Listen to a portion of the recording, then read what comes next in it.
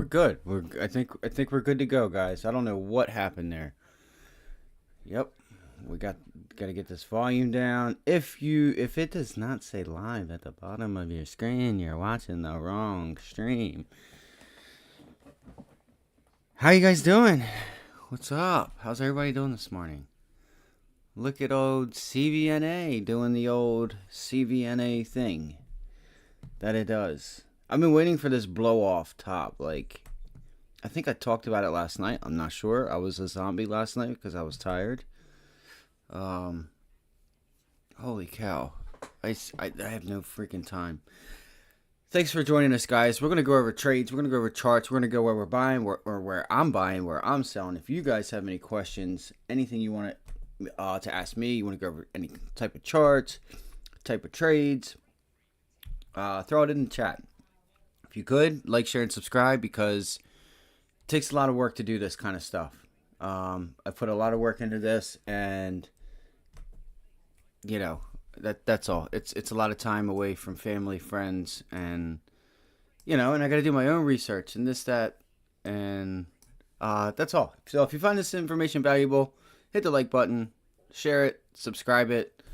If you have any friends that may want to join us, let them know. We're here to help the retail trader or any other trader that is just, wanting to learn, wanting to trade with a group. Save you save you the cost of about, I don't know, 1,000, 1,200 to 5 grand, 10 grand a year. That's a plus, right? Saving money's making money. Looks like we might go on the run. You might see me trade Carvana pre-market. I don't know though. I don't want to get ahead of myself because I'm not getting stuck in a limit order. Oh, my love just tried calling me, she said. She did. Hold on one second, guys. I got the screen share. I'm going to go over some stuff.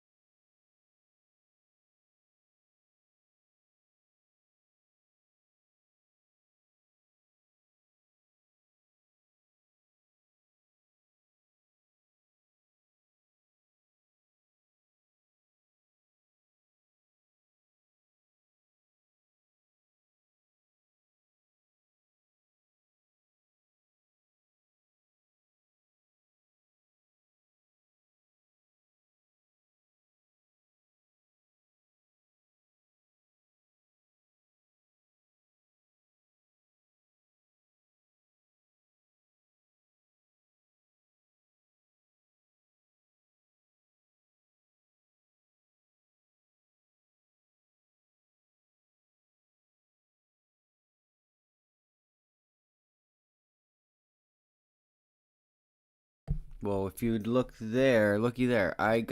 Where'd we go to? Oh, shoot. We got right to the target.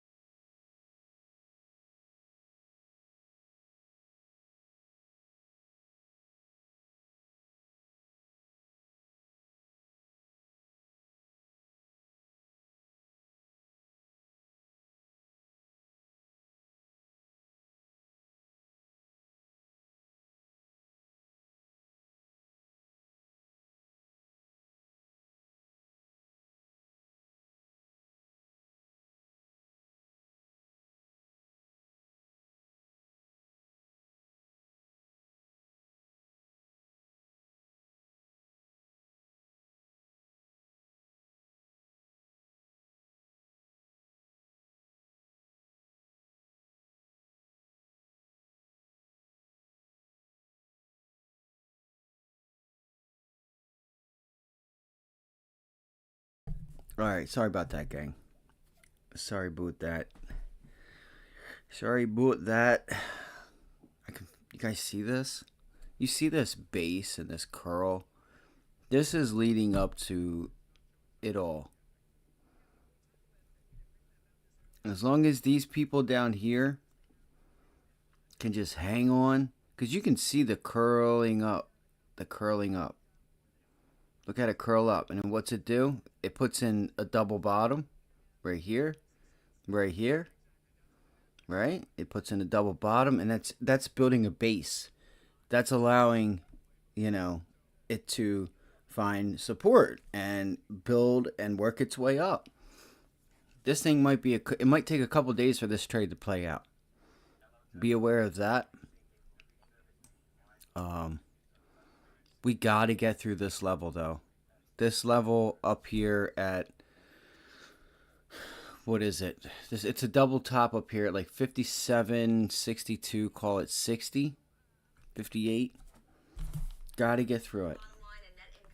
Got to get through it. Give me 1 second.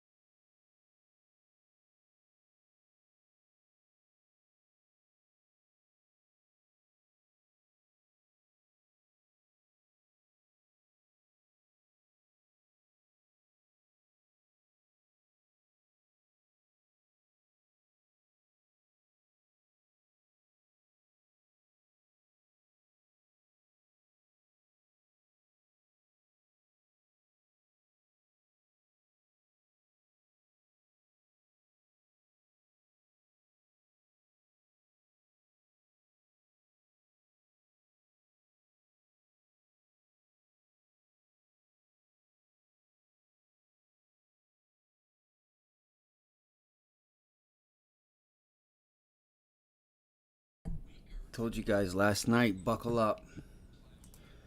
Buckle up. Alright, so we got Carvana. Carvana obviously reported something decent to make everyone cover and start getting nervous about Carvana Saragas after that deal, big sales beat.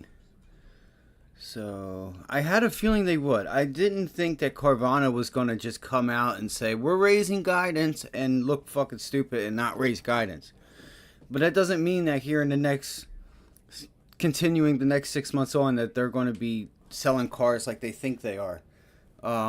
Unless they got something going on that we don't know about. So with that, I think it's good for now. But the question is how long will it last? How long will it last and at what valuation? So let's read this debt deal.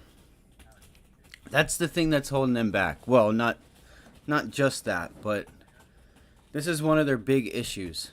And, being able to give people their tags and having to take cars back and people go get loans for it. It was a freaking debacle. It was a mess.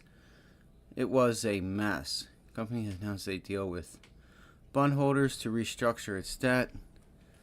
Girlfriend, Jesus Christ.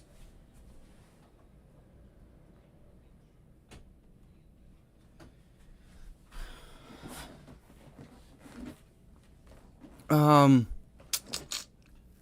certain 23% in pre-market Wednesday after used car retailer easily topped sales expectations for its latest quarter and announced a deal with note holders to restructure its debts. Carvana logged $2.97 billion in sales for the second quarter, below the $3.88 billion it reported a year before, but ahead of the $2.6 billion FactSet consensus. So that's what, like from they brought in 2.9 and they were expected to bring in 2.6. What is that, like a 8%, 10%? I'm not sure what that is. I'd have to do the math. On that. Maybe 5% or something like that, 5 to 8% more. The company's recorded a $58 million net loss. They lost $58 million, amounting to 55 cents a share, whereas they posted a loss of $238. What? So this is awesome. This is good. They were losing $238. Now they're only losing $58 million. Saving money's making money. Or $2.35 a share in the year-ago quarter analysis. We're modeling a $1.20 loss per share. Carvana called out $6,520 in gross profit per unit for the last quarter. Carvana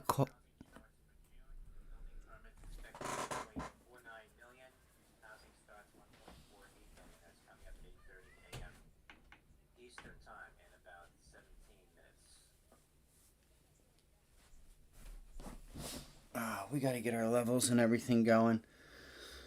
Oh my God, man.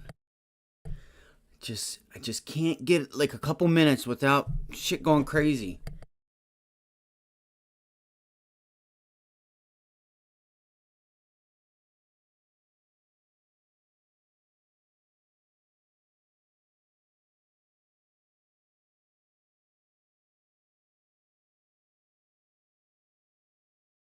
I feel bad. It's my little baby girl.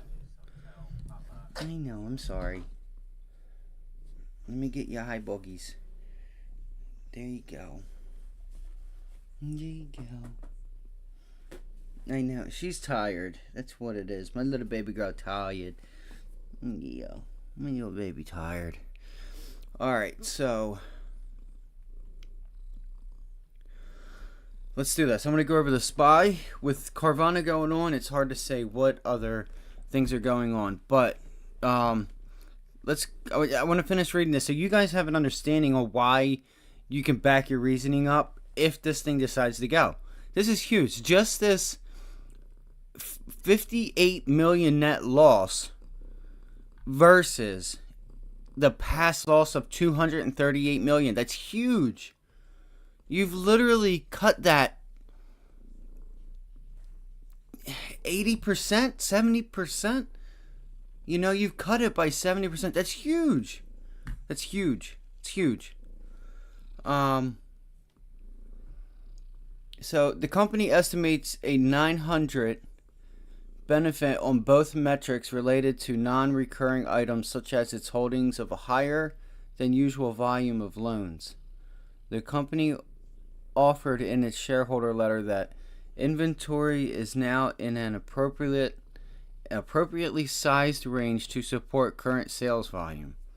For the third quarter, Carvana said it expects to report a similar number of retail units sold to what it did in the second quarter. Carvana sold 76,530 vehicles or retail units in the June period, down 35% from a year ago.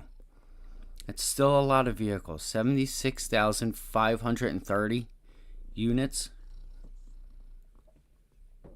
if I'm reading that correctly.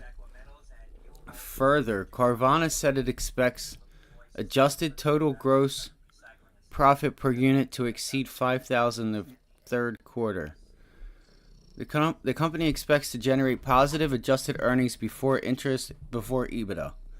If you don't know what EBITDA is, that's earnings before interest, taxes, depreciation, and amortization. It pretty much covers everything you need to know about a business. For the second quarter in a row. So they have positive EBITDA. Or it says the company expects to generate positive EBITDA, which is very true with them only losing 58 million compared to 238 million. That's huge. That's so big. Let alone just that. Just saving and not wasting that money is huge. So they're making changes. We see upside to the above total GPU and adjusted EBITDA numbers. But given the early date of this earnings call within the quarter, we are electing to provide a conservative outlook. The company noted to its shareholder letter. The company had pushed up the date the release in the move that initially spooked investors. Separately, Carvana disclosed that it reached an agreement with bondholders that will eliminate more than 83% of the company's 2025 and 2027 unsecured note maturities and reduce its required cash interest expense by more than $430 million annually over the next 2 years. The strong performance of our business in 2023 presented an opportunity for an impactful and win-win transaction for Carvana and its senior unsecured note holders. Mark Jenkins, you need to remember that name, because if Mark Jenkins comes along to another company and fixes their issues, Mark Jenkins has got a name for himself on the street. All right, he may have already had a name, and he may already be somebody who's done this before and just did the same thing again to an extent. It depends on, because some of these CEOs, they're just selling different things. It's a different business, but they can still use a business model to, successfully do something. But again, at the end of the day, it has to work. Like, the company has to, people have to want to spend money there, is what I'm trying to get at. Whether you want to buy lawn furniture, you want to buy a house, or you want to buy a car, or you just anything, sneakers, like a clothing store. Like, instead of selling cars, you're selling clothes. But as there are business models that work, and obviously, if you are making enough sales, then the business model will work. And the previous, whatever was going on at Carvana, they had money apparently coming in, and they didn't know how to handle it. Because it comes to a point like that. It happens with a lot of companies where the people that are in charge can't take on the task of big business because they've never done it before. It's not easy. It's not easy. There's a team. There's a way to do it, a way not to do it. I mean, Christ, Carvana was giving people cars and then having to take them back, not having tags, and then these people have loans for the vehicles. It was a disaster. It was a disaster. So, and I don't know if Mark Jenkins was there. Like, I haven't really worried about Carvana. There was no real reason to. But I assume they put someone else in charge because I'm sure they had to. Um, I don't know why this thing just looks like it's getting ready to go again. That's huge, guys. Like, seriously. That's so huge. You have no clue. They lost 58 million compared to 233 million. That's huge. That's huge. And that allows them to be able to restructure the debt by not losing as much money. So, let's do it. Let's get into the SPY. I don't know if the SPY is going to do much today. It may give us our pullback today. I doubt it. I said that yesterday, and look, we had a 1% day yesterday. So, we'll just see what happens. All right, I can go to the daily chart. I need to get rid of some of these lines. So I will be focused on Carvana, and I'm almost certain every single trader out there is going to be worried about Carvana. And I should have put it in the title. I was in a rush. I did the live stream. I think I went to bed at like 1:30 again, and then, after the live stream, and then boom, it was 6 o'clock, and I'm like, I can't get up, and my cat's like helping me. Fortunately, we had some rain, so all I was doing, I was hearing the rain, and I'm like, oh, it's like 5 more minutes. I was just laying there, and I'm like, if I don't get up, I'm gonna fall asleep. So let's go get this. You got to get your sleep though, guys. It's important because you can't do this stuff and be tired and whatnot. You need to be on. You got to be on. So let's see here. I got to get rid of some of these lines. I'll just put them back later on. It's just getting to be a mess. So it is what it is. If I miss, look at this pivot high we didn't touch yet. Like, what the heck, man? This is crazy. This is so insane.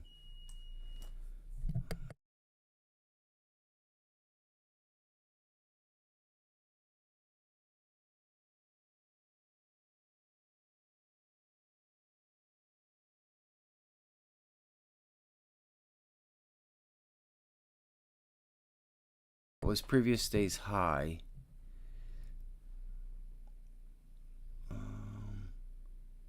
Let's see here. This thing is just climbing and climbing and climbing and climbing. Hold up. Hold up. Let's see here.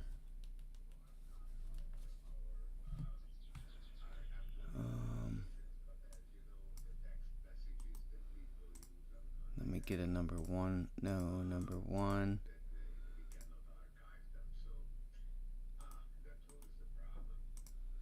Number one.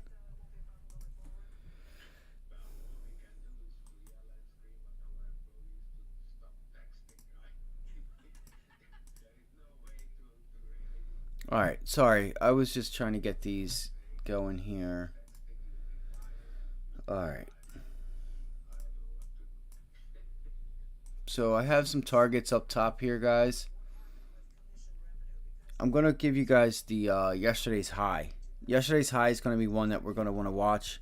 See if we break through it and hold it. I mean, the basics there of trading. I got to get this. Hold on one second, guys.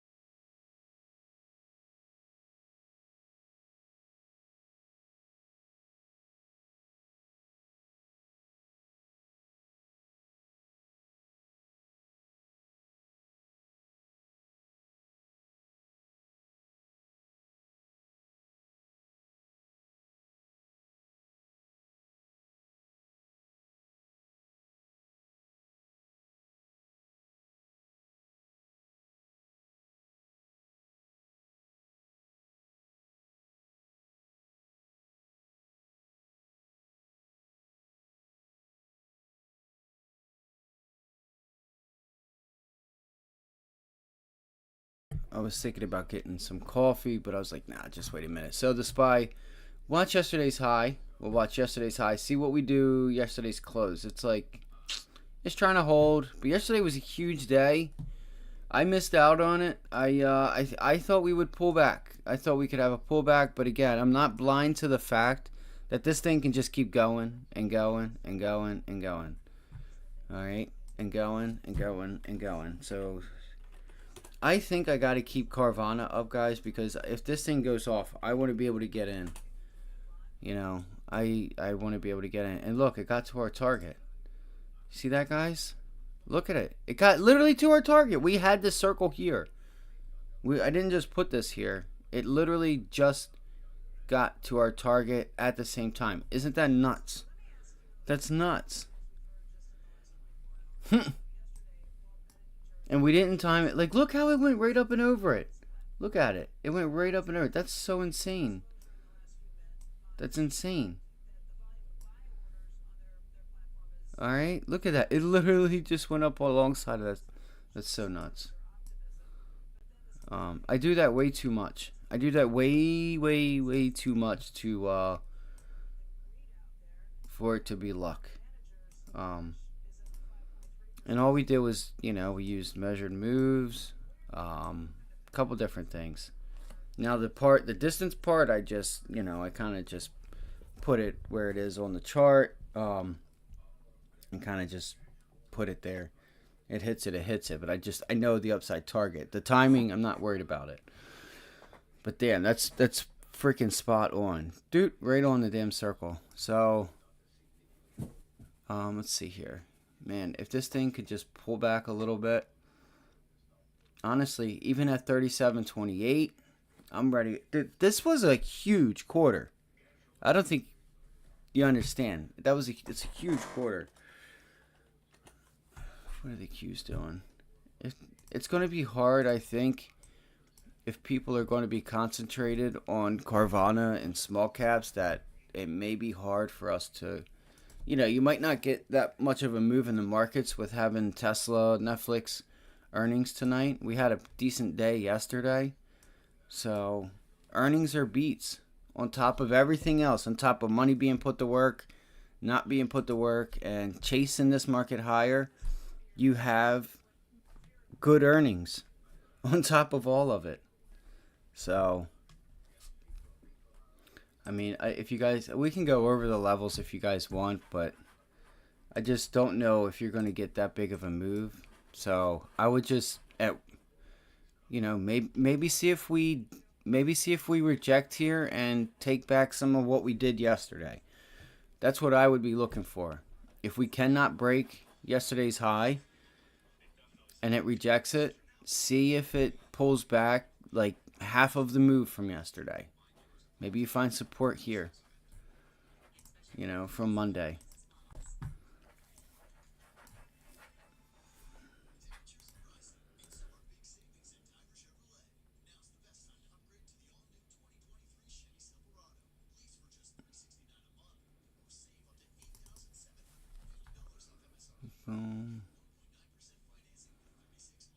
That's so crazy.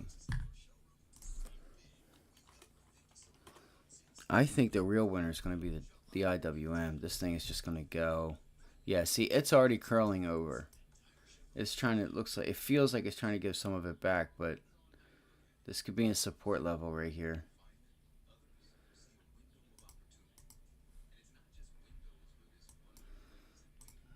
So I'm going to go over AMD. We'll go over Apple. If you guys have anything in that you guys want to go over, please throw them in the chat and we'll cover it.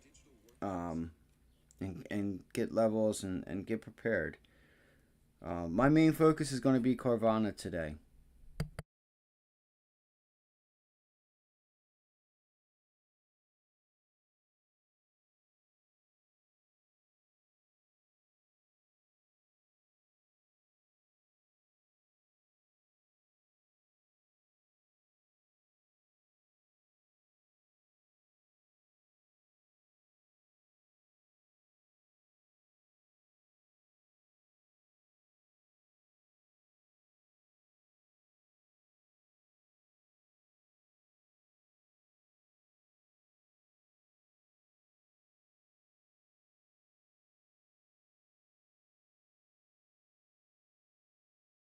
right, so let's do it. So if we, all right, so we see the IWM pulling back, trying to hold here.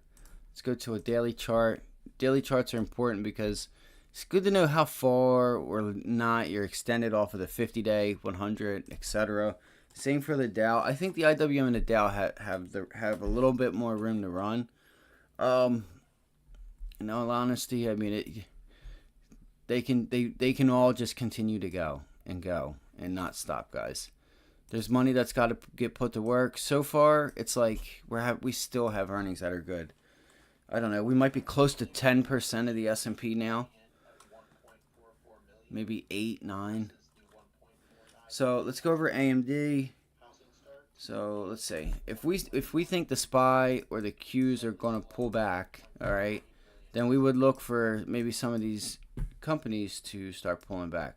We need to know what sector. We got to start seeing what sectors are pulling back. That way we know what sectors are going to be weak today, what's going to be strong, what's going to be weak. Okay. Now, BKR, Baker Hughes is down. So what is that doing to like Rig and nothing? Oxy.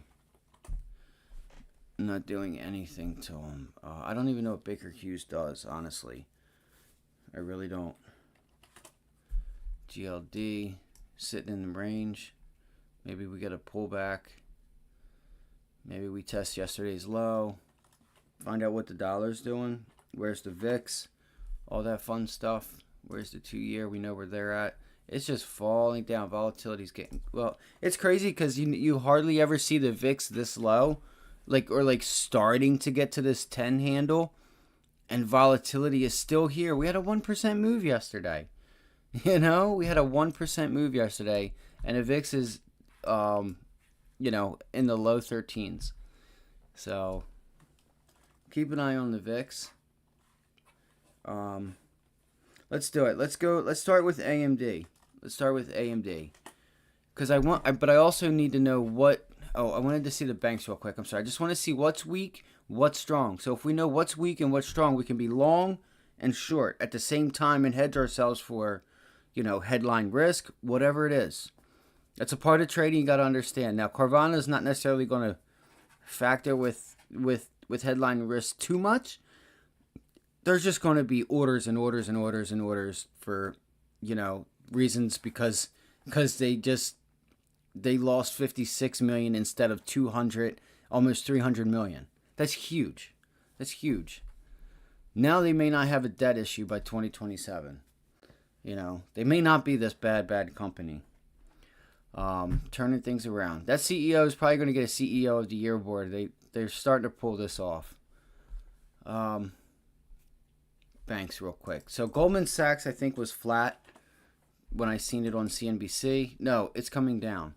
So that's going to be on the investment side. What's it doing to Morgan Stanley? Nothing.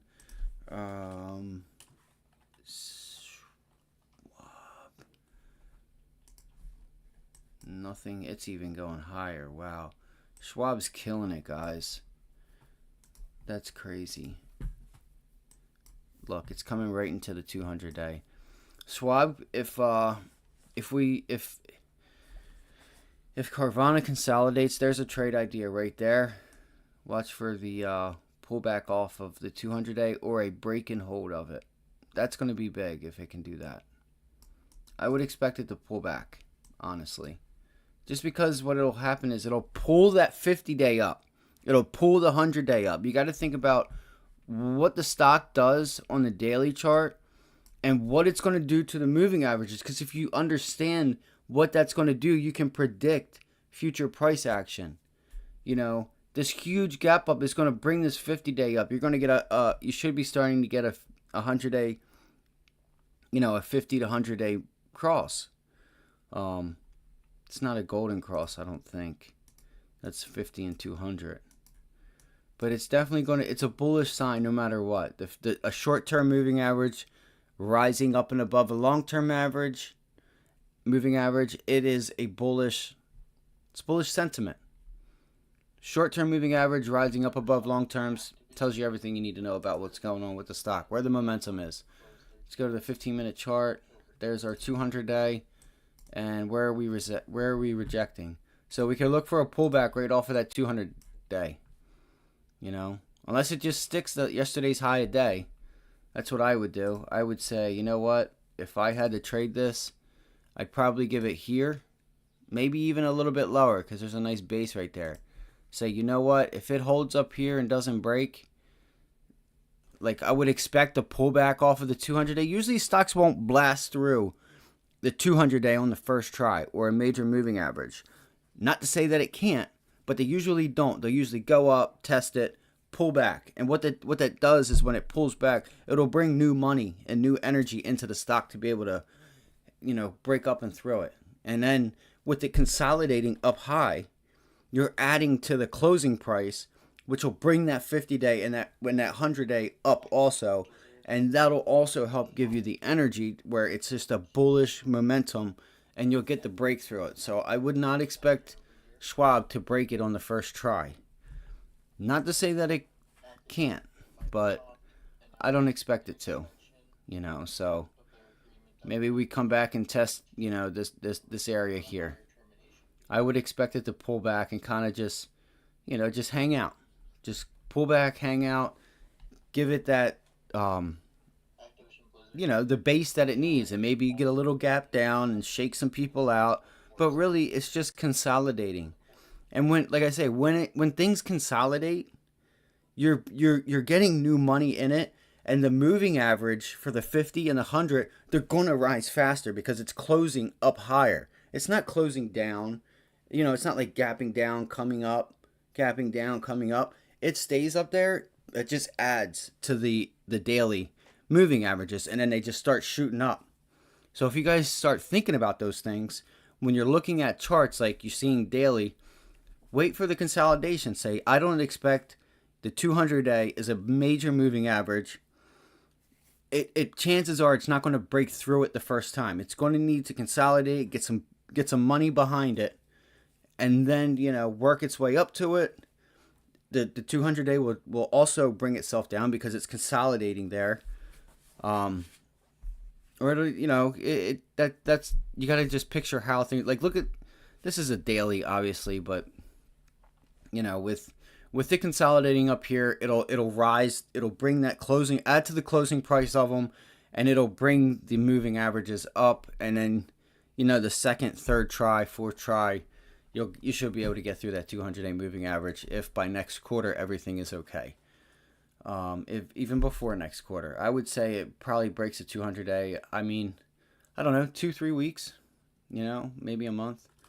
All right, so Schwab is strong. Goldman Sachs was weak. I just want to see what is going to be. I want to see what could be weak. No. I'm sorry, guys. I just need to pull up the heat map to get the names. So I'm not sitting here. So investment bank, asset management.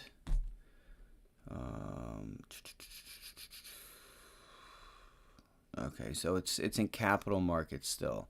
So it's the laggard. So that's so funny because look at Charles Schwab, look at Morgan Stanley, and Goldman Sachs now today is not doing that at all whatsoever. So and again, if you guys have any question, any trade, oh my gosh, Carvana is going right now. Damn it. I knew that going through the charts and doing those things were going to lead to this. Damn it. It's all right. It's all good. It's okay. We can wait for a pullback. Let's go to the weekly chart. Do we have anything in our way? We don't just yet. Man. Okay.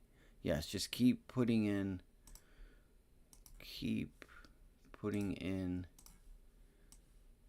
Oh my God, you're kidding me.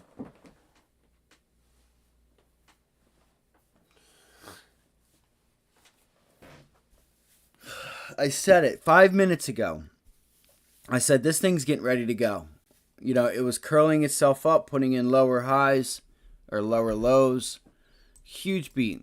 Traders are getting into the office. They're getting in their desks. They know. Retailers coming on board. I'm going to look for a pullback right around here. And I'll probably start thinking about my entry. All right. I'm going to look for a pullback.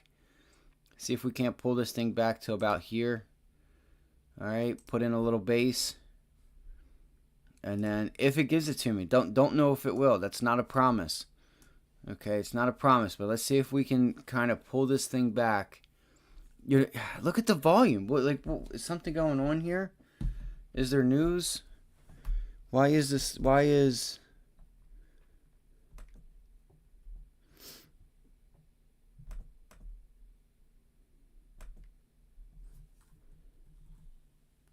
Oh my gosh.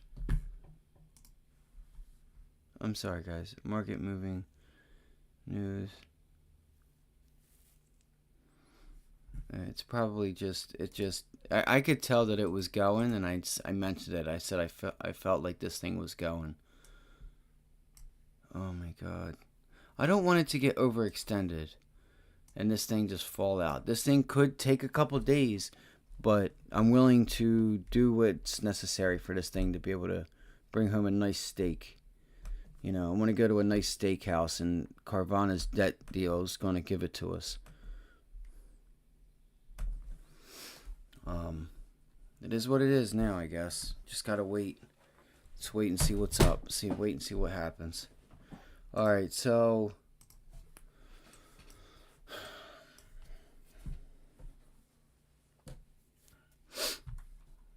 if you guys are also thinking about Tesla and Netflix, I would not do anything with Tesla. If I had to, I would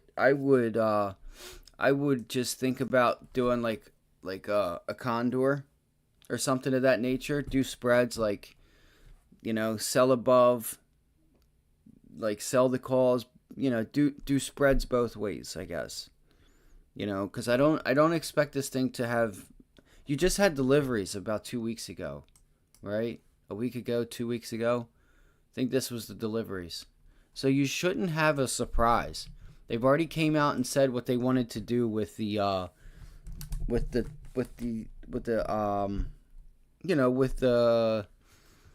Cybertruck and all that fun stuff, you know.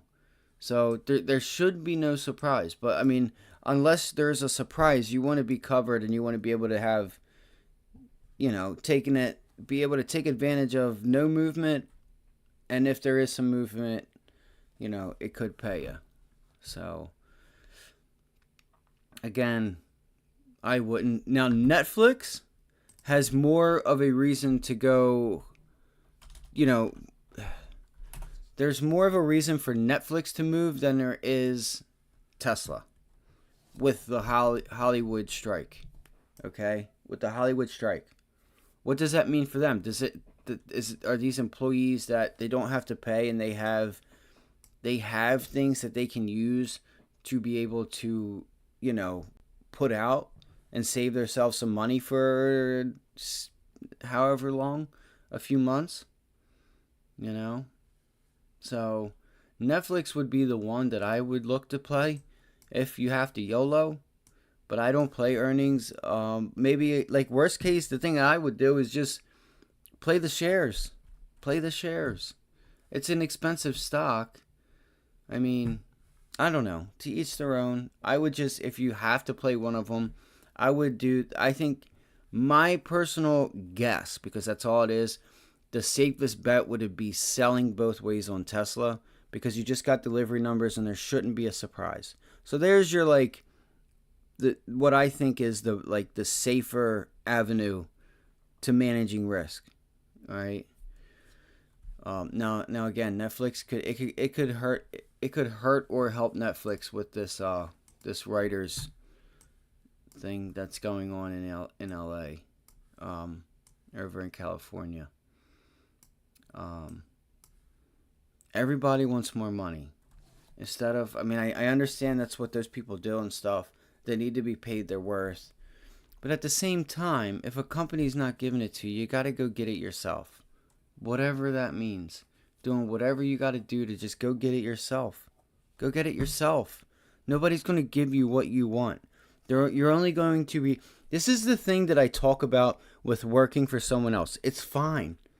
It's fine to work for someone else. But you should also find something that you like, that you enjoy doing, and working for yourself when you can in your spare time, or building an internet site. I'm also doing that. Like things of that nature where you can build yourself a foundation to work for yourself and get paid your worth, because someone is only going to pay you what they're willing to pay you. They're not worried. It's not that they're not worried about you, but they're only going to pay you so much. Where it's like, it doesn't make sense. I'm running a business here. They're the owner. They're reaping the benefits because they work for their self. You need to do the same. I don't care if it's a lawn company. I don't care if it's a roofing company. I don't care if you open up your own lab. Clothing. Whatever. Web business. Listen, learn how to make websites. Go get your LLC. Do whatever you need to do. If you think you're good enough and if you need the money for, I'm sure you need the money for certain things like Adobe, this, that, the third. Go make websites for companies. They're always looking for web designers. Learn it, study it, give it time. Something. Maybe grow tomatoes for a restaurant inside your house or something. Like, there's just always something to do. I would just preach that, and that's okay, because some people that make enough money, and that's fine, but some people don't. Like, obviously, these people that are standing outside demanding someone else to pay them more. No, you gotta go get it yourself. They're only going to pay you what they want to pay you, or you're going to get to that point where somebody else is just going to step in and take you. And not even that, the fact that you could have a bad day, something could be going on in your life. Gone. It's not security. Working for someone else is not security. Working for yourself is security, and you're only going to get what you put out. All right? If you're willing to work hard and do what you need to do, and it is ultimately upon you to grow a successful business, is what I'm getting at. Not just showing up to work every day. And then the minute you screw up, gone. And then what? Or you put in 20, 30, 40 years and things slow down and they can't afford to pay you anymore. They're going to bring in a younger person for less money. Gone. That's not security. It's not security. And that's how the world works. Because when things happen, when things start to happen, they will make cuts because they're worried about their business and themselves and their family, not you. That's all. That's all I wanted to say. So if there's something you enjoy doing, something that you want to, we're here once. You're on this earth once. You want to be a lawyer, you want to be a doctor, you want to be this, go do it. Just start doing. Just go show up at the college. Just start somewhere. Just want to help try and give you guys some motivation, to, start thinking about those things and, thinking about that, because it's real. It happens to people all the time. It happens to people all the time. Just seen it get ready to happen to a 60-year-old that I used to work with, who's about 4 or 5 years away from retiring. His body wasn't able to hold up anymore. And after seeing that stuff, it's like, knowing what was circulating, it's cutting the ties, but I just, I don't know. So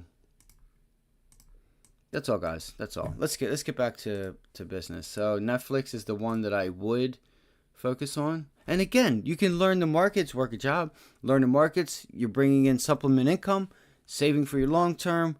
I mean, the greatest wealth opportunity is the markets, is buying ownership in other companies that have cash flow. That 10 years, and getting the money reinvested into, your dividends and things like that. 15, 20 years down the road, catching an Apple, Amazon, Google, whatever, like your Snowflakes, your Nvidias. Those are going to be the next big companies. You know, just start thinking about some of those things. So if you want to start something, you need some motivation, come here. We'll give it to you. Whatever it is that you're down about and have going on, throw it in the fucking trash.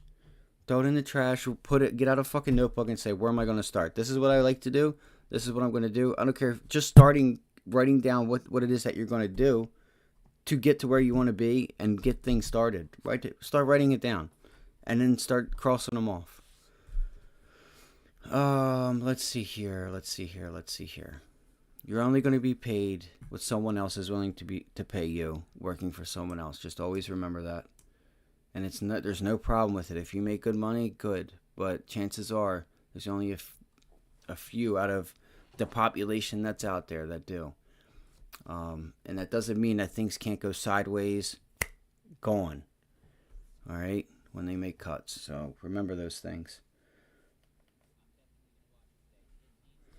AMD was the one that we're watching, guys, that I was watching yesterday. Now that Carvana's going, I told you guys to watch this level yesterday. So when you start seeing a base being put in and downside is not, it's putting in lower highs. It's also putting in higher highs. So that's bullish to me. All right, that's bullish. You have a nice pennant going on here. Okay, there's a nice pennant going on. So this is going to be the level I'm watching. I want to see if Carvana breaks this level here. All right, can it break and hold this level and start climbing higher? And it did. It did it pre-market. So let's see. I want to see if we can pull back to this 117.75. Maybe we'll call it like 117.50 to 118 is what I want to see AMD hold if we pull back off the bell and be a buyer there. I want to be a buyer there. And there it goes.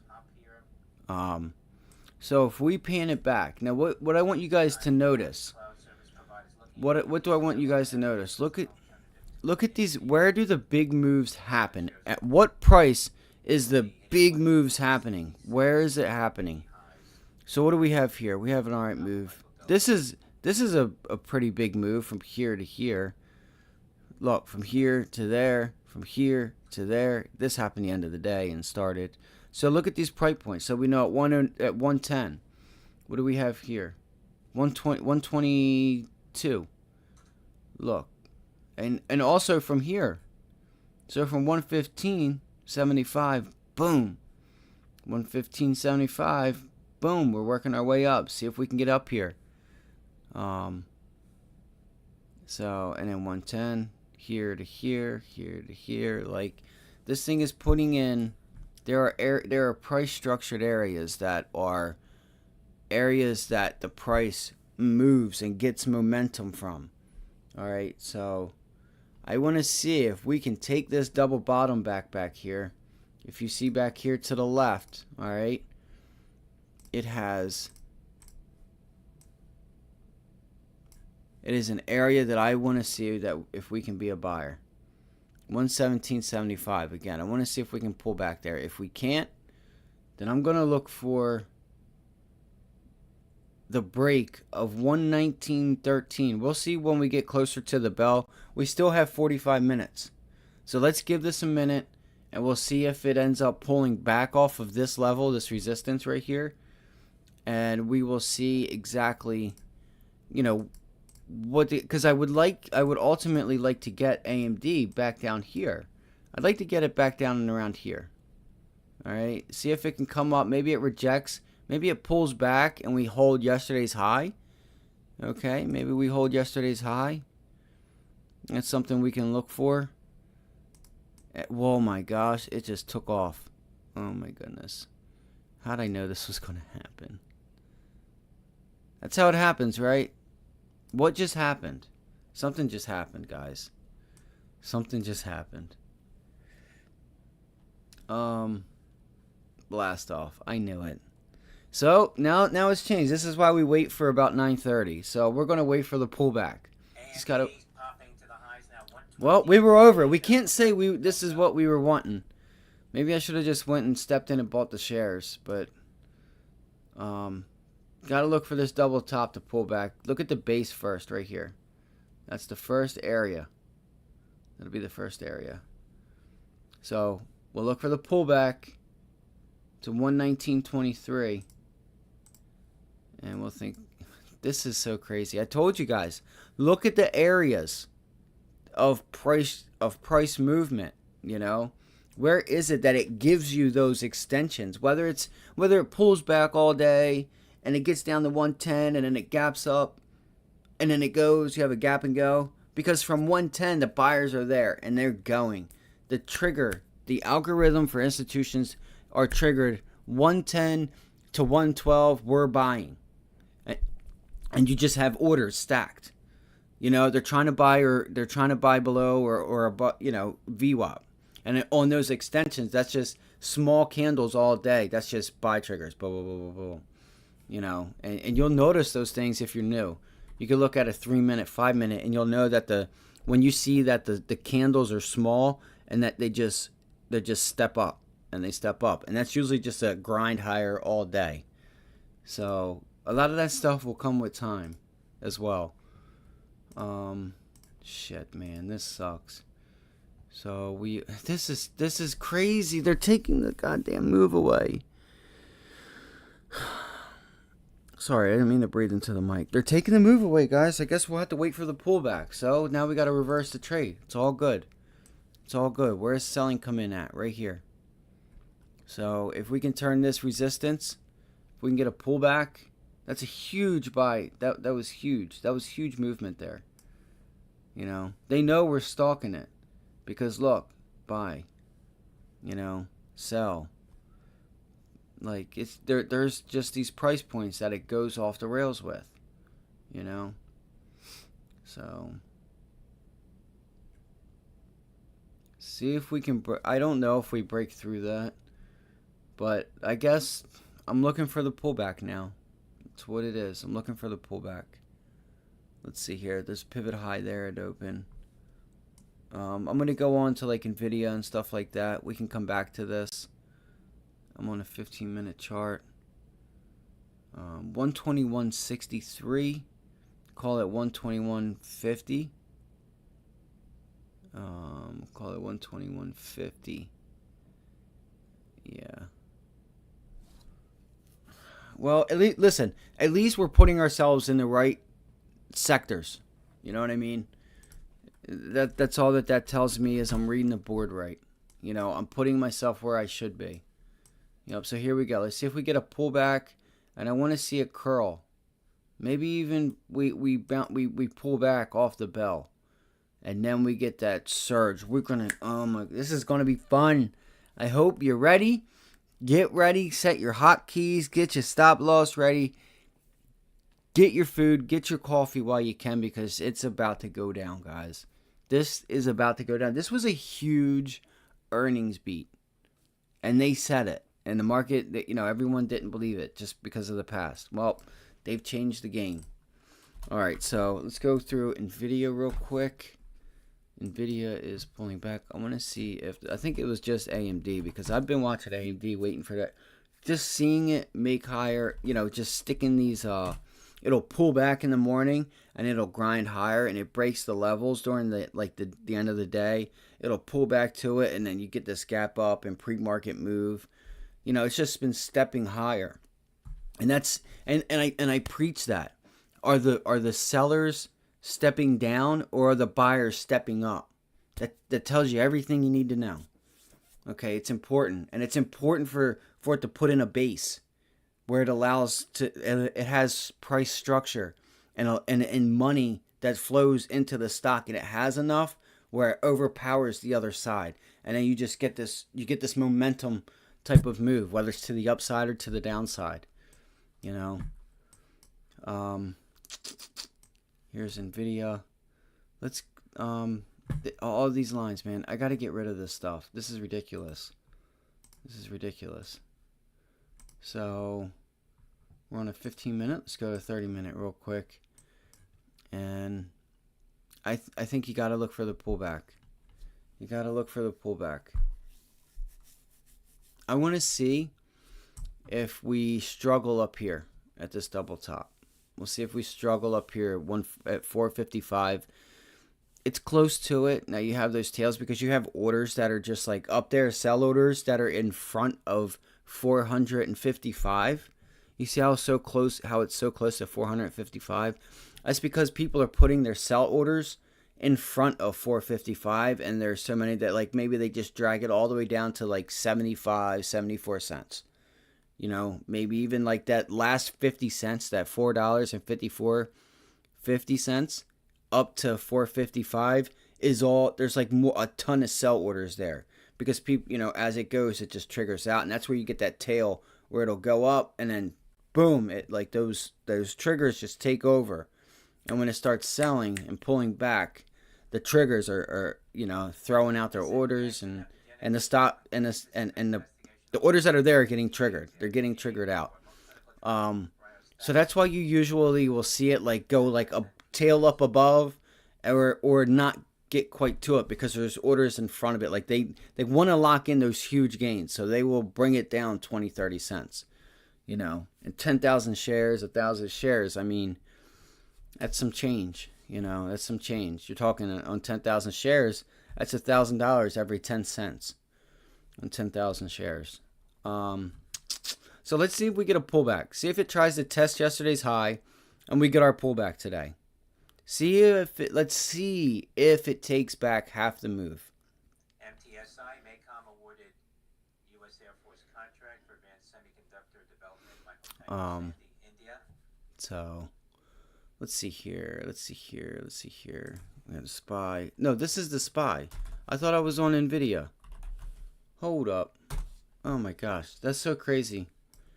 I'm sorry, guys. I thought I was on NVIDIA.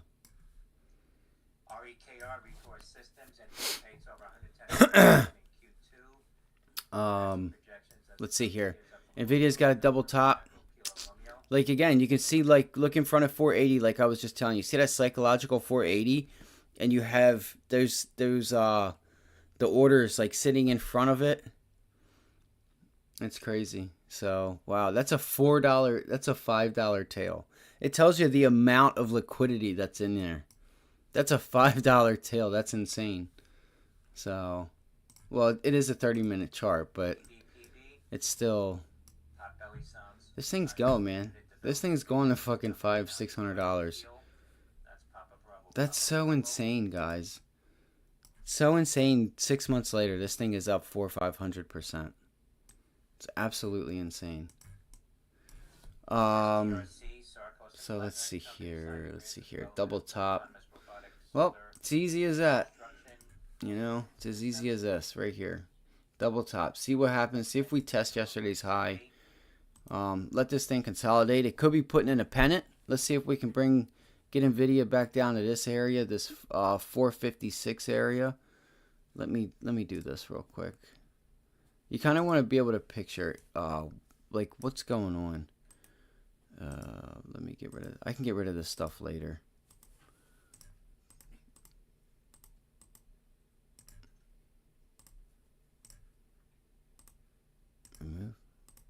Remove. No, I don't want to duplicate. Remove. All right, let's hurry up. Let me hurry up because I want to get some coffee. We got a few minutes, so I'm going to give you guys a level. We're going to trade through this stuff live, guys. So this is, you know, we're going to be selling, and we're a seller of NVIDIA right there. So NVIDIA, NVDA. We're going to look for the pullbacks. Let's see if you might want to be in front of it because it may not test it again. I would look for pre-market. It might wick above pre-market highs like it did here. See how it wicked above it?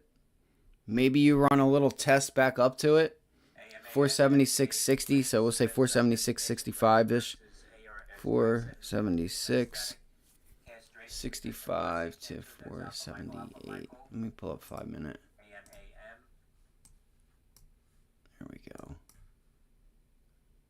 So like I said, there we go. 476.56. So we'll just see how it's wicked above it again. Well, you can't see it, but right here, see how it just like went green and then completely reversed it. Just using, it's an area. Again, guys, it's an area. It's not an exact price because orders are going to be stacked in front and above. Okay, so you got to remember those things. You get these wicks that, especially in this, there's a lot of liquidity in here. So we'll just say pre-market highs, 476.95. So 477, 477.50, maybe 478. We're using this double top. It's an area. It's like a $3 area. This whole double top right here. So even if I just put in a box or a circle, and we'll say this will be our watch. Okay, this will be our watch. Come on. I feel more comfortable in a 5-minute because it opened and closed right there. That little wick I'm not even worried about. So that's going to be my area to sell for now, but it's in an uptrend. I just want to see it consolidate. That's all I'm looking for. All I'm looking for is this thing to consolidate. That's all. Because it needs to. If it doesn't consolidate, you're going to get a blow off top, and then you can catch the backside short. That's when you step in front of it. That's when you want to step in front of moves like that. And you could be getting close to a Carvana blow off top, where there could be a backside trade. So, 480 to 477 or 480 to 477. 480 to 478 to 477. So it's about a $3 range, okay? I would put 477.50. I don't know, guys. I don't know. You see what I mean? It's a $3 range. $3 range. From 477 to 480 is your resistance. 76.50.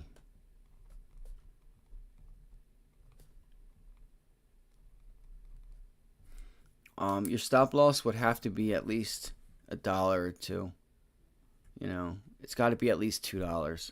Honestly, I would just wait. I wouldn't even front run the move for the pullback. I would watch it right here and see if we get that pullback right here, and that level is going to be, it'll be pre-market lows at 4. Oh my god, you gotta be kidding me. I didn't know I had the box up. It's still holding. I'd be very surprised if it breaks. I need to go to the weekly and daily, but I know that those moving averages, it's well above them. I know it's well above them. And look at those tails there from yesterday. That's crazy. That's insane. That it's doing this. It's so tough. It's an area. This whole thing is an area. So 473.80, 474. We're gonna look for that break. We'll look for the retest, right? And we're gonna play it to the prior bear flag. Look at that down move, guys. So this is what AMD, what I was telling you guys with AMD. Look for the move. See if we can get a bounce, and then we get short in front of it, and we'll look for like a 2-day pullback if the markets are weak. But you got to remember, Tesla and Netflix earnings are tonight. Earnings are good. That doesn't mean we can't get a pullback, but earnings are good. We're going to grind higher. Money's got to get getting put to work. We could grind higher. I would like to see a retest of this area, of this back down here. But again, you got a lot of selling that takes place up here. You get, like, it's momentum. You have a lot of momentum. You have these prices where momentum really kicks in. So there's the top end of your range. Here's the bottom. And that's what we're going to play. That's what we're going to play. That's what I'm going to play, at least. There's my range. There's the middleman. There's the bottom. We're at the top of the range. We look for a 2-3 day pullback. I'm going to go get some coffee. And we're going to watch Carvana, AMD, NVIDIA. I mean, that sounds like a fun morning to me, guys. Carvana, NVIDIA, AMD. I don't know if there's anything else, guys. CVNA, Carvana making new highs now, up more than Damn it. almost $20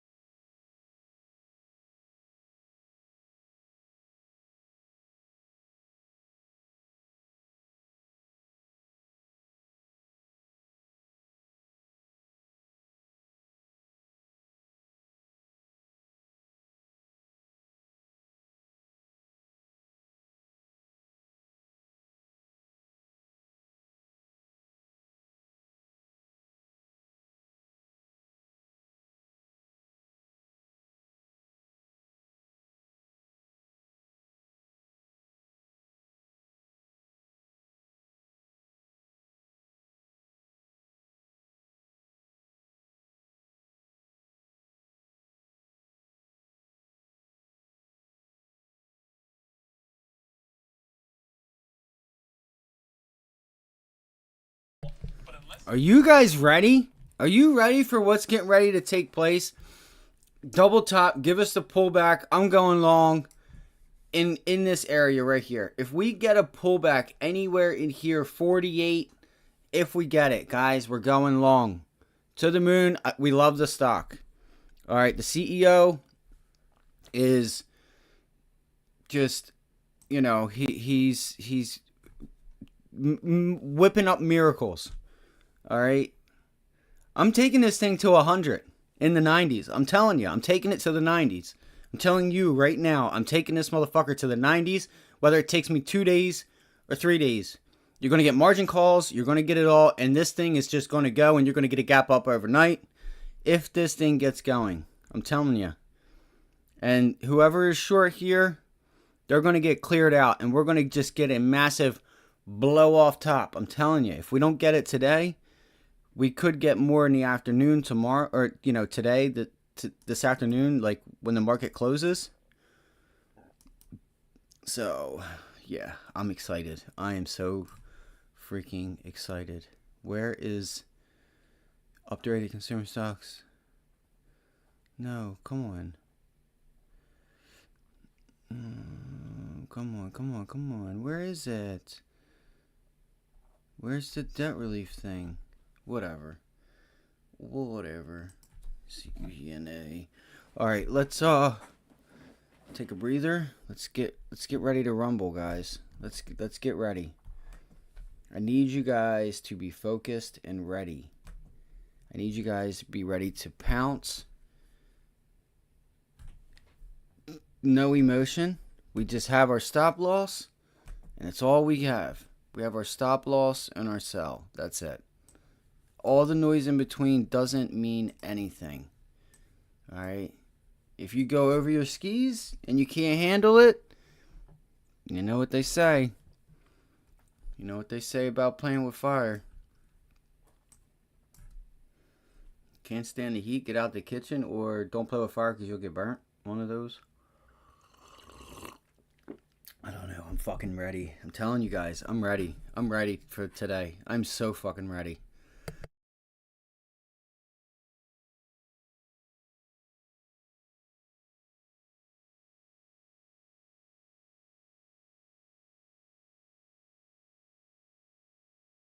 I need 2 seconds. I'm gonna get on a shirt, put on a different hat, and like I'm gonna get ready for the day, get everything in line, get all my stuff here, get my charger, all that good stuff.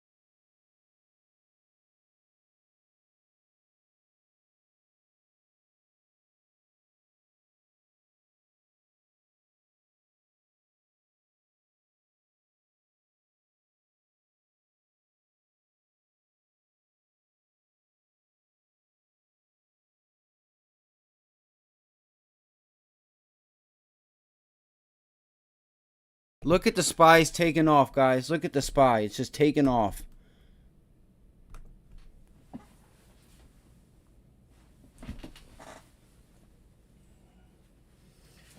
I just can't get ready. I just can't get ready, can I?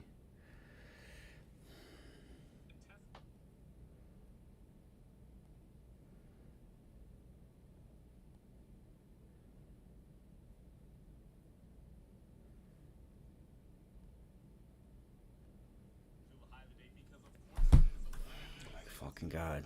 I'm just not ready at all, guys. I'm not ready at all.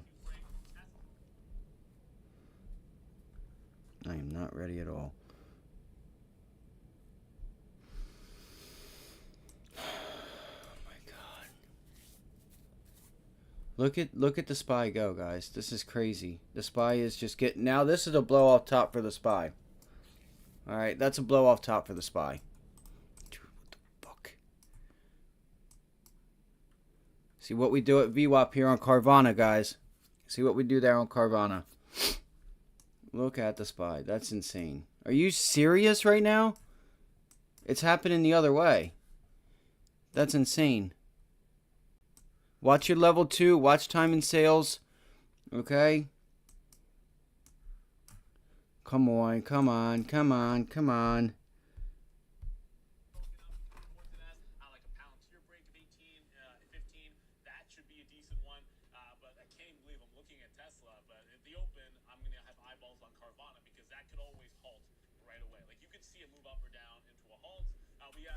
Where?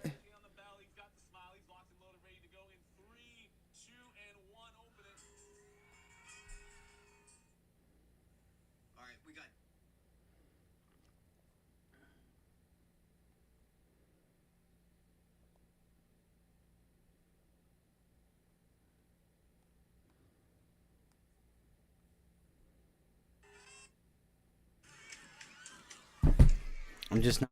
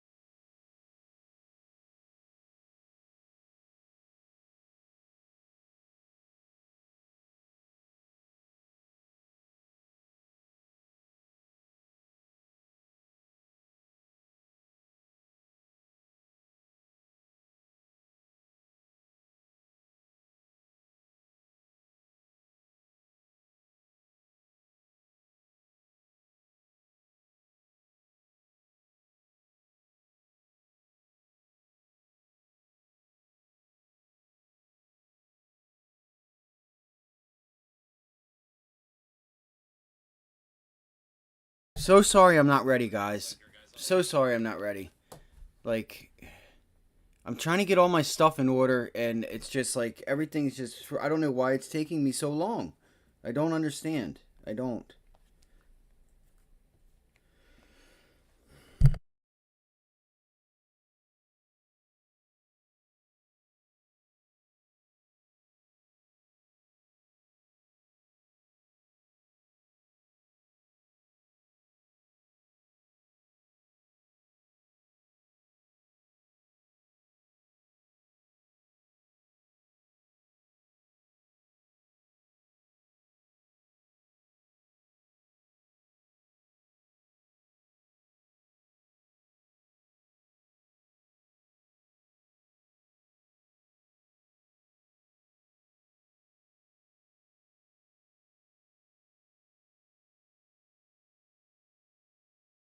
There we go. We're getting that volume in. Psychological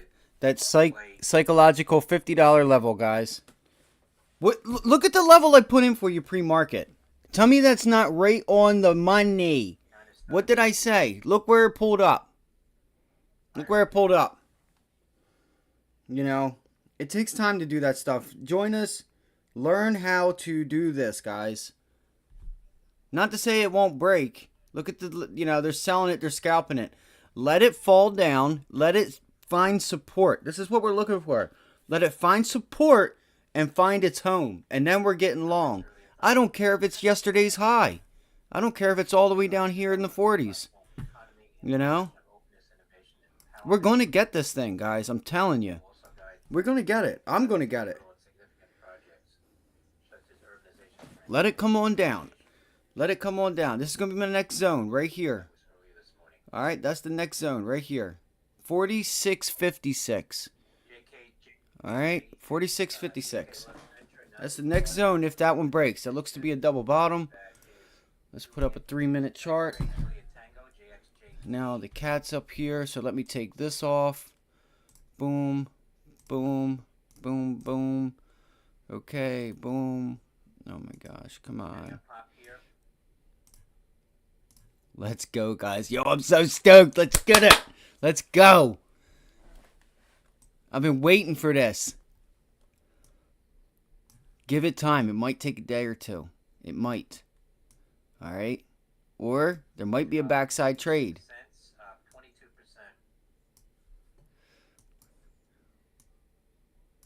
Just wait. Hold up. Just hold up. Just wait. Now you got other short getting squeezed. And look at the SPY. SPY's just going. SPY's going to 457-ish, I guess. I guess that's what it's doing.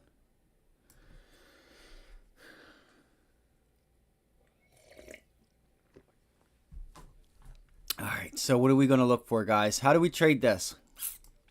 How do we trade this? Like I said, we're going to let it find a home. Where can we look for a home? Where does it want to find a home at? That's the question. Shit. I did not mean to do that. I clicked it twice. This mouse is something else. Alright. There's a 50% retracement. Right there.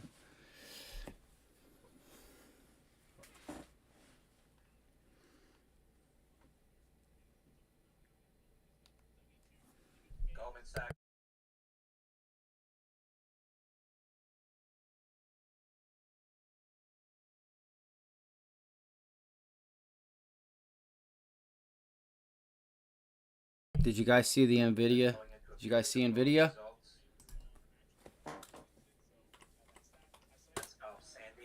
Come on now.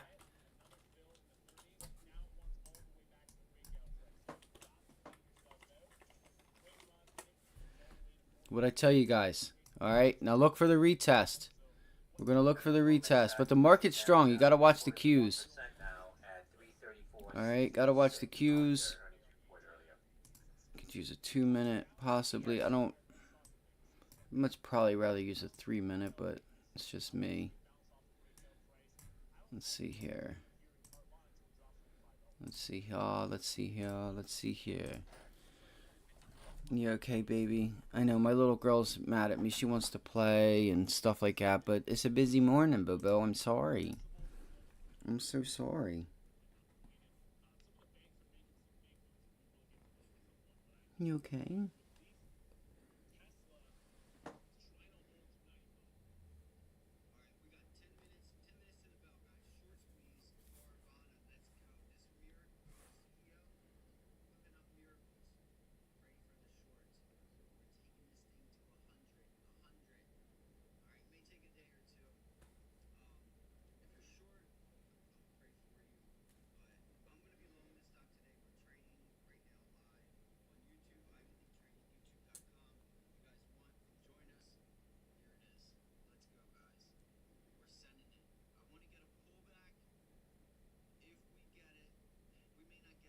Hi, Sandy, Charlie, India.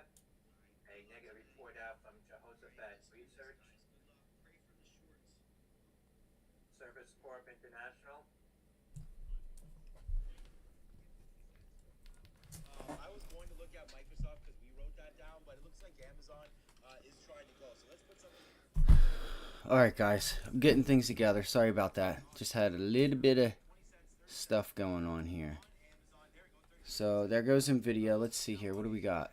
Let's see here. Let's see here. Let's see here. Let's see here.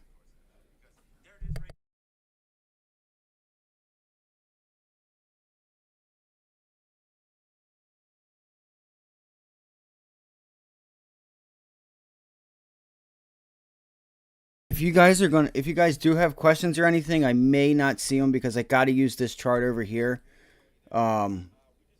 for indexes like the SPY, the Qs. I need to know what they're doing. They're going higher. What are the Qs doing? And then, because I want to play AMD and NVIDIA, and the only way I'm going to be able to play them, like there goes the Qs reverting back to the upside. And yeah, so we'll watch the Qs. Keep your eye on the Qs, and that will help guide us on where we plan on going today. So it looks like we came down, got close to testing yesterday's close, right? Got close to testing yesterday's close, and it did not break, or it did not get down to it yet. Now, it looks like it's putting in a double top. See if it breaks it and can close on like a 3-minute, 5-minute chart above the previous candle high on that open. See, there's the pullback.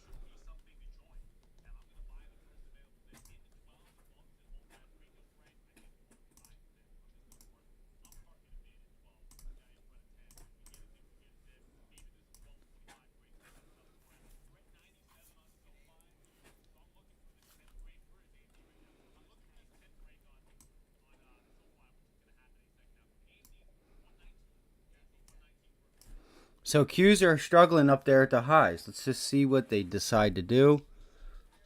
Gotta just see what the Qs decide to do.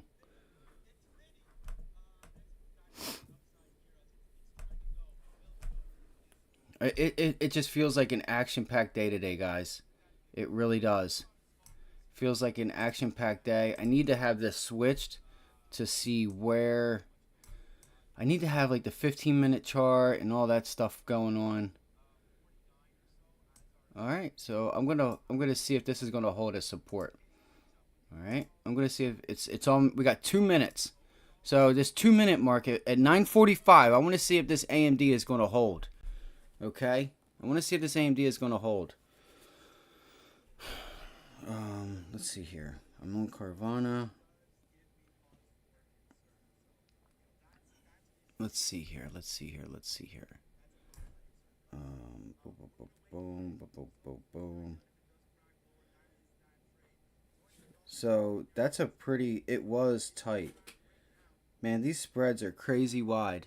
These spreads are crazy wide. Crazy wide. Just let this thing settle and form a base.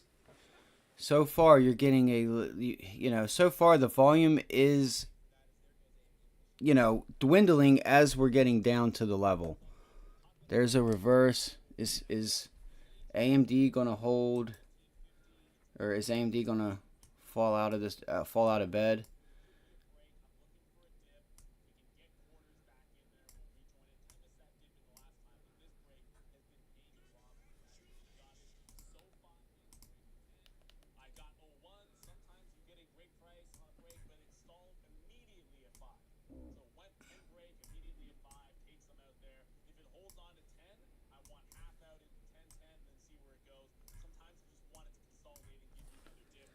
All right.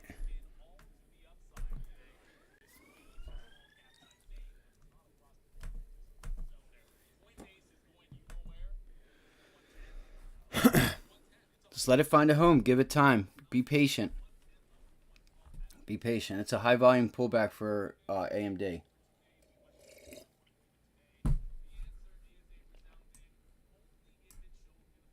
That's a high volume break. I had a feeling it didn't want to hold up. There was something about AMD that I didn't like. I didn't like it. I just hate that it does this. It'll sell off so easy. It's putting in the base, but we'll see what we do right here at this prior high. What is that? Monday? No, come on. See what we do there. Come on. EDBL Edible Garden introducing Green Thumb 2.0 patented proprietary greenhouse management software. That's Echo Delta Bravo Lima. EDBL. And there's a bounce thus far.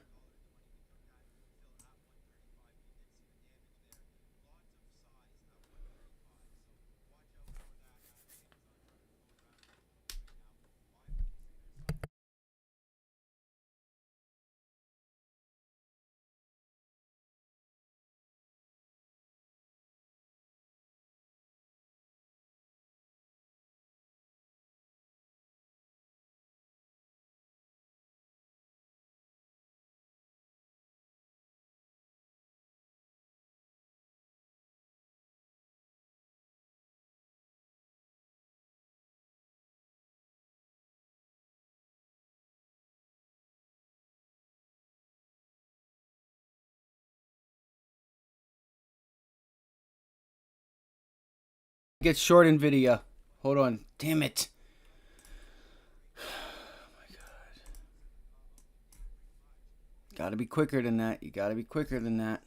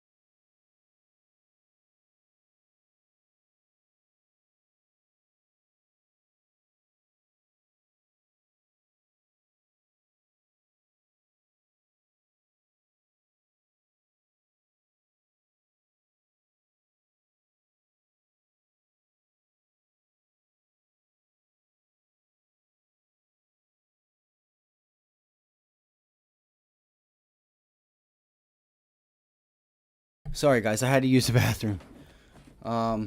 There's NVIDIA. Let's see what NVIDIA does here. I want to see if NVIDIA puts in either a double bottom. But again, we got the bottom of the range here. So I'm thinking NVIDIA short, guys. I am. I'm thinking an NVIDIA short.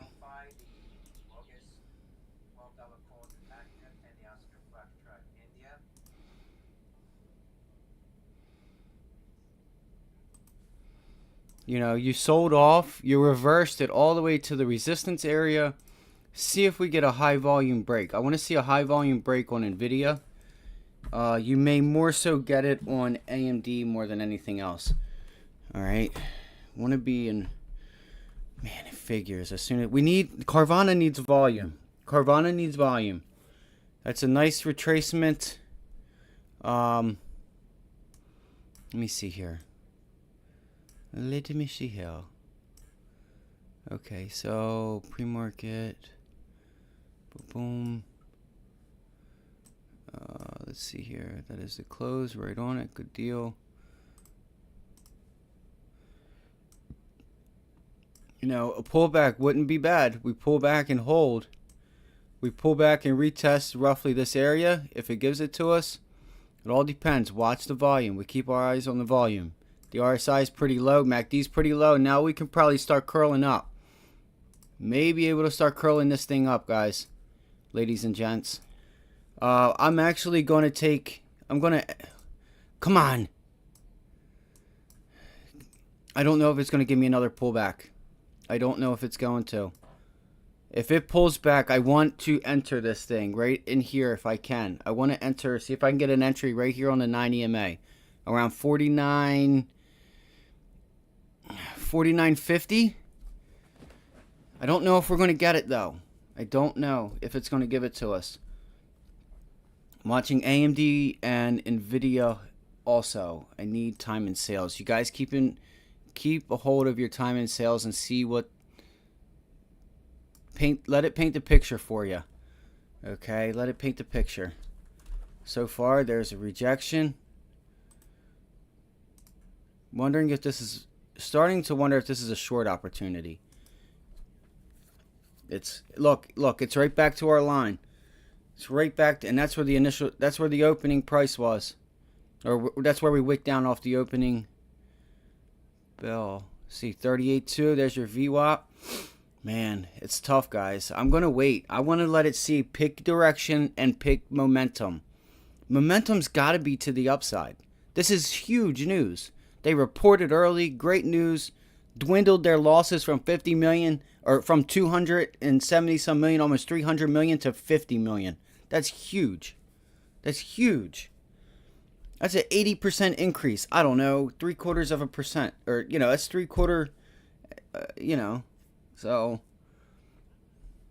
that's like you wasting $200, and then I come along and you're only wasting 50, or 270 some. Almost $300. And now you're only wasting 50 or losing 50. Like, it's pretty big. It's a pretty big deal.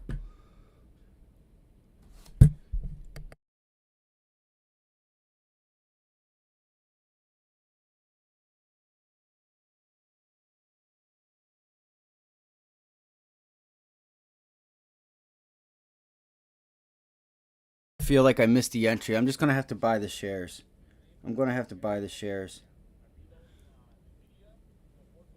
Or wait for a pullback. See, I want volume on these breaks. I need volume on the breaks.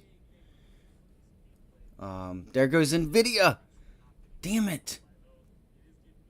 I gotta be patient. It's 9:55. I feel like it's gonna be one of those days. FOXA, Fox, with a report on their digital business. Come on, give me the 38.2. Give me the 38.2. Give me the 47.138. And let's see here. Let me watch the Qs. The Qs are putting in new lows. Come on.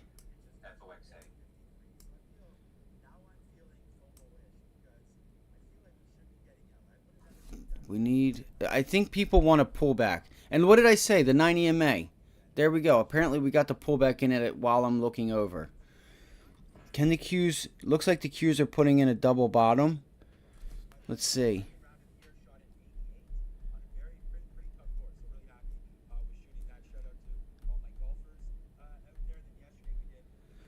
Let's see here, guys. Let's go. Let's do this, gang. Let's get it. I'm watching a chart, so if you guys have questions, I'm sorry I can't see it right now. If you could, hit the like, share, subscribe. Just, we're trying to get 100 subscribers. All right, we're trying to get 100 subscribers.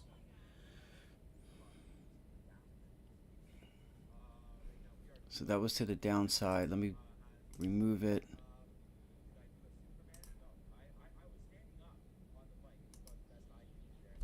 DOEV canoe popping here to the highs. Golf Oscar Echo Victor. DOEV.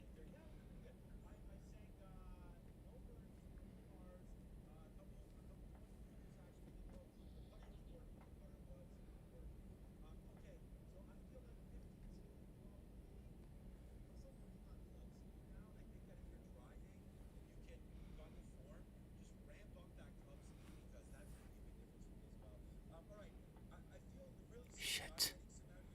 I feel like I just missed my entry. I feel like I just missed my entry. I feel like I just missed my entry. Oh, man. It's all good. It's all good. It's all good, guys. Just, we're going to catch the momentum. Worry about the momentum.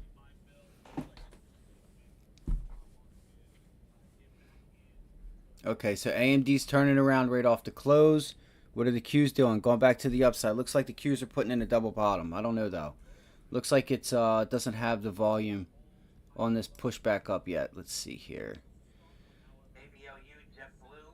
Activist Insight says activist investors said to be eyeing JetBlue. Hearing that being circulated now. That's Julia Bravo Lima uniform. ABLU.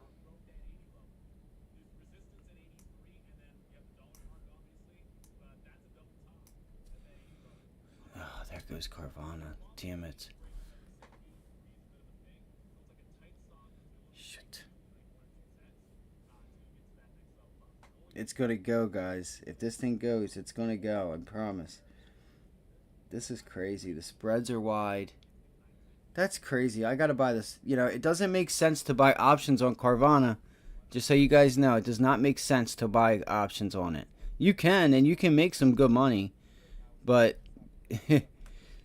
you know, just be prepared. When that thing pulls back, those pullbacks are going to suck that premium. So if you're able to buy options, I would just buy options, catch the momentum, and then sell it on the pullbacks. Because it's going to eat it. I'm telling you, when it pulls, it can go from here to here, and then pull back to here, and it wipe your gains away. It could. It very well could, especially if you're buying out of the money and can't afford to buy closer to the money. JBLU.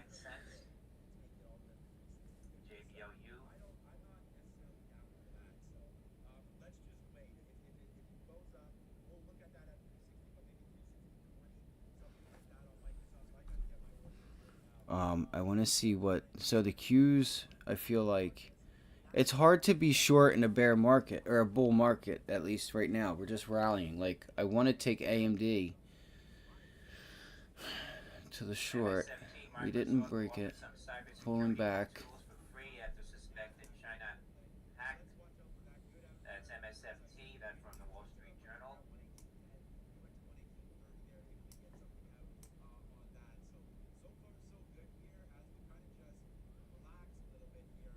Michael Sandy Foxtrot Tango.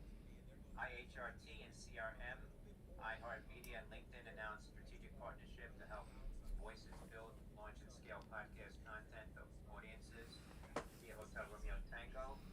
Charlie Romeo Michael.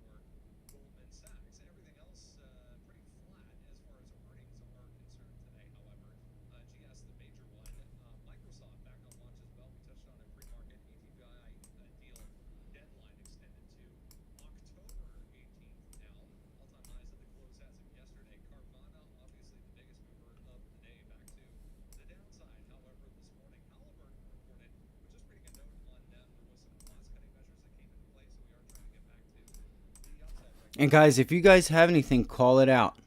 Call it out in the chat. I'm curious if we get a rejection here in the Qs, okay? I'm looking to see if there's a rejection here. We're at pre-market highs on the Qs. Come on, come on, come on, come on. Is this high? This is from here to here. Alright. Are the short... Look, 5,000. Look at them stacking up right there on the buy. Ahead of this level, on the breakthrough. They want to see a breakthrough this level. Watch time and sales. Watch the tape. Look, 219. There's a 4,000. There's 1,000 sell. Keep your eye on time and sales, even with Carvana.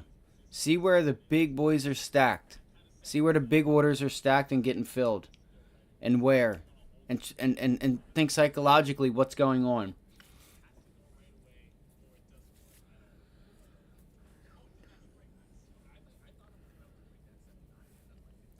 I don't know if we're going to break yet or not. I just don't know if we have the volume.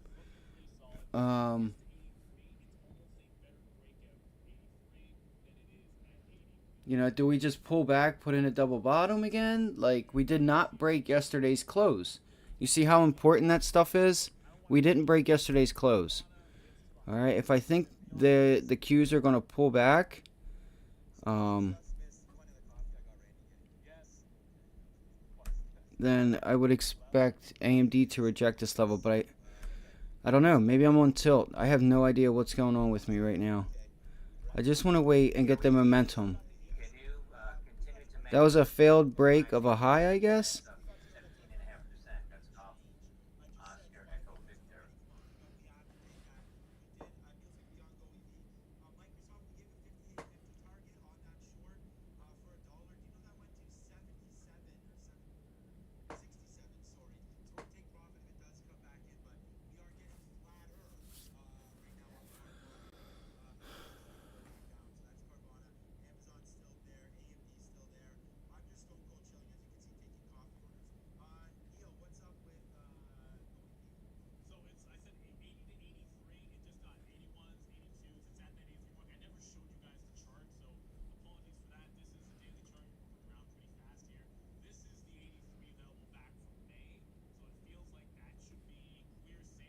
Shit.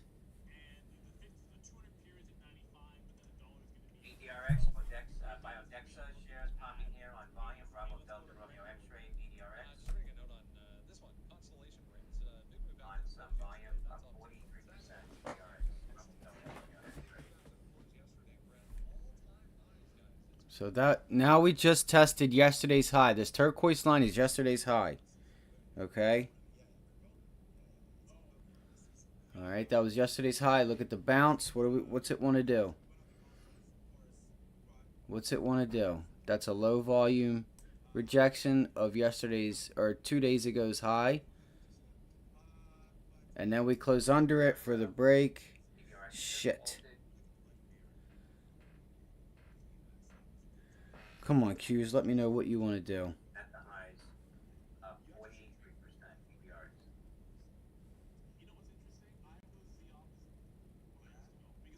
I'm in AMD.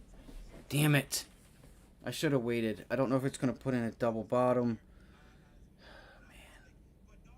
I feel like I got to be long.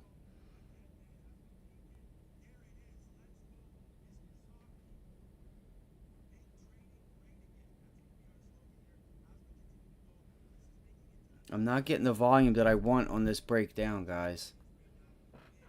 Shit.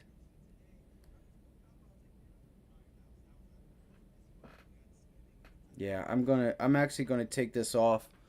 I'm gonna wait a minute because I don't know if we're getting the volume I want. Shit. I got a shitty fill, man. I got a shitty fill, but it's about a break-even trade. I'm not getting the volume on this break that I want. I still think it's there, but I've got to get my entry up here, man. I have to. You know, the volume's not there. It's getting quirky. It's trying to do what it wants to do. But I kind of just... Are we going to flip and go long? Are we going to trade sideways? Give me the direction.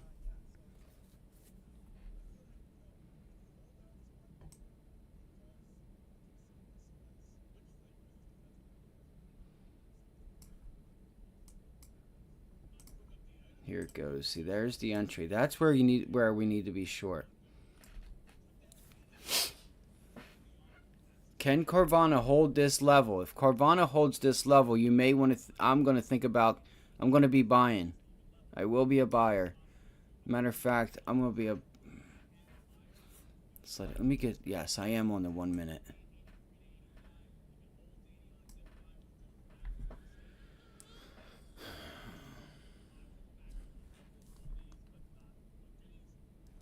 What time is it? It's 9.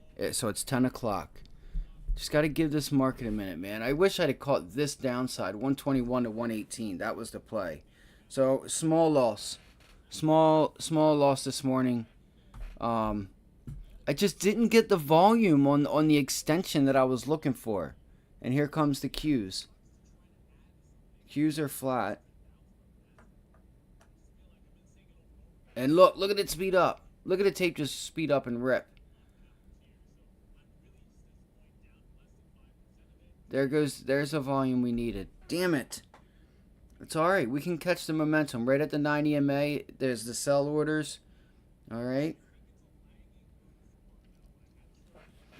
Let's see.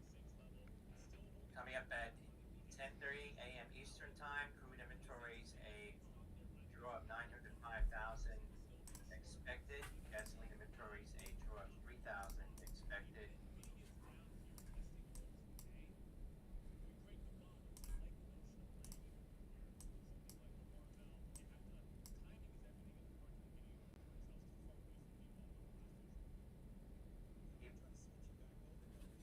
AFRM affirm holdings off the earlier highs. Now it's $17. You see what I'm getting at though, guys? It's like this volume here. To get the extension, you would think you want to see greater volume coming in. So it looks like we got some dip buyers down here. Yeah, great job, Deontay, dude. Good stuff, bro. Sorry, I don't see the questions or even comments because I'm watching the Qs and the SPY over here where you guys are, where the camera is, I mean. And yeah, take them profits, bro. This thing is crazy. I should probably just be watching the SPY. That way I can kind of gauge what the Dow and the SPY's going up. See, the Qs aren't. And it's probably because of the Dow and more so banks and industrials. Like the IWM, it's mild. This is such a weird market, guys. Like the Dow. Yesterday the Dow and Nasdaq were like matched up, and the SPY was last. It was so weird. I'm like, I don't think I've ever seen that. If they can't break through this level, guys, they are going to start thinking about shorting it. Carvana, like I want to see it. I want to see it roll itself, put in a little belly, right here. Let's see here. Let's watch the order flow. Man, the SPY, the Dow, ripping.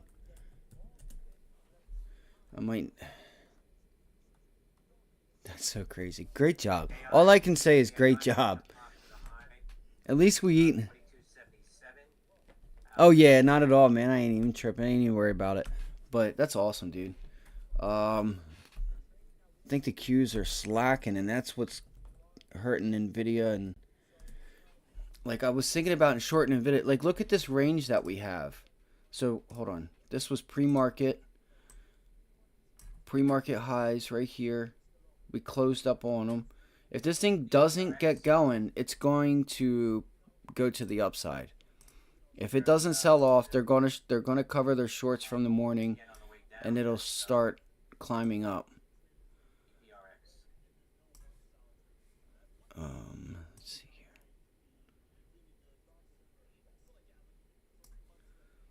here. Here it goes. See, like that looks like a good long right there, guys. For some reason, I don't know what to do right now. Honestly, I'm gonna be honest. I got some decent volume here, and then it's like it's dying off.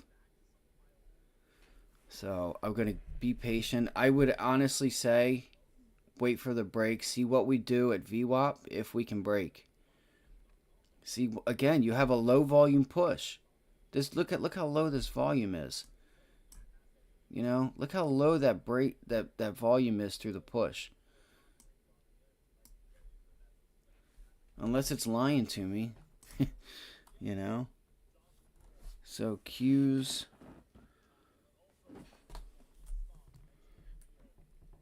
I just gotta wait. Just gotta wait and be patient. I just gotta wait and be patient. I hope everybody's doing great today, though.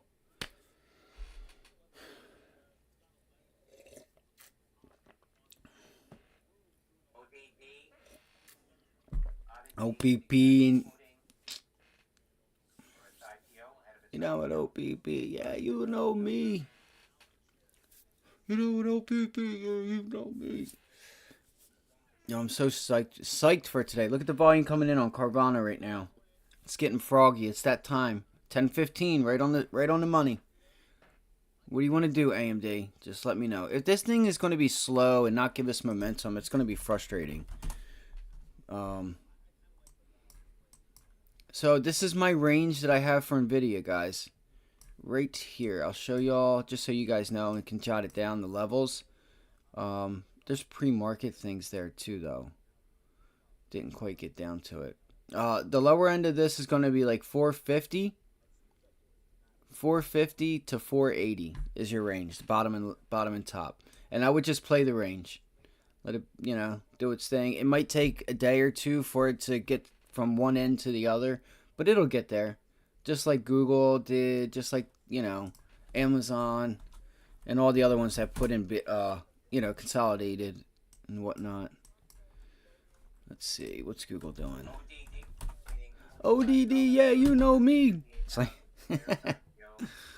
sorry. Let's see here. Come on. What am I doing? AMD.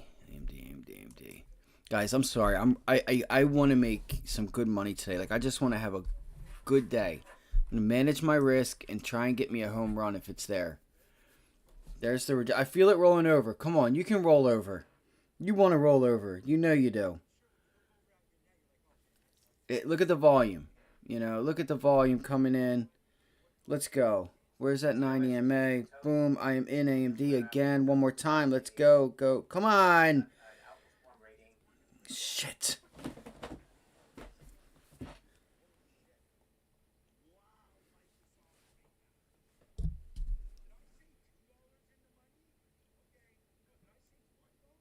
Can't do it, guys. Can't do it. I can't get in there. It's already up $15 a freaking contract on me, man. I tried at 6.3. I hit the wrong button. It could just put in a double bottom and reverse. See, like, this is a low volume, but that would have been a nice scalp even right there. Could you guys feel it? How it was just like it hit it, rolled up, it hit it, it reversed. You got to the 90 MA. You could feel it start to just roll itself over at this level. Man, that's brutal. I need a pop back. That's why we're not getting the extension, because it really paid. Just from the 90 MA, you could have, if you've seen on the time and sales, everybody loaded in right there and just shot it down. Look at it. Look at them just stacking it up. Just hitting it. And you should start to see in front of this level, green start ripping through here. Look at that. There's a 5,000 buy order right there. Look, boom, there's your greens. That's covering some of the position in front of that level. It's still pretty damn red. Man, this sucks. Dude, these contracts are up almost $20 a contract now. That sucks. I was going to buy 10 of them. That sucks. Damn.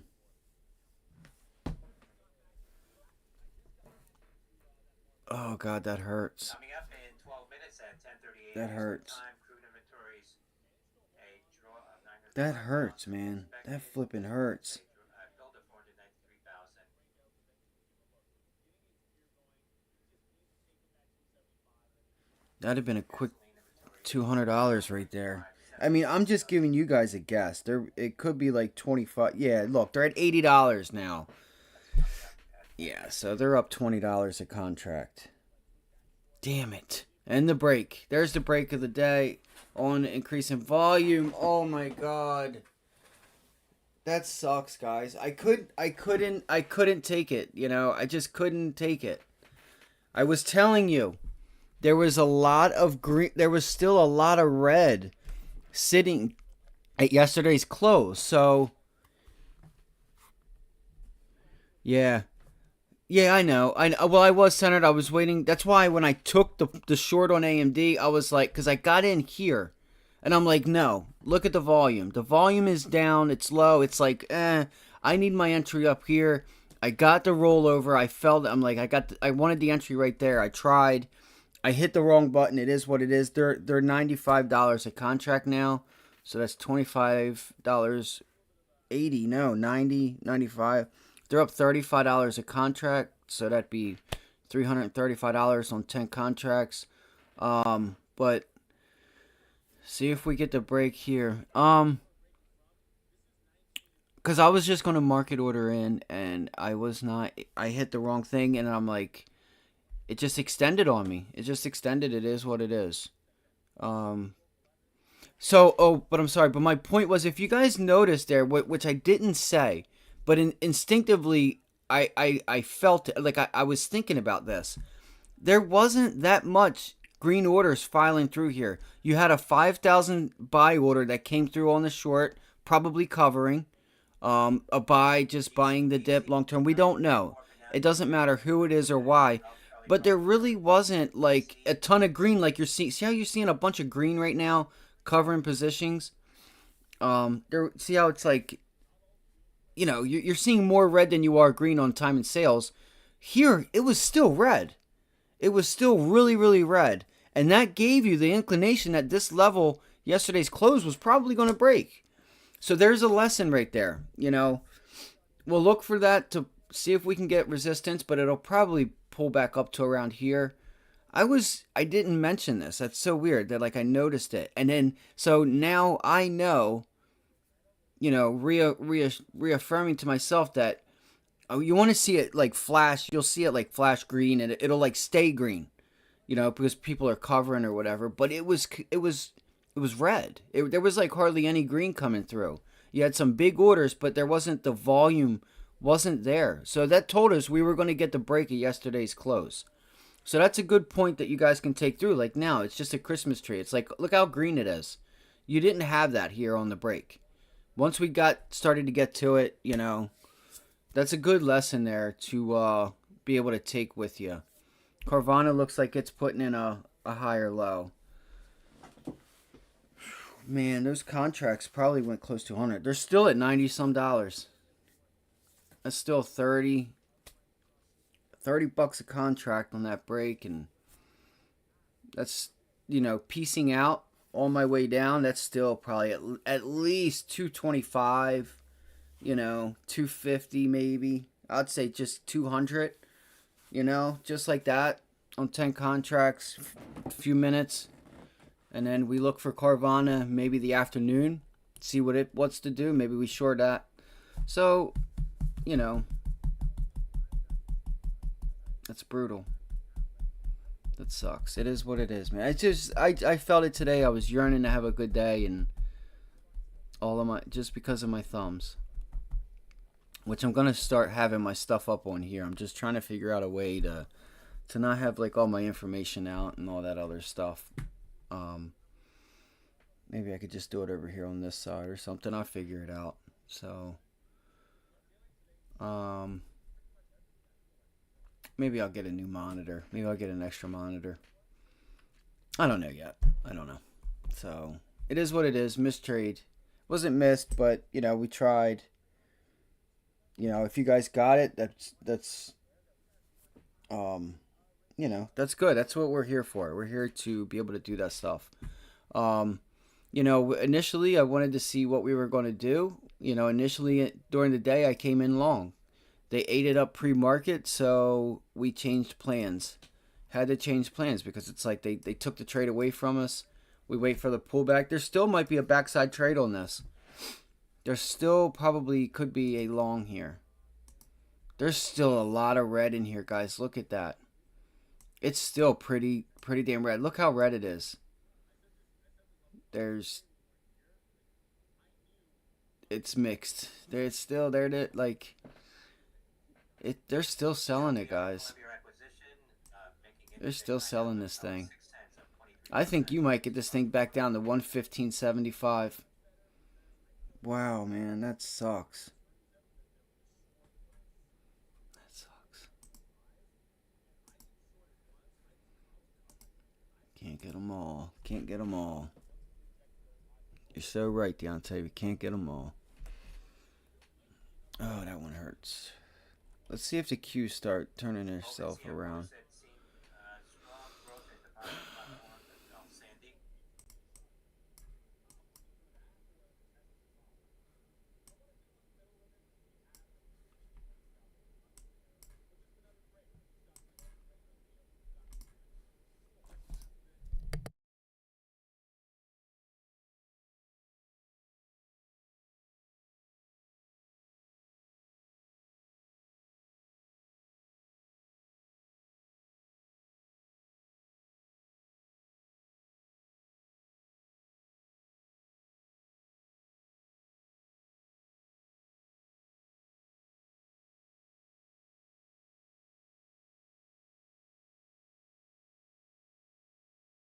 They're talking about Workhorse.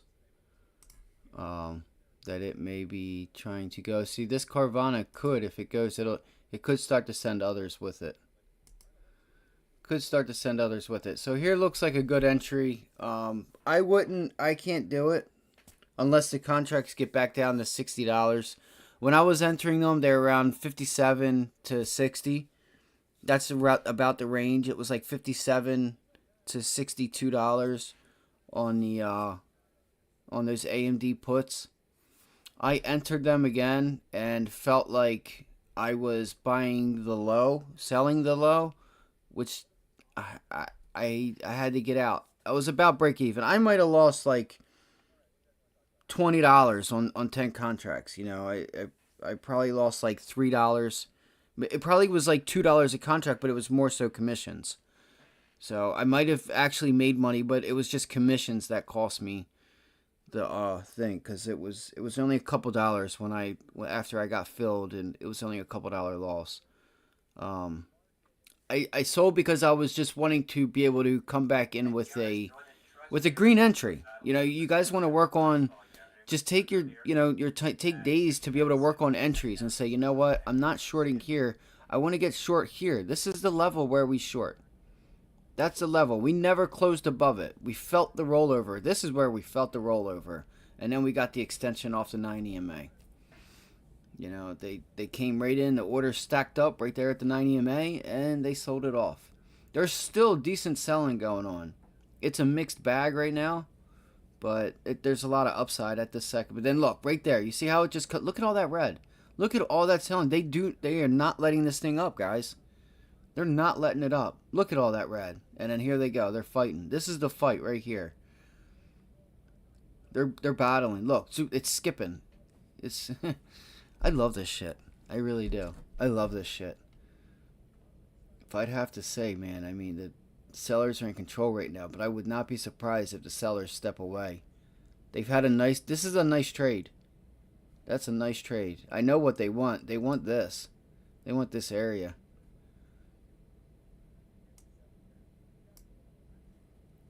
I mean, it's only down 0.25%. The day could look. The Qs are switching. The Qs are turning themselves around. So let's see if AMD can do the same. There's some volume there. I'm going to take a small position long on AMD if I can hurry up and get it. But this thing is really weak, guys. This is not something I would do if I were you. You're going to have to hold this trade, and you may not feel comfortable doing that.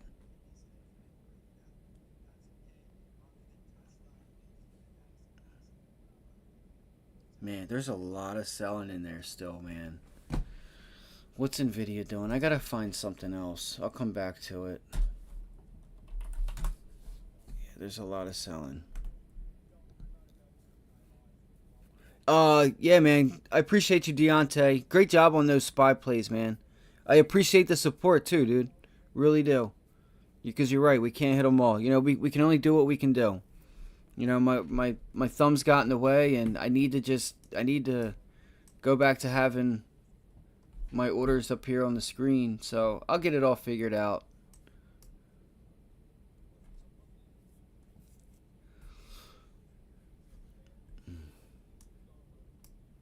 That was a nice trade, though, guys. If anybody was able to capitalize off of that, just seeing the AMD roll over at that resistance. Well, it was support, and then it broke it. And then you could see the orders. It was a little sketchy at first. Like, I didn't want to front run the move, and I felt like I bought the low, and I would have had to sit through like a red pullback. And why do that if I can just take profit now and then re-enter at a better price? And that's what I tried to do. I wouldn't suggest anybody that's new to do that, because I don't, you may not, you may just find yourself doing it, and then you run out of money, and then you're like, man, I just wasted all my money and all my trades are red. I don't want that. You can kind of get that over trading factor could step in, because you're paying commissions too, the spread. I don't know what your fills are, this, that, the third, and I don't know. We'll have to let it go. That was a really good trade to learn from. I should have recorded it. I'm going to see if I can record on here, because this thing is still selling off. They are stepping in down here. They are trying to hold this level. It's so weird, because there's still, look at all that red. It's just it's a bad day for AMD. It's a bad day. It's a bad day. Look at that. They don't even want to buy it here. Nothing. That's crazy. That's so crazy.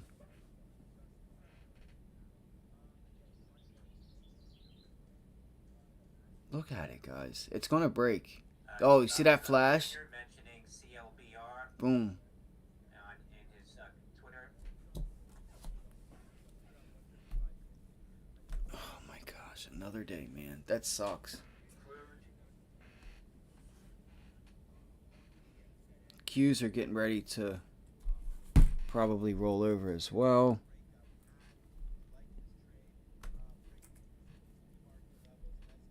Let's see.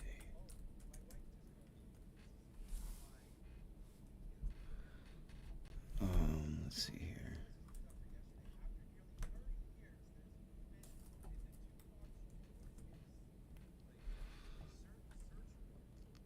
Alright, so I'm gonna bring up the SPY. Maybe I can get myself like a bounce on the SPY or something. I don't know why it keeps doing that. I'm trying not to have it ring in your guys' ear.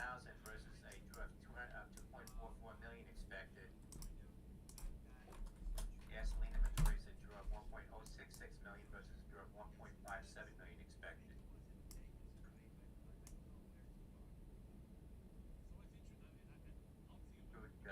Basically unchanged following that data. Alright, there's Carvana curling up. It put in a lower low. You see it starting to curl. It's finding a base. That's what you want to see. That is what we want to see for Carvana.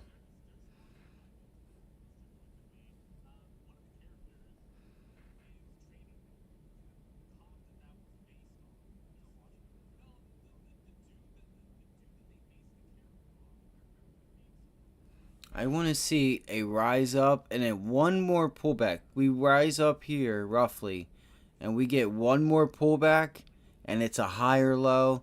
That's the one I'm gonna take my entry on this if it can't break, and I'll set my stop loss.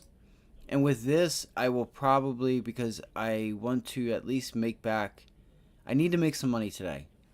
All right, I need to make some money today, so I'm going to take what I can get. Come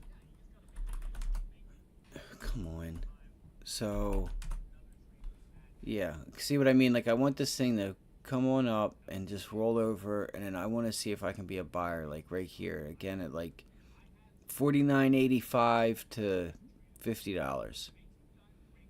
I want it to take its time, because what happens is look at that. There's like 10. Look at all these orders. Oh, that's the price. I thought it was like 51,000 shares.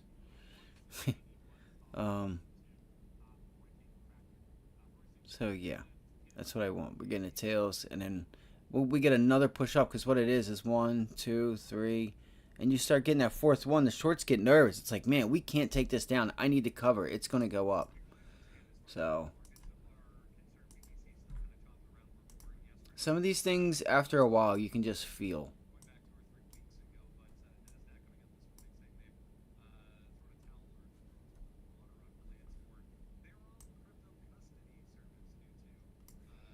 All right, so Nvidia is trying to turn around. Wonder if I should go long Nvidia.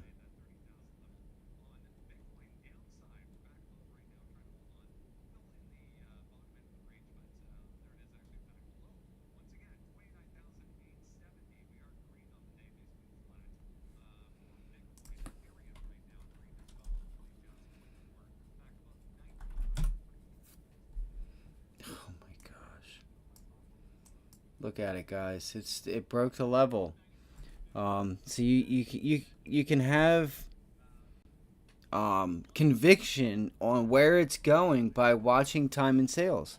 You're watching it get to these levels, and the sellers are still packing it on and selling, selling, selling. Look how red this thing is. You get brief green, but as soon as they let them buy it, they smack it down. They're smacking this thing down, man. Huge trade.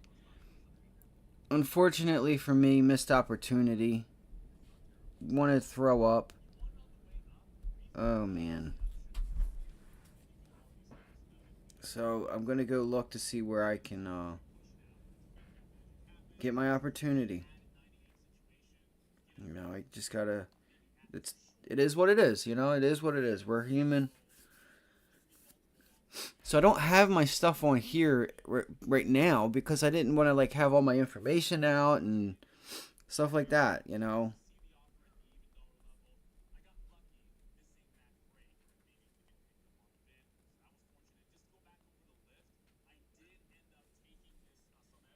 Oh man.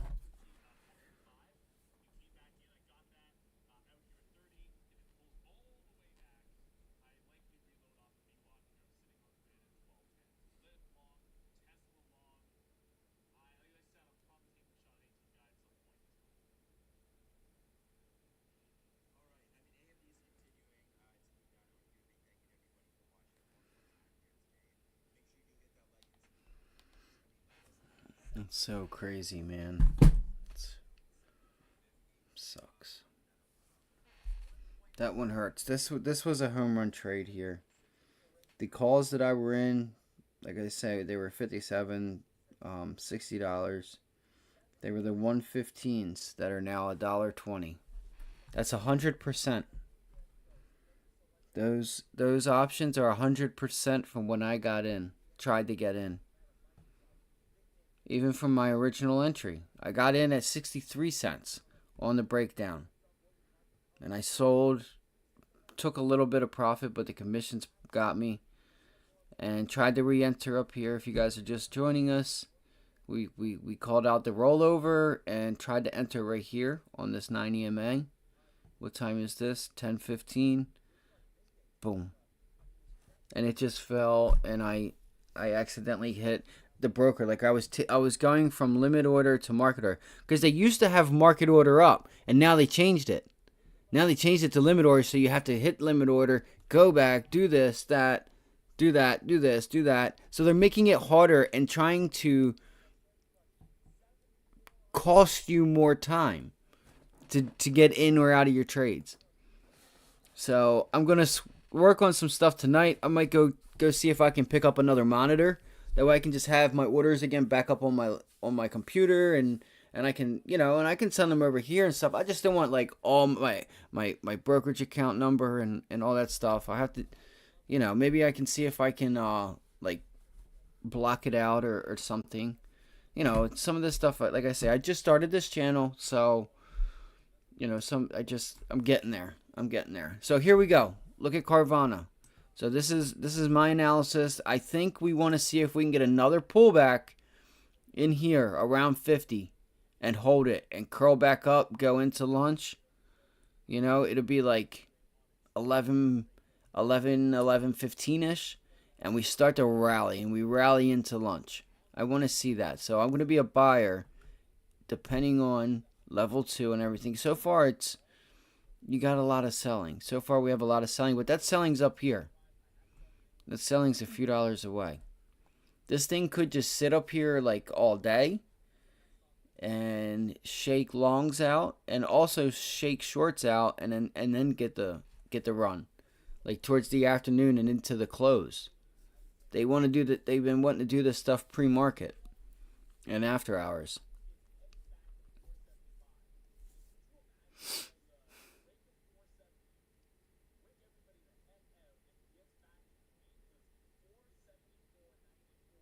There's no reason why and how I missed that AMD. That one hurts. It hurts. I was hoping to go to the steakhouse. I want to go to Firebirds. And Nvidia is turning around. Let's see if that gives us another entry. See if it starts to reject it. If we see Carvana really start to break down, and if it starts getting down here, this trade's going to have to wait, and maybe we'll enter at low prices. If it breaks this low, then that's where I'm like, I will count this trade out and maybe start looking short. Right there. I can bring it down a little bit too. I can bring this line down. So it'd be like right here. Right about there. Roughly. If it comes down and then just breaks, tries to curl up and then just falls because there's order, like it just, it's that fake out to the upside, and then you get shorts hopping in, and then people that were long sell on the breakdown, and it just falls. Let's see if we hit the target.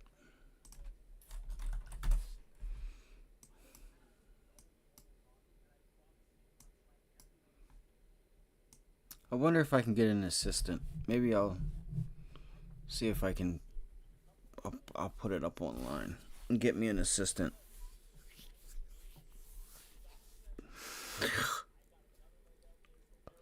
I was just joking. I was gonna make a joke out of it, but I didn't. Lotion up my legs, lotion up the merchandise, get me some food, maybe answer the phones. United shares pulling back here. Trader circulating a tweet from the Center Devils Twitter account saying, Spit it out. Sheikh Huh? bin Ahmed has become frustrated at length of the Manchester United sale process. Oh, Man U. Oh, we're all frustrated. That Man U. we get news on that thing every day. Just sell it. If they don't want to buy it, then just sell it to someone else. It's only worth what someone else is going to give you.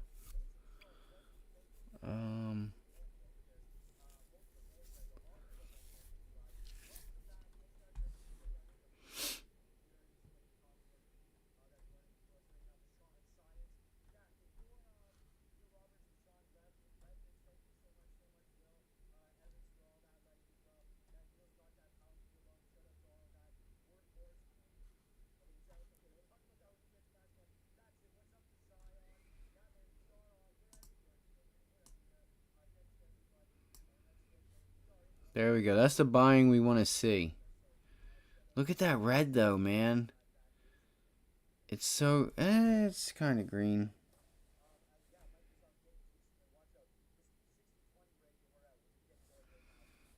That's so crazy, though, man. God, what a trade. It went 100% from the entry. I wonder what it's at now. I'm just curious. Yeah, it's down. It's under 100%. It's like 90. Oh, there goes Carvana, guys. What'd I tell you? There goes Carvana.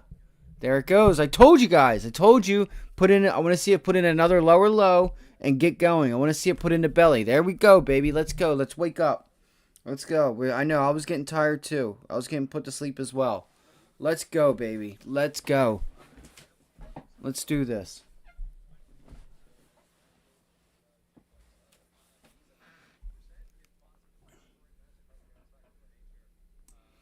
All right. Look at that volume. Look at that volume. They're showing themselves.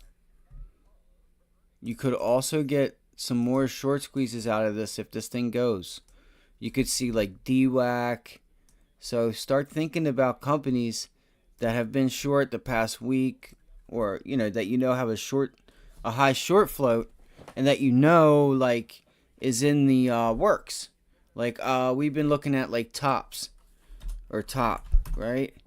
Look at top. It's had trouble with that $7 area. So what we do is, you manage your risk, but Carvana starts going, you could honestly start seeing top go. You could buy, whatever you want. I don't know, 10, 15, 20, 100 shares, 1,000 shares, whatever your account is, or whatever you're comfortable with, and use it as like a way to possibly already be in a position, set a stop loss. And if this starts going, you start seeing other ones go, then maybe top goes and drug and all the other ones, HKD. What's HKD doing? It's probably thinking about it. Look, they're trying. They know. They know what's up. You guys got to think about this stuff ahead of time. That just knowing how to be able to like take advantage of certain things. There's not one right way to do things in the market. But what's one that's been squeezing? This one's been getting some pops. Let's see here.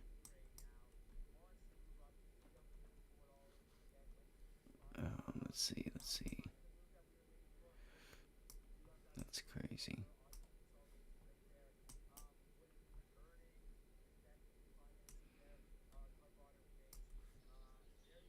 There's a bull flag. 1 minute bull flag.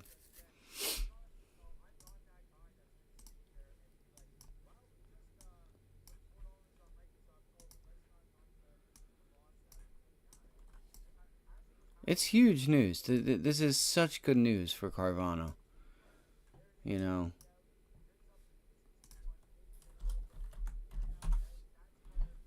it's struggling.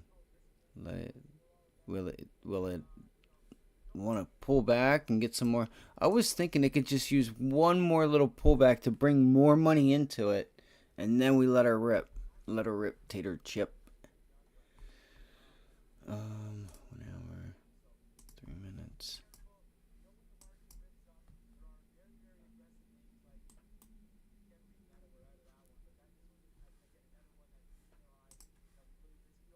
You'll poke your eye out, kid.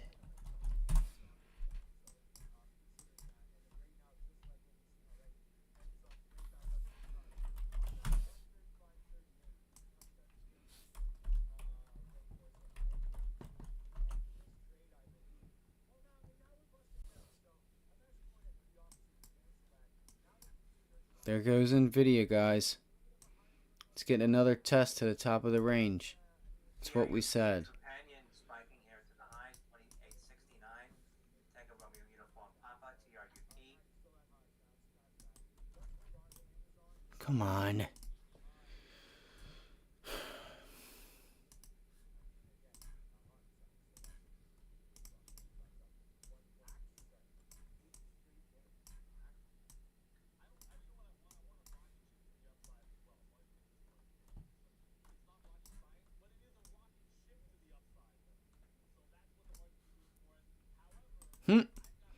Just falling asleep, guys. Sorry, I got lulled to death. Now I'm just sitting here. I'm gonna go do some push-ups. All right, so there it is. There's the test. I wanted to see pre-market. Let's see here. Yeah, so let's see if it finds support here, or if it just turned yesterday's close into resistance. All right. Here's the thing though. The fact that Nvidia went that red to go all the way back up, that is a sign that you want to like take notice of. It was really red and went almost green. Or is it she's just going up to visit the close and then leaving? I don't know. So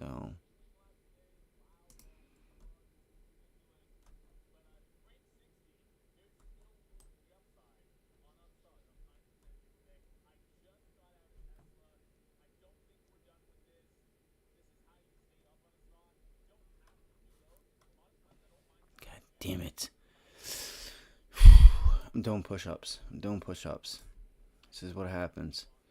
Alright,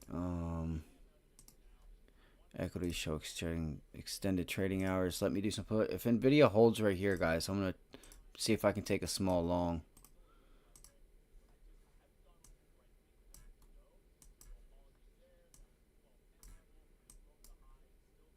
Here we go. So let's do this. You know, it's just a sign of strength when the markets are up and then Nvidia pulls back and then reverses.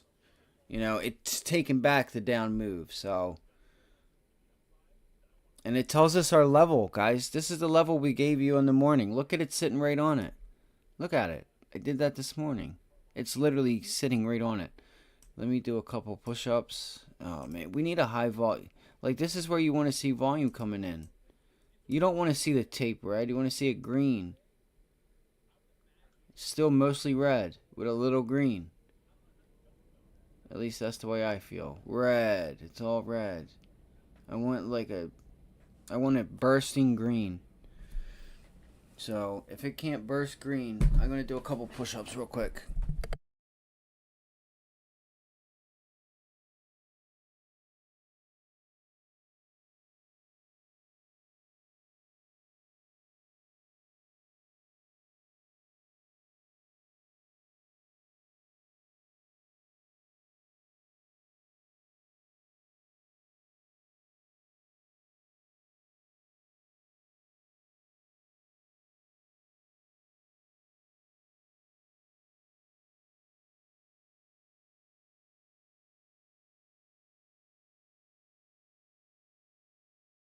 So it didn't hold there. See that, guys? See how it was like really...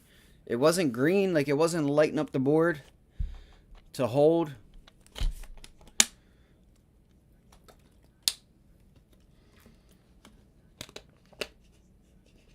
Right there. See how that's all green? It's wicking. Now they're buying. Those are the signs you want to like see. It's a low volume pullback on Carvana. That was a 38.2 Fibonacci we held. So I'm glad we didn't get to this line. This line was a line that I was going to go short. Does it pull back? Let me see. Let me go to a 3-minute chart here.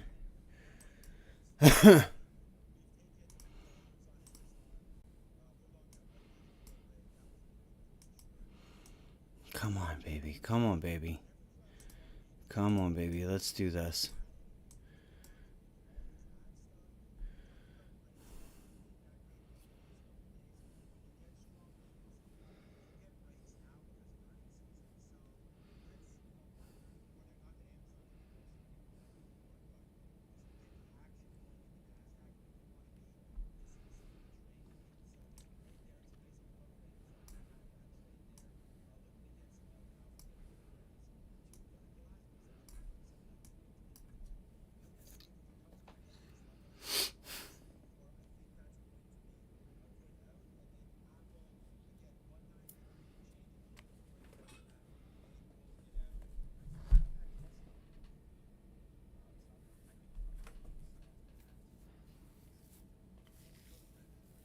I feel like it's going to try and break down during lunch or something.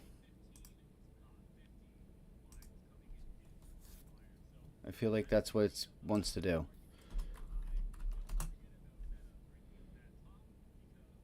This is going to make it harder. Hopefully my computer will be alright. It should be good. I'm streaming. I'm doing all kinds of stuff on it.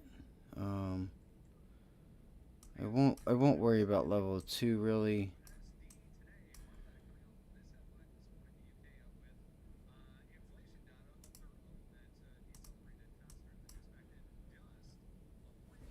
Alright, so there seems to be a pullback right there. I think this is where we could probably get short the SPY. Look how red it is. Look how red the time and sales are, guys. So I'm gonna take a small short on the SPY.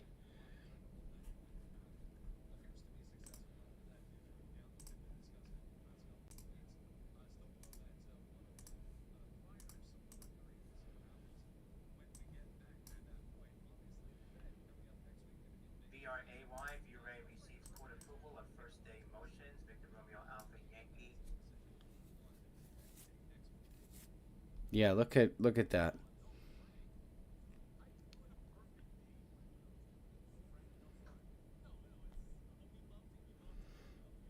I don't want to get sucked into a short and it reverse on me because my trade was AMD and my damn thumb. Penny stock.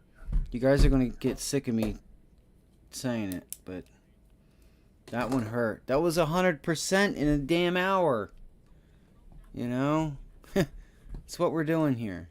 It's good. I'm happy. I'm very fortunate, and I'm happy for the team, man. We got a good team behind us. You know, we're all behind each other, but man.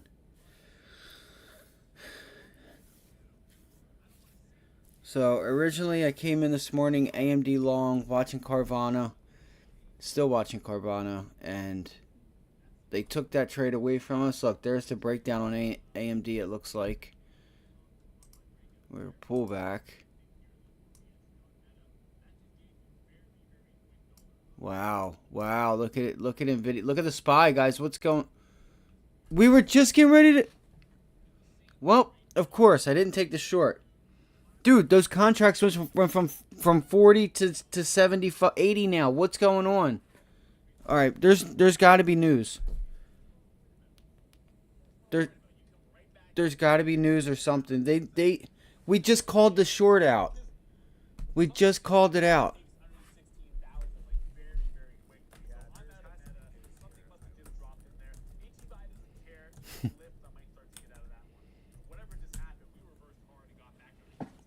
I know. I know, Ray. I did. I seen the level. I used the time in sales and the price action. Like it was painting the tape like really red. I did not expect anything like that. Those went 100%. They were 41 cents. 41 cents a contract and went to 8 or 80 cents, I mean. Unbelievable. Oh my gosh. You got to be kidding me.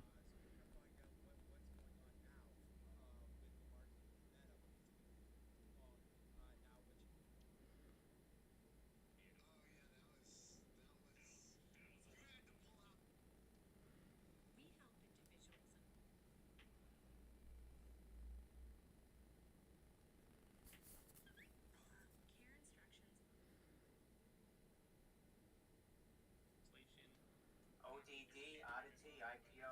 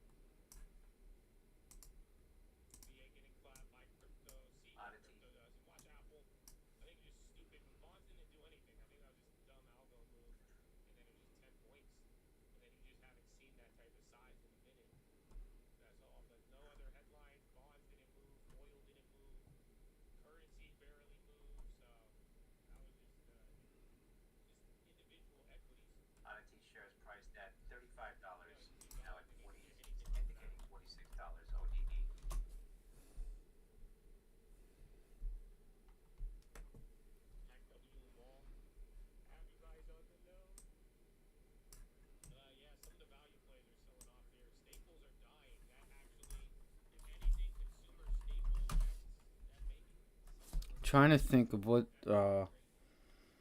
You gotta be kidding me, man! How did it? I don't know. I don't know, man. That's crazy. That's so insane. The IWM. It's so crazy. I was literally looking at puts. Literally looking at puts. Literally looking at puts. It's that type of day for me, man. I'm just yearning for a big winner.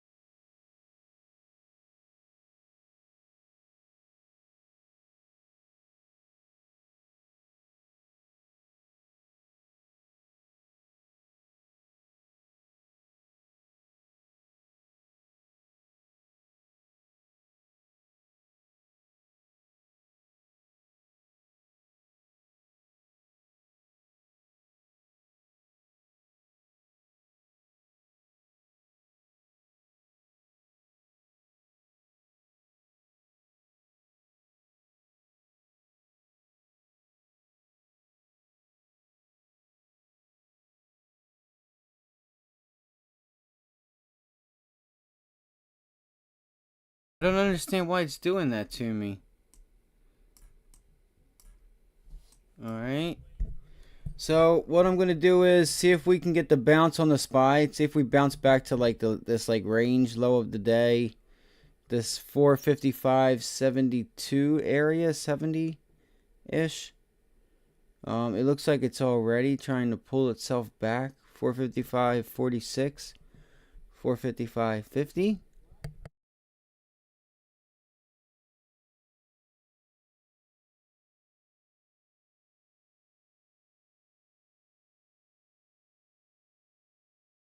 Well, unfortunately, that's two missed 100 percenters.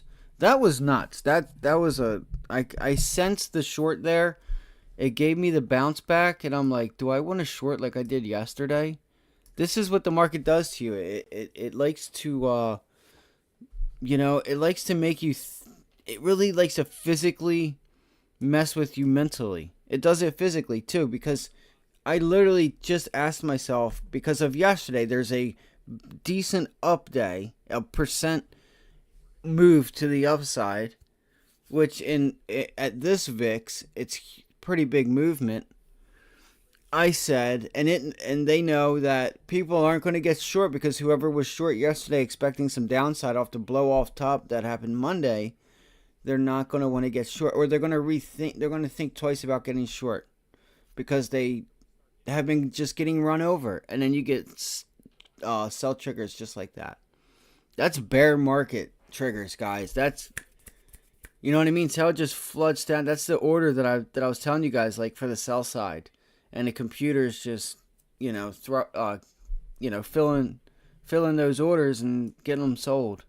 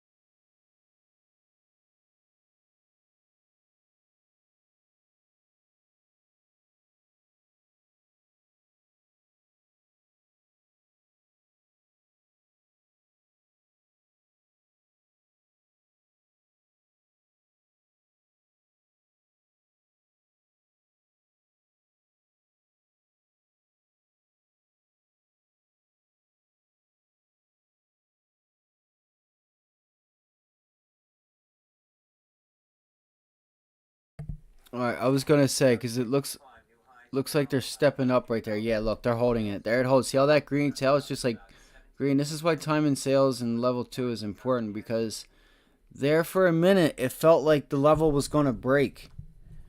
All right, that 455 was going to break.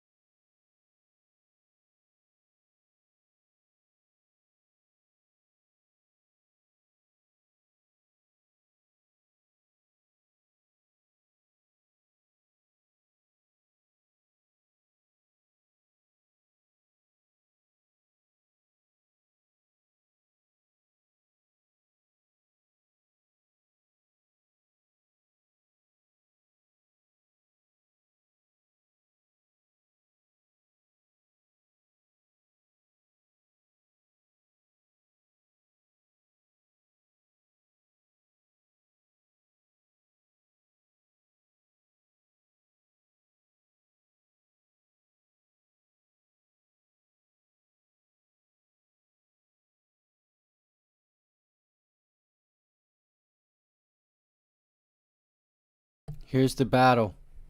Look. Look, let's see. Let's see. Just watch it. Take what you expect out of it. So far, got a lot of green there. Green, green, green. Looks like it's going to hold. Let's see. Let's see. See on the pop. Let's see where when we get to 455, like 31, 32. Oh, they step in. Boom. Flat. It's just green. It should break up and out, but they're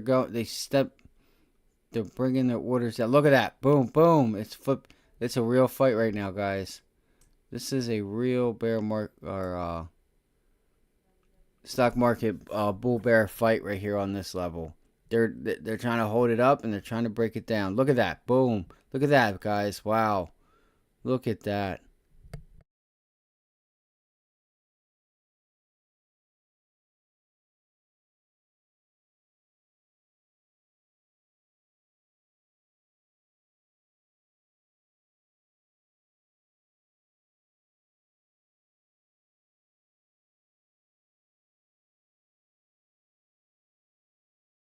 See that red's holding it down. There's still a thickness of selling going on. Let's see what happens here. It's gonna change. Does it change? Let's see. Still red, guys. It's still heavy. Heavy. Man, I can't do it. Those 455 puts are still a little pricey.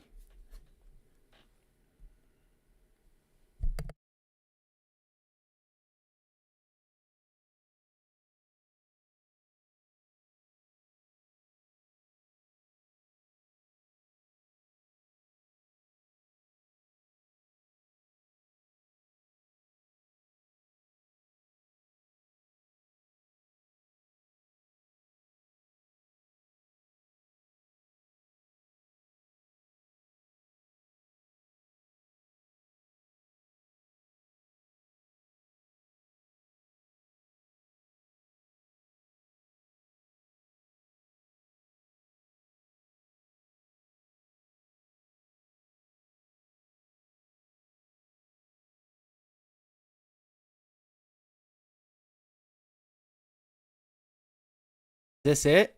Is this where we go ahead and try and break the high? Do you own any Tesla for the long term? Nah. Let's see. Come on, gimme. Gimme.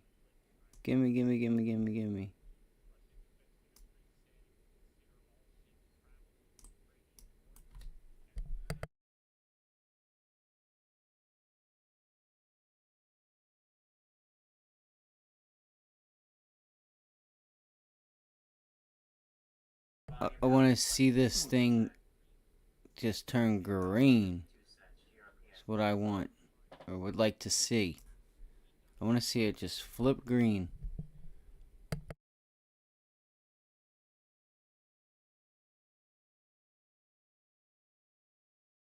There we go. That's what we want to see right there. There we go. This is looking good to the upside. That's what we need to build that base there to come through and make an attempt at the highs. It may not break the high on the first try. Alright, it may do it this afternoon. It may do it tomorrow. It may gap up. Or it may not happen. But, you know, just give it some time. Give it the time that it needs.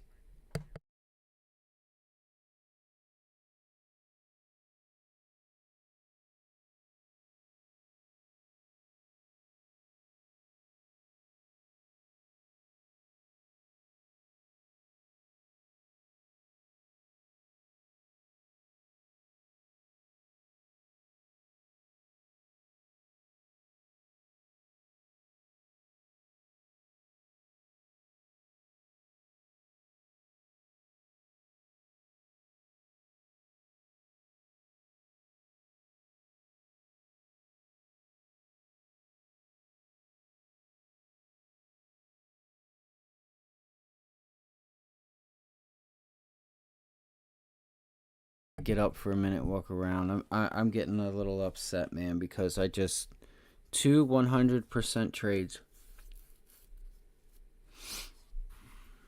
Now the SPY I didn't know was going to get that type of sell off, but I knew that my reading the tape, the price action just level 2 it was not up, but reading the tape really kind of assured me, man. And this is what I want people to be able to take advantage of. Like, this is trading,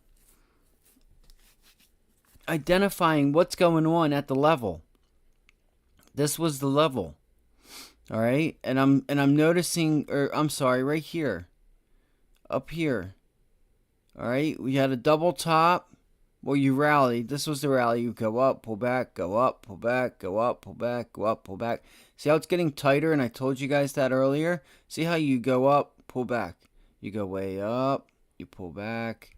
You go way up, you pull back. And then you go up, pull back. Like, it just gets tighter. You know? Up, back, up, back. Up. Well, it's like up and then back. Up, back, up, back, up, back, up, back, back, back. And you go down pretty big. You go up, but you put in a lower high almost. Well, it's like just the same, a little bit over. And then we get the pullback. This was the area right here. All right, right there.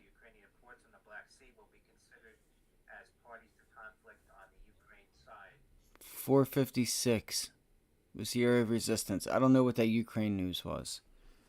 I don't know if it means anything.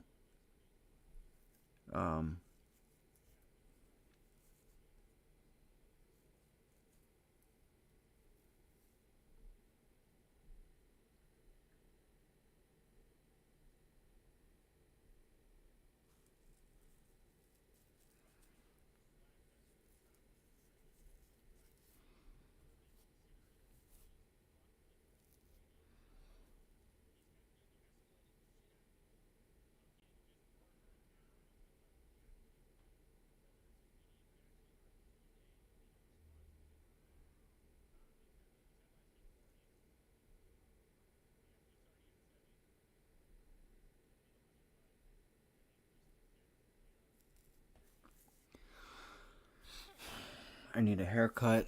I need to shave. I need to get a haircut. Oh my goodness. Mm-mm-mm.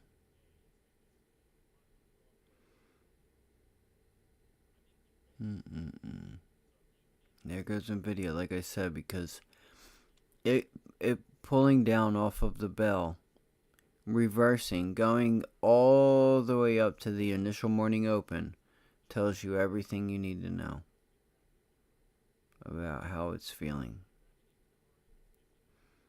It's wanting to go up to test 480, 479. So I'm gonna have to get something to eat. Yeah, it's one of those days, man. It's one of those days for me. This one hurt. I was excited, like I felt like the opportunity was there today. It's not. Of course, it's not over. We still have Carvana. I'm giving Carvana the time I feel like it needs. If you don't want to do that, that's fine. But you're just gonna waste your money. There's no momentum to it. Like, you want to get your momentum. Be on the side of momentum.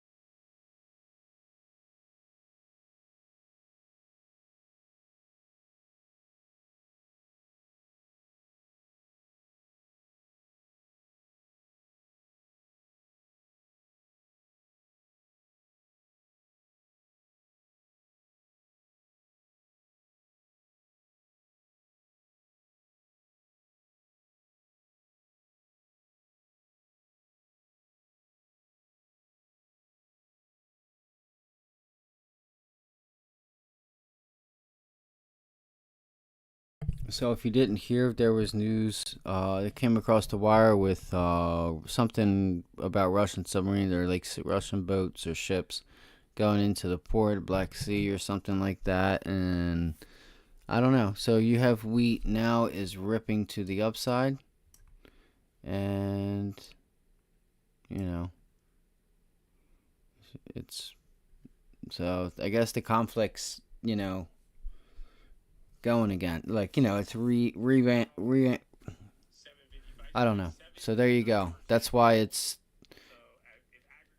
from what I heard on the thing, it was something about it will be taken as a threat or something like that if they show up in the ports, something of that nature. So we'll see what happens.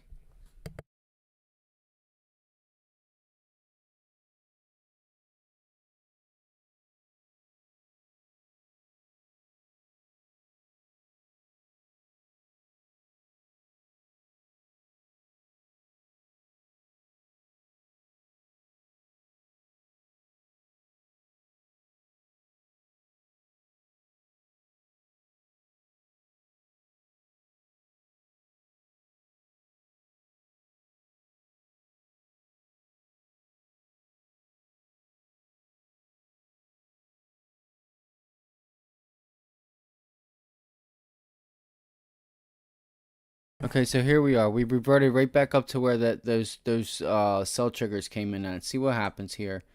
I'll be watching it. I'm gonna go step out for just a minute and walk around, get some fresh air. Trying to shake those two missed trades off.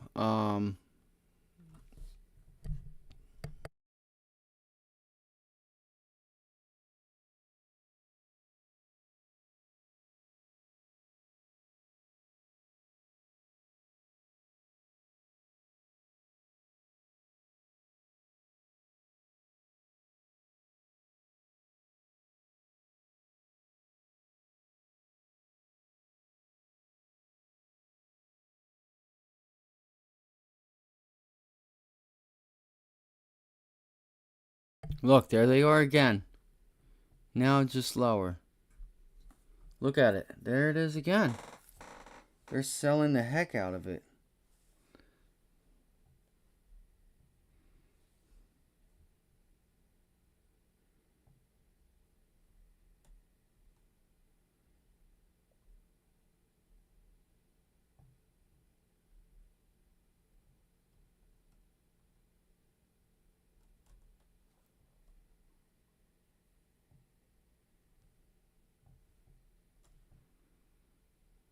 So I'm thinking,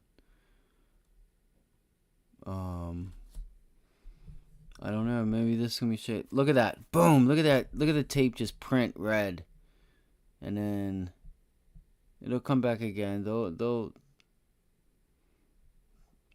I'm just curious if they look at that. Boom. They're fighting, man. That's so crazy. I love this shit. 454. Even then, I feel like that big trade's happened.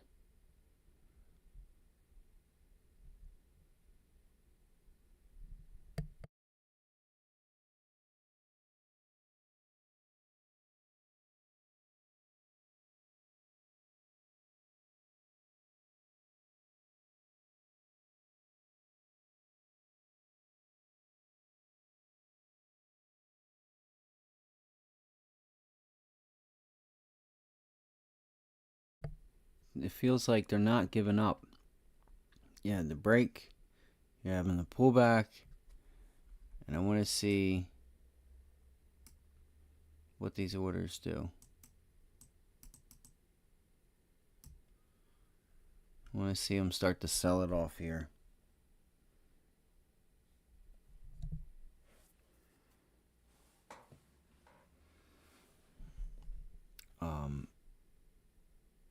I think it's 50 there, man. I still think it's 50-50, guys. I still think it's 50-50. All right, we get another shot back in there. I may take the short because they're all floating positions.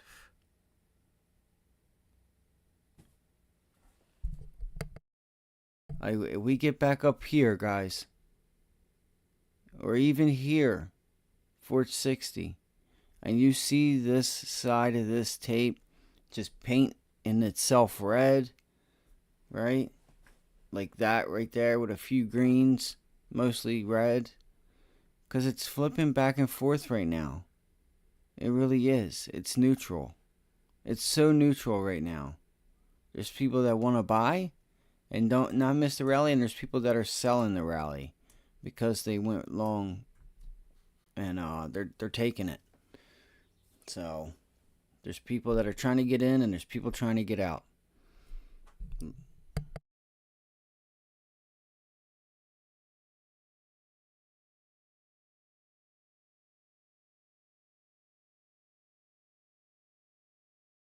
Look at Carvana, guys.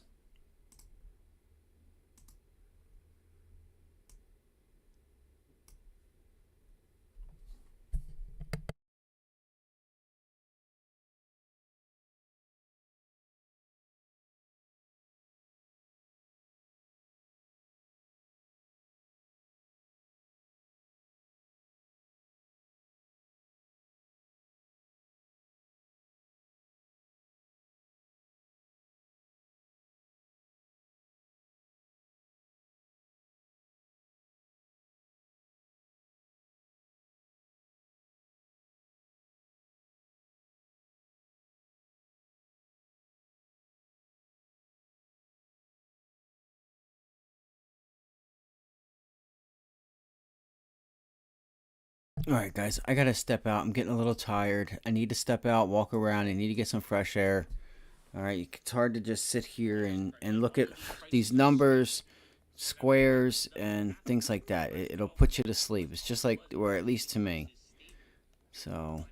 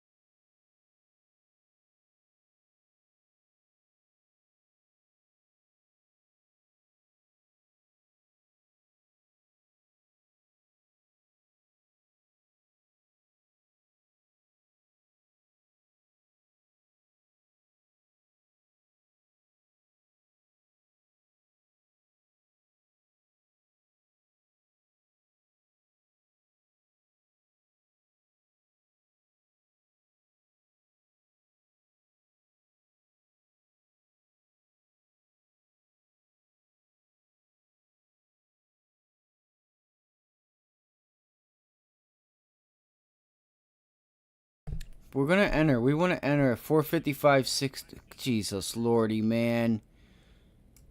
This is the day I'm having, guys. This is the look. I feel like this buy's putting in lower highs only to put in higher highs.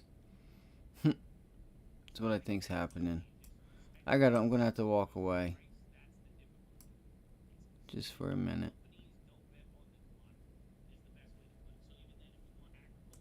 Man.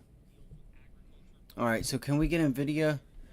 Come on, I need a trade here. I need to get in the saddle and figure out what's going on, because sitting here falling asleep. Carvana's moving pretty slow. I'm waiting for Carvana to just like, I'm giving Carvana time. I want that momentum breakout. Boom, boom, boom, boom, boom, boom, boom, boom, and it's just ripping through the highs or the lows, whatever.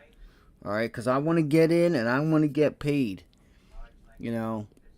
China's own ChatGPT, that's Alpha India, X-Ray India, AIXI.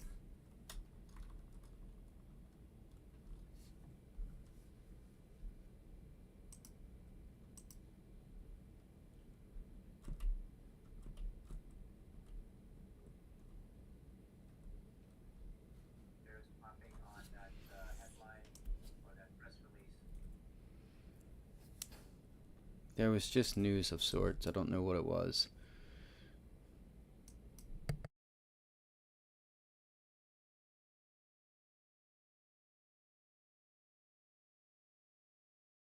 See if the selling continues here. I kind of like the 1 minute chart better for the SPY.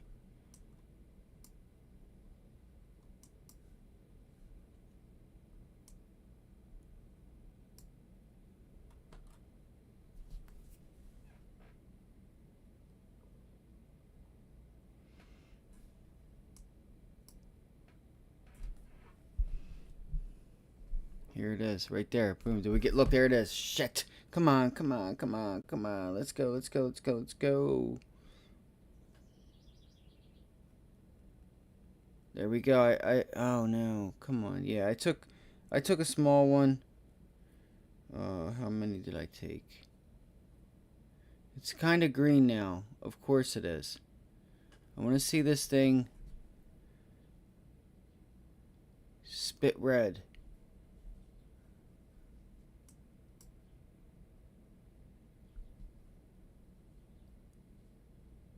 Feels like the tape is. Come on, spit red.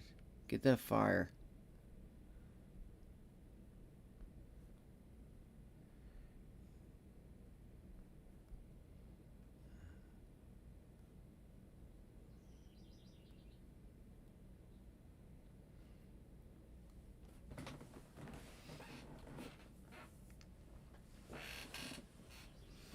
This also could be it.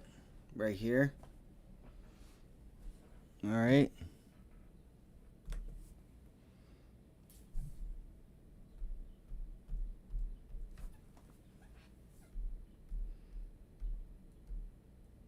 Where's VWAP?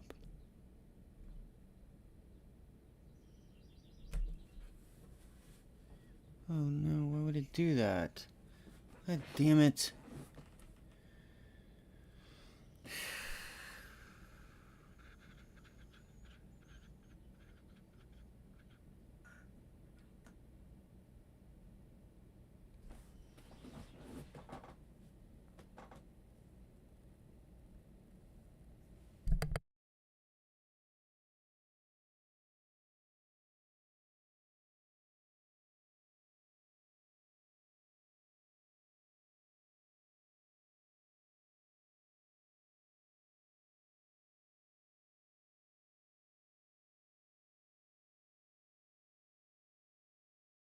I think I might have stopped out at the wrong time. But I stopped out there. It was only a couple dollars. And it's putting a hurting. It's a oh man. It's just hurting today, guys. I'm not down a lot at all, but execution is the hardest part. Execution is the hardest part.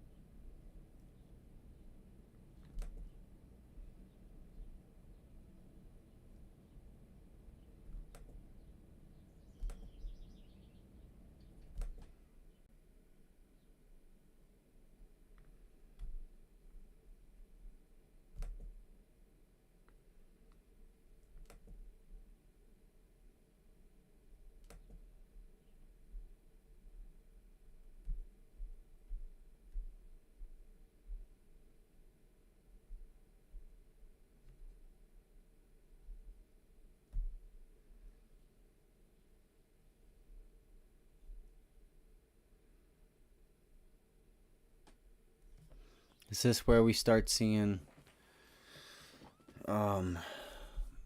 cells come in? Where's it gonna hold and rally? Or sit sideways, sitting sideways. It might sit sideways. Look at that wall that's selling.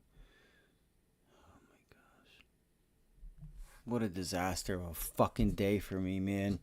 I'm gonna get pissed. What a fucking disaster. I didn't hardly lose any money, but still. The opportunity was there. You have to perform when it's time. You know? Like, the short should have been taken when I first originally got it, and we would have nailed this. We would have nailed it. You know, we were just saying it. We were reading the tape and saying, yeah, we want to get short. We were looking short, and then shoom, shoom, another 100%. You know, so it's just sucks. It hurts.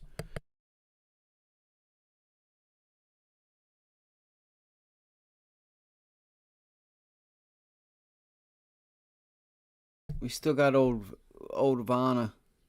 We still got old Vanna, so we're gonna wait and see what she wants to do. Um, I'm gonna put up the half-hour chart. I'm gonna see what I'm just gonna do some looking real quick, and then I'm gonna go. I'm gonna go take a walk outside this time, like for real.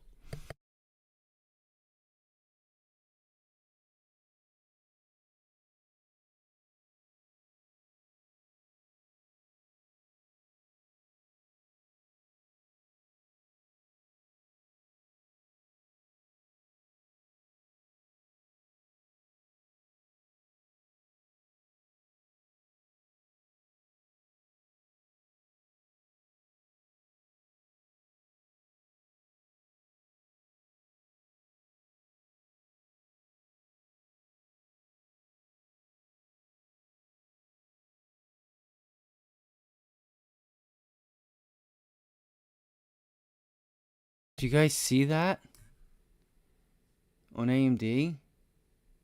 Look at that 38.2 fib. You have the VWAP all lined up right there.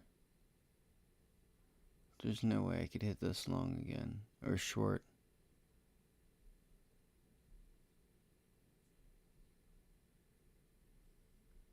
That's your sign right there. That's your sign. Watch it. Watch. Where do I have this drawn from? From low to high.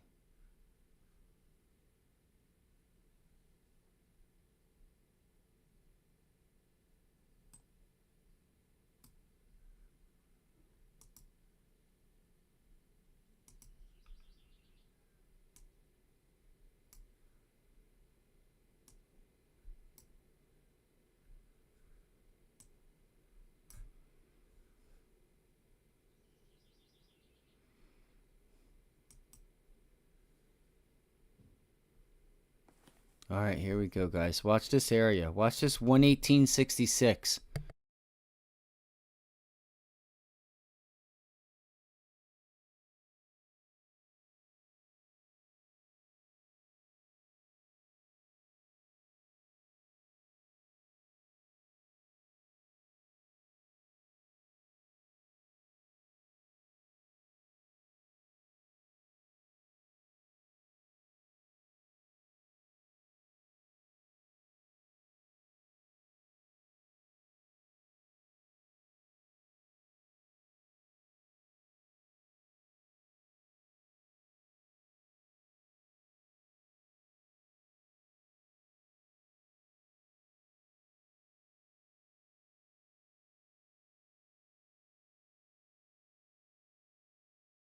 I'm gonna watch time and sales, and I want to see if we get a brick wall right in here, even up above it. If they're sitting above VWAP to sell.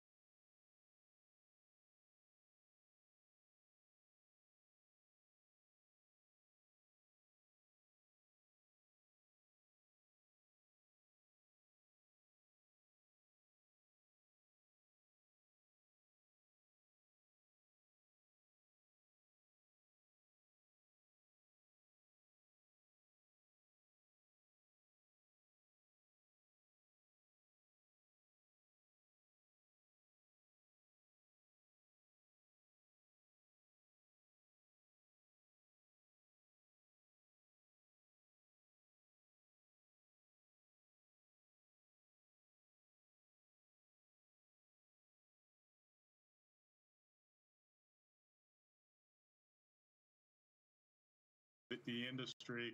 I think the way to look at this in terms of the TAM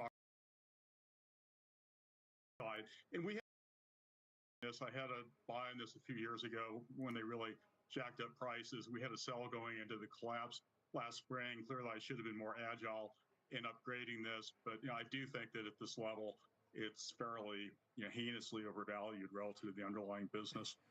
To the degree that a strike is one of these dynamics that could impact it, what do you say to those who are trying to thread out the idea that their production relative to peers is highly international? They're able to monetize things that come out of, say, South Korea. That would create ways to keep them immune from a labor work stoppage. Well, I think Netflix is really to be lauded for taking international content into the U.S. and having a global hit like Squid Game. But I don't think it's sufficient. I mean, people are not going to live on a diet of South Korean dramas or German, horror epics. And really, I think a number of their near peers, I won't call them peers, but even Peacock, certainly has sports and news, which won't be disrupted by the strike. So I think that relative to other studios, they have some advantages, but it's going to be really bad if this is a long strike. And it does look like it's going to be a long strike, and it's certainly going to be disruptive to what's on in the hopper for 2024. Has Netflix ever traded like a basic media stock? You could argue last spring the market was certainly becoming more realistic and looking at the gap versus the peers. Right now it's trading around 28 times EBITDA, so it's really at a fairly crazy premium to when you look at a Comcast or Disney, certainly. But it's not dependent on, I mean, not yet, on ads like they are. And the whole first mover advantage into streaming that everyone had to chase, that was the bull case. And then the further bull case is that the market's bigger than everyone thought because they're cracking down on password sharing.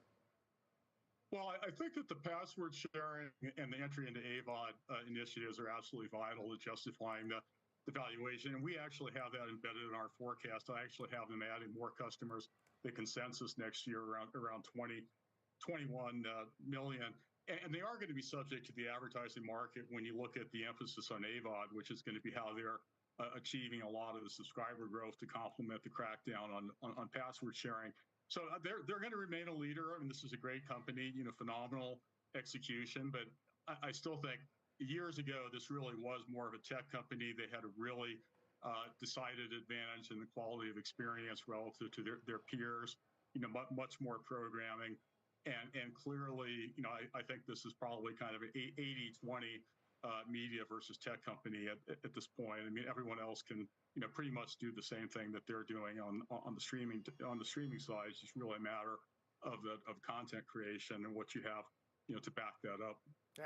Whether it's streaming or EVs, a lot of the sandbox is getting shared a lot more than in prior years. Matthew, we'll see what happens tonight. Thanks.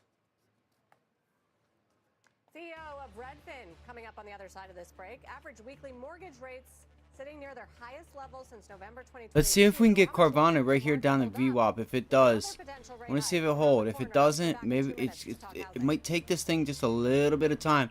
But she's going to work herself up.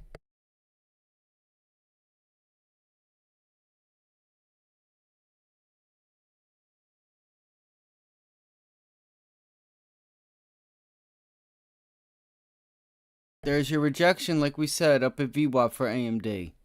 It's already given you a nice move, so I don't know how much more it'll give you. It is down 0.18%. So there still might be some meat on the bone.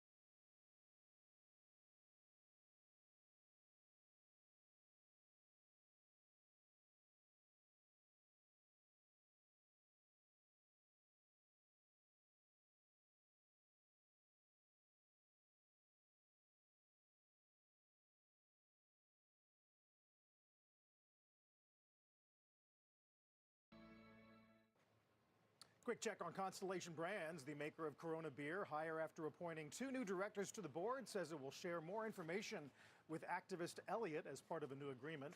Elliott expressing some confidence in the management team, saying they look forward to helping unlock the full growth potential of the brand shares. And it just brings to So it looks this like great Nvidia broke. how many moving pieces there are, especially in the beer category right now.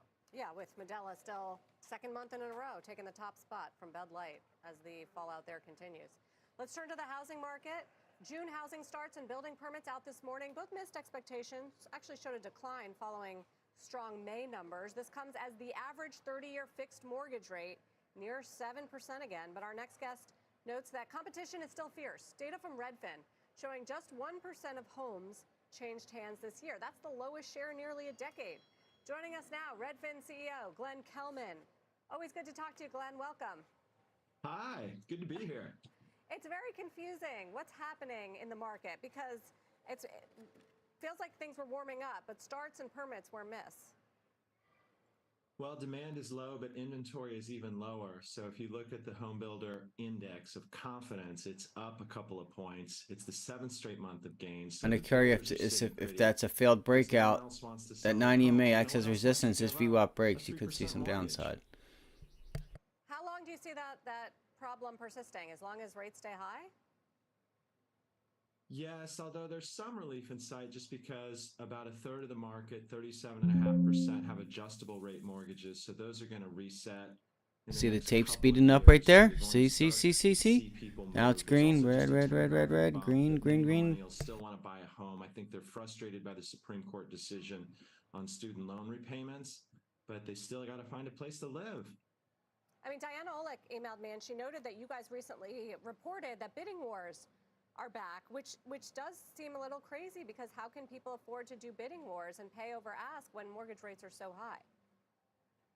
Well, again, it comes back to really low inventory. So this is the second straight month that the list price has been lower than the actual selling price. So I think it's 100.1%, the final price higher than the list price, which is just really unusual when you're in a market with rates near 7%. We've noticed that buyers are really rate sensitive. Even when rates come down 10 basis points, we get more demand on our website and more people touring homes, making offers on a Sunday night. But are they using all cash when it comes to these prices over ask?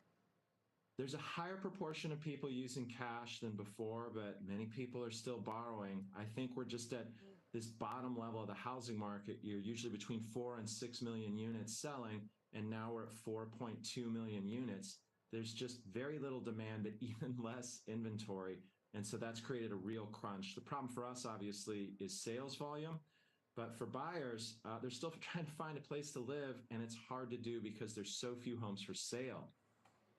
All right, I'm walking outside because I gotta get walking around, moving around. I'm getting groggy. During the pandemic and the effect on cities like Austin and in the Southeast, I just wonder if you're seeing some reversion to the mean on that front, whether that's in rental prices, for example, or even just migration numbers outright.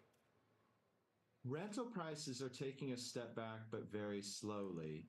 We have seen just incredibly strong demand for Arizona and Florida. I know it's been over 110 degrees there for a month.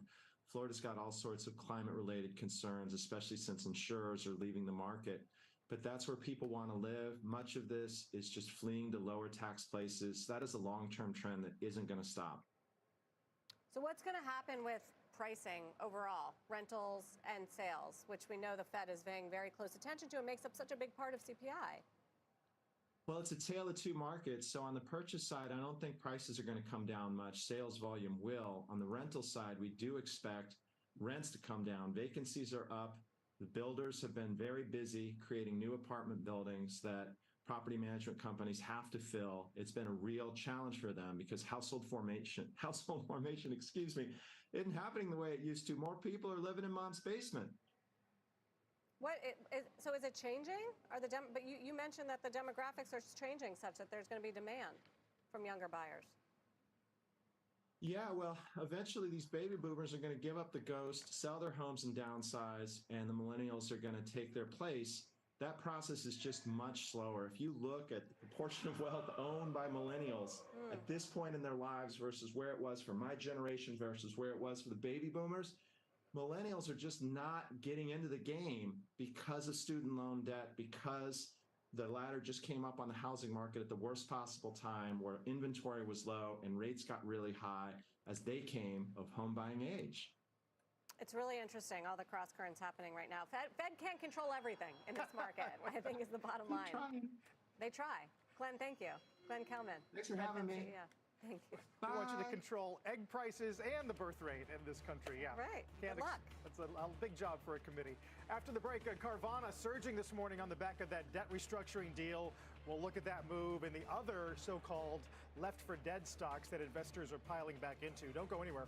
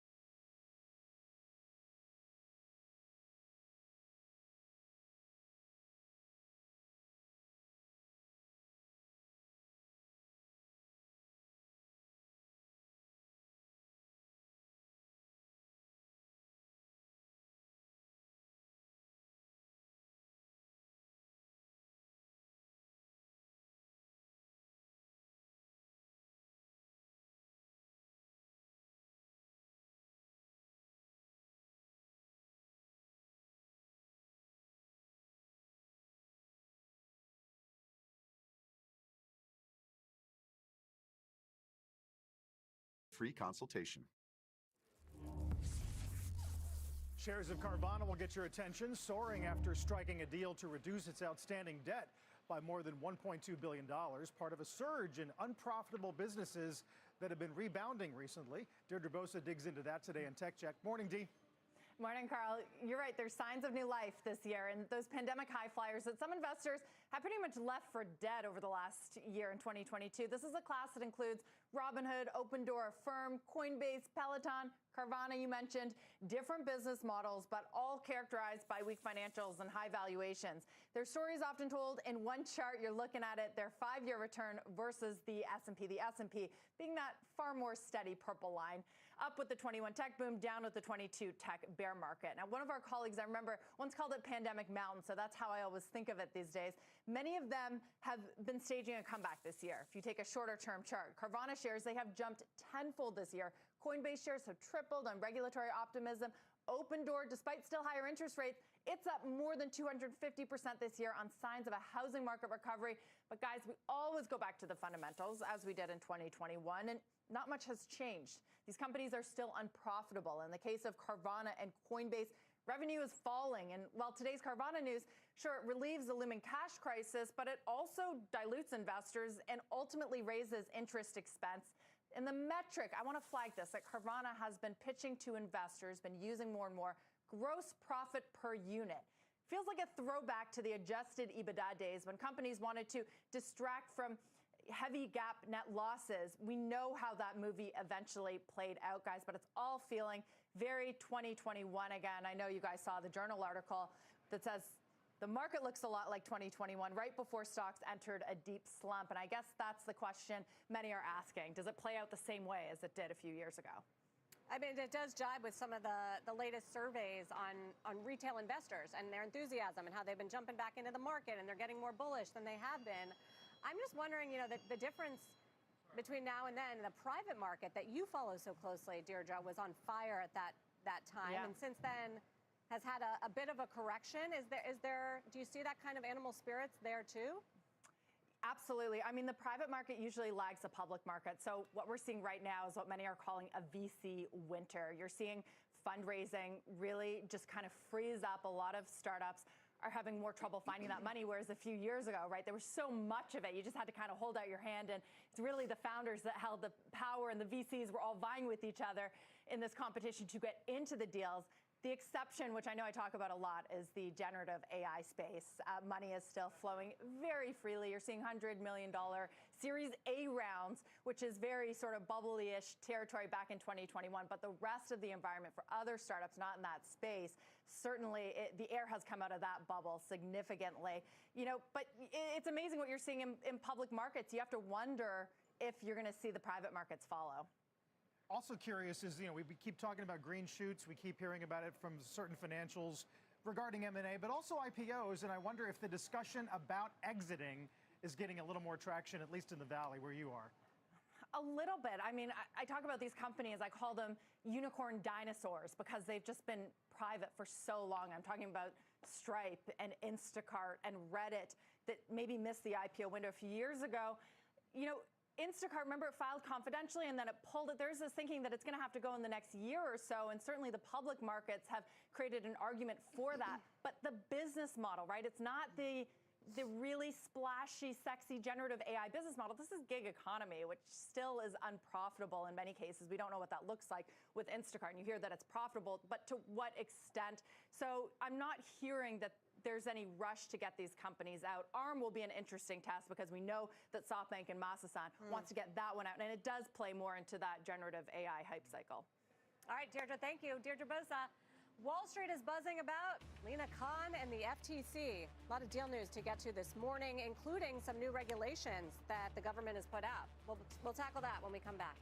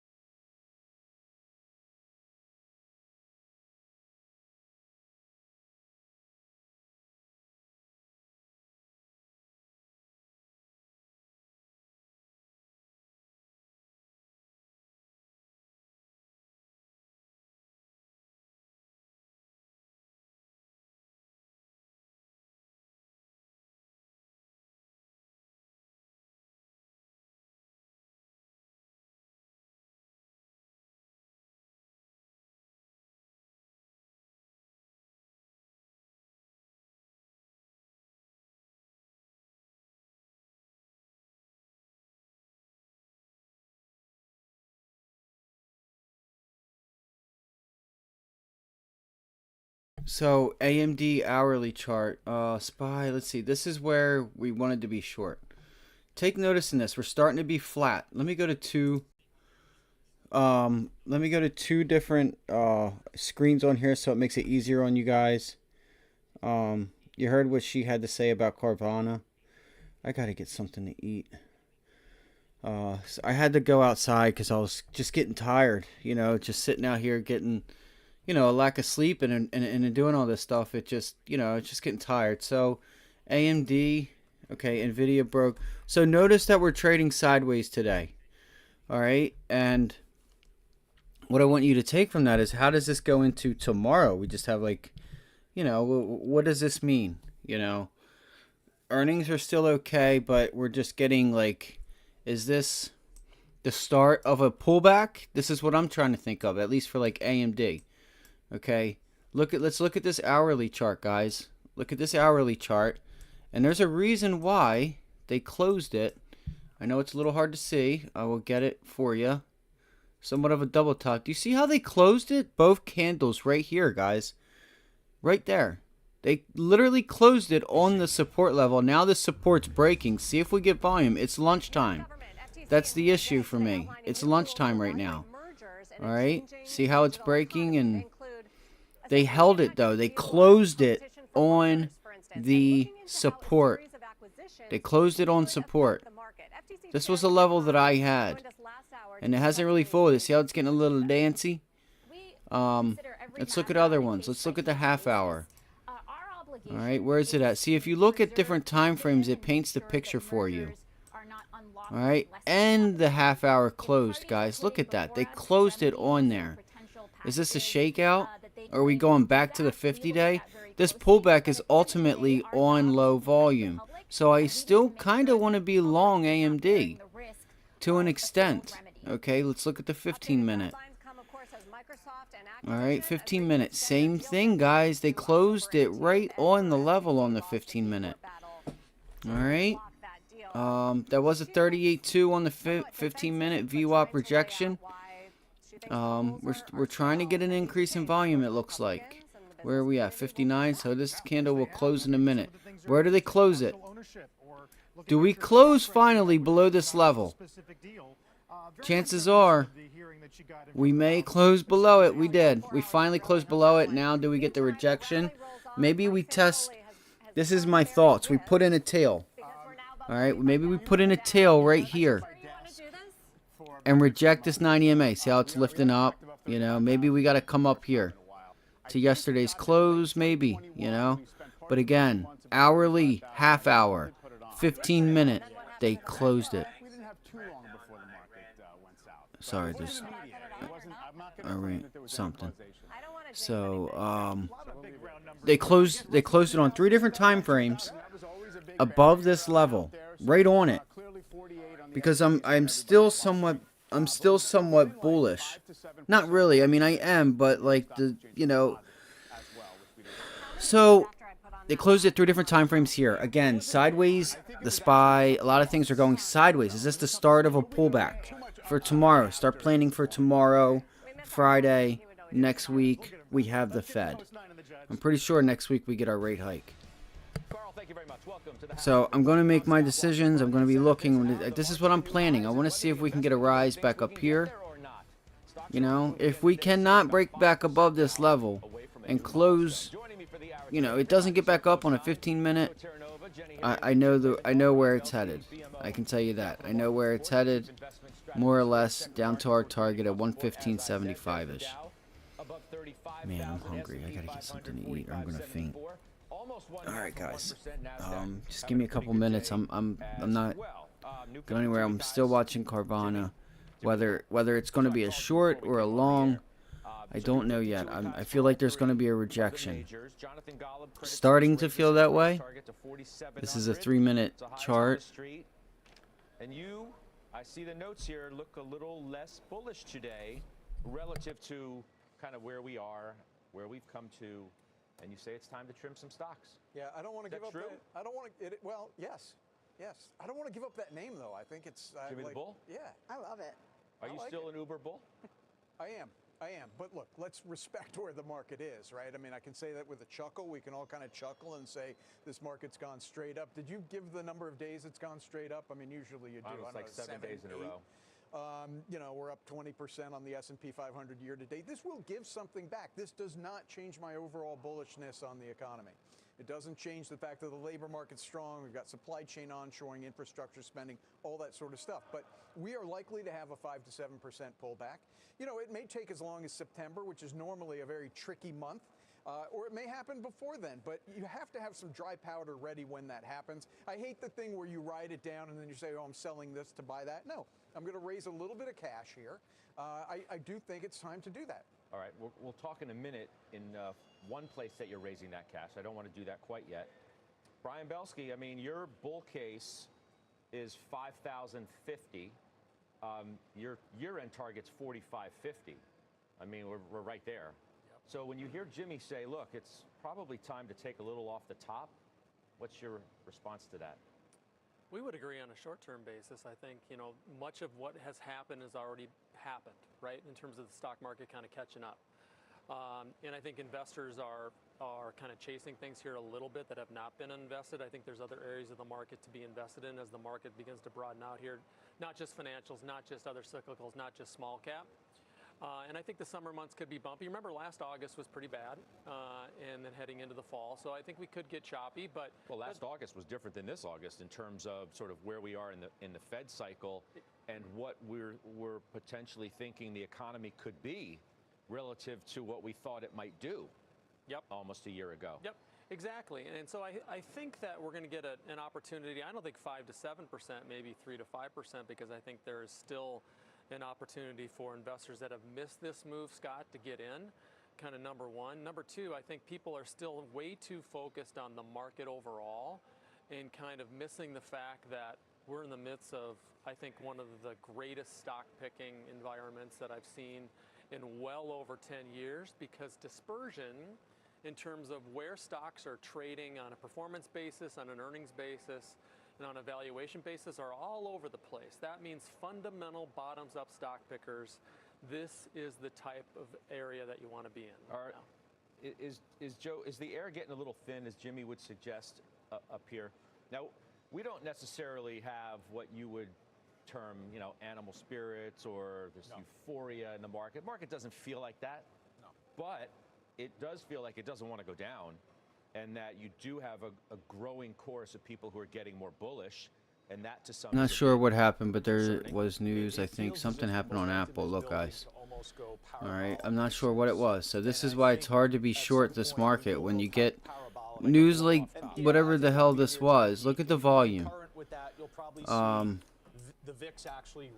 You know, it's like, how can you be short? How? When you have headline risk. This is why I was hesitant to be short.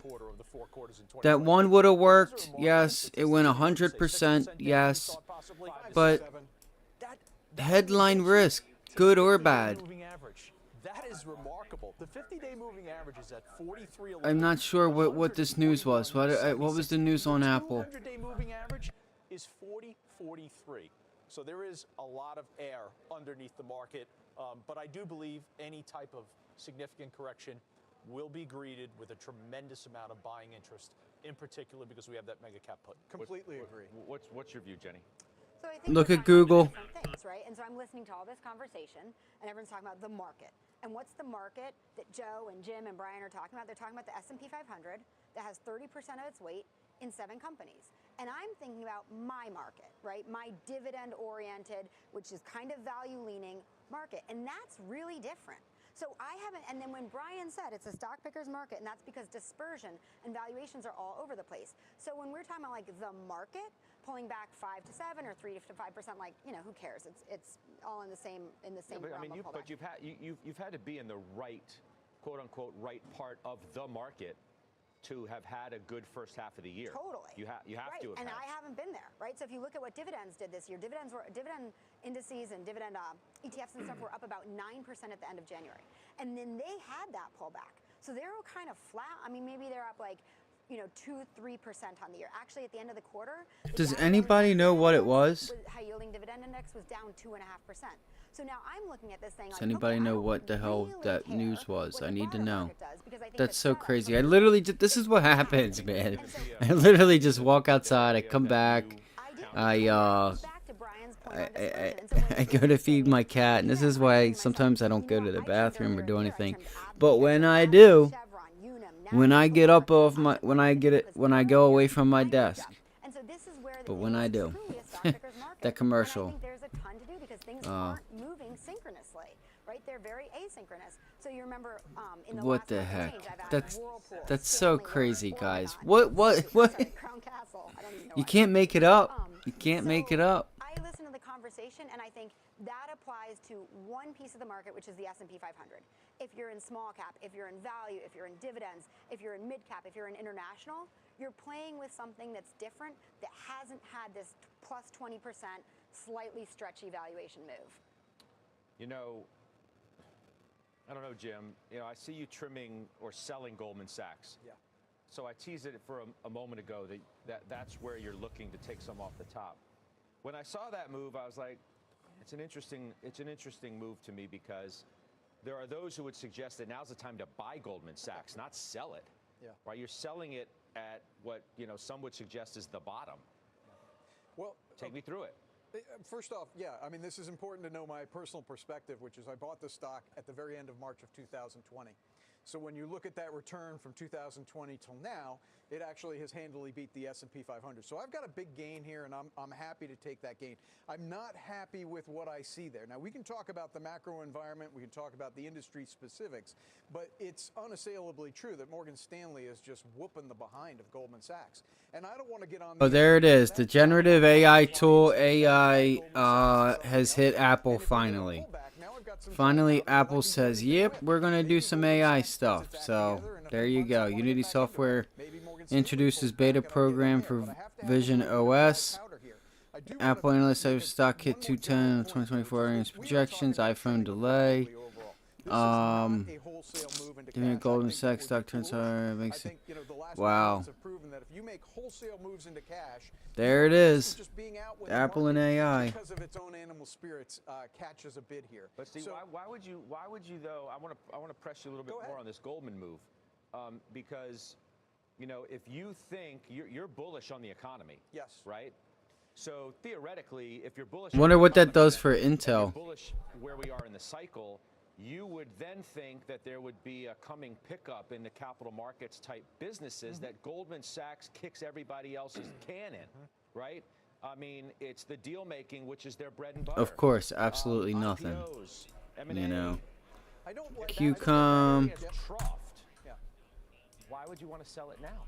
Because it's a market move overall. But to your specific question about Goldman Sachs, I don't like a company that Hi, hits on Boopy. revenues and misses on Hello, Boopy. That screams to me of expensive. Hello. Sorry, it's my cat. Sorry, guys. Let me be I know. clear about I just something. talk goofy And also, to look, you. we have this lingering question about the leadership at the top. I don't know if you just guys don't can wanna hear be her talking discussing back Goldman to Sachs me. personally anymore. Okay. And others can. That's fine. There's plenty of other stocks, Scott, you'll admit. Plenty of other stocks for you and I to discuss that we have a lot of fun with. Let me be clear about one thing. I am not underweighting cyclicals here and overweighting technology. I still believe, and this is to what Jenny said, that the cyclicals, which include financials, of which I still have a healthy holding in JP Morgan and Citigroup, are going to do well over the long run. But for the next couple of months, to Joe's comments about the third quarter, I totally agree. This is when air pockets form. You know, let me just point out something too, guys. Can we throw up an intraday on Apple, which is moving right now, on some headlines that I see on AI-related reports? Now they want to talk about it. A large language model AI framework that it's created an internal ChatGPT style bot for employees as well. You could see the obvious move in the spike in the stock here, as anything related to AI developments is sending pretty much any stock that delivers that kind of news higher in what we're witnessing here. So you're almost $200 a share for Apple, which is up 2%. We'll continue to get more on that as we have it, but I didn't want to wait any longer to bring you a headline that was moving the biggest stock by market cap in the marketplace. And it just brings us to you know, what's happening with tech, and how we're really going to get going in the next few days. So I'm watching. It also turns NVIDIA positive on the day as well. Listen, there's a story, there's enthusiasm, there's optimism surrounding the financially strongest global companies in the world that are funding this innovation, this advancement from artificial intelligence to generative AI. And yes, we're going to learn a lot in earnings about what the contribution is in the near term, but I still think it's an unfolding story over coming quarters where even if there's a stumble here in the current quarter, you have to give them the benefit of a doubt and a free pass. Yeah. So you got a new high there, obviously, on Apple, which, by the way, gets its price target bumped to 210 today from Bank of America. That was, of course, before this news, which has sent the stock up about 2%. Belsky, to you, you can, let's not go back to Goldman quite yet, but let's continue this AI conversation. And, we're going to get Netflix and Tesla. That's really, the curtain going up on tech earnings. Yep. And they really need to deliver. Apple especially, I mean, where the valuations have gone, just puts even more pressure on these names, just despite headlines that draw stocks up in a single session. I think so. And you got to remember, too, that I think the key thing that people are missing is that in the beginning of the year, Scott, technology sector earnings for 2023 and 2024 were actually on pace to be below the market. And now all of a sudden they're above the market. So I think people are slow to catch that fashion. I think number two is that the consumer staples type tech that we've called Apple and Microsoft for a long time can, will, and should be core holdings. Per Jim's explanation, when you have these stocks that are up 10, 15% in a quarter or a few weeks, it's okay to trim back to your core holding. Just figure out where you want to be. You want to be in 7 or 8% Apple, 7 or 8% Microsoft. If it goes to 8, 9, 10% of your portfolio, you want to trim a little bit. Sure, That's called here's portfolio the management. problem. I know that, and of course it makes perfect sense as somebody who manages risk and manages portfolios. But you have so many stocks in the basket of, if they've gone up a lot, maybe it's time to trim, right? You could name 10 names out of tech alone that have gone up a lot. And the risk is if you're in a FOMO market now where the momentum actually has some gusto behind it, you trim some of those names ahead of their earnings. All right, little girl's laid down. She is down. She's under the blankets and sleeping. All right, man, it's so tough, man. It's so tough. So like I said this morning with Carvana. I said, let's watch Carvana, let it find its footing. You can barbell an NVIDIA with a Cisco or There's a stuff So would you go to an equal weight strategy? Because I think that's the biggest question. We don't. I'm sorry, guys. Shit, I got the mic on. I'm so sorry. Equal weighted strategy. That's the reason that I'm underperforming the S&P year to date. I'm outperforming momentum, but I'm underperforming the S&P because I'm equal weighted. So no, it feels like this is becoming resistance here. It feels like it's becoming resistance. I think the market's actually telling you that, Joe, over the last 6 weeks, right? Because especially since in June 1, we've seen participation broadening. I said this morning, let's let it find its footing. Don't just be patient with it. And let's let it, consolidate, make its little belly to go back up. And I think equal weight for the rest of the year actually could be an area that could really outperform. Yeah, but you also don't want to use the analogy or to continue. You don't want to go to Mach 10 and blow yourself up. No, you don't. That's why I think calling for a blow off top, that's difficult to say. Obviously, this is all about momentum. It's in the near term. It's in the near term, but I still think we're in this big, giant secular bull market, and the next part of the bull market actually started in October. And we were very blessed and fortunate to say in November of last year, we said, October's the low, that's it. Now everybody, all of a sudden, the market's up 20%, we're in a bull market. You call bull markets before they start, not when they've already happened. Just real quick, I mean, in that bull market, I don't think we ever thought we'd be sitting here having a conversation about reaching all-time highs. We're, 5.5% away from it? It almost feels as though, at this point, it's inevitable. And all these price targets that are sitting below at 4,500 to 4,600. All right, let's see if Carvana starts coming to the downside here. As price targets relatively soon. But you're only going to get there, Jenny, if areas that have underperformed, like the financials, since we'll go back to the Goldman kind of conversation now, actually start to pick up, some of the slack. Is NVIDIA hurting now? What's going on with NVIDIA? Feels like it's struggling. The large banks that have reported, I think almost every single one of them, the stocks at least, were up on the backside of earnings, whether the earnings were tremendous or not. Right, and I think you're really hitting the nail on the head, which is we need that other 492. We need the other 493 to carry us through this earnings season. I think if I think about what I hope for and dream for from this earnings season, it would be wonderful if it just comes in pretty good, right? If no one has any major blowups, if the top 7 or 8 stocks don't have major blowups, if the other 492 report pretty well. And to me, I think the best case scenario from this earnings season is, to your point, analysts do start to increase their estimates, and that just supports the market. We have a lot of tails up there on the hourly and half hour and 15 minute. Oh, that's a 1 minute chart. So check it. Check it out. Check it out. Check it out. I mean, expectations for this year are still at $220 a share. It'll be like 245 next year. For next year, exactly. And you put a 19 times multiple on 245, and you know where you are. You're basically where we are here. So you need one of two things to prop us higher. You need great earnings, which seems unlikely. 1, to 2, get 3. past So 45, mine looks or different. You need a recalibration of valuation. And so That's I think weird. a great Mine earnings looks season this totally year, different on like, Nvidia, hopefully just puts a floor under where we go, because I can't Nvidia. see All any right. version that bumps Hourly. magically earnings to I'm on an 260. hourly. Yeah, Based mine looks on so where we are different now, than what there it are looks those who like on argue here. That at 19 times, basically what the S&P 500 is trading at, far above its historical average, that it's too rich.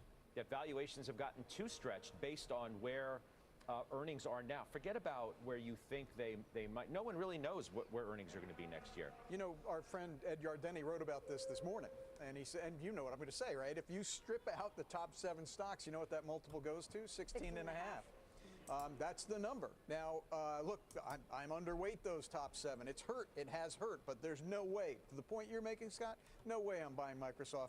Well, I already own it, but not adding to Microsoft or buying NVIDIA here. Frankly, and this is an unpopular opinion, but the price action today in Apple to what you just reported, and yesterday by Microsoft at 11:30 a.m. Microsoft was up 5%, right? So yesterday let me finish. on that AI headline. Go ahead. And I'll let you finish. I'm telling you, I don't think that's healthy.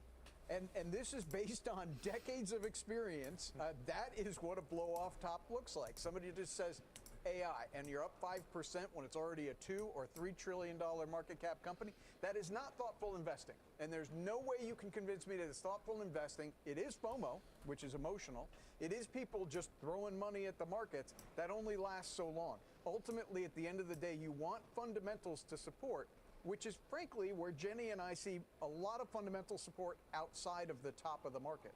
You don't look, Brian, at what's going on, like what Jimmy says, and say it's looking a little thin up here. You don't sound like you do. No, it's a little bit too much too fast. But if you sit across from a retail or high net worth client, you say sell, they're not going to come back.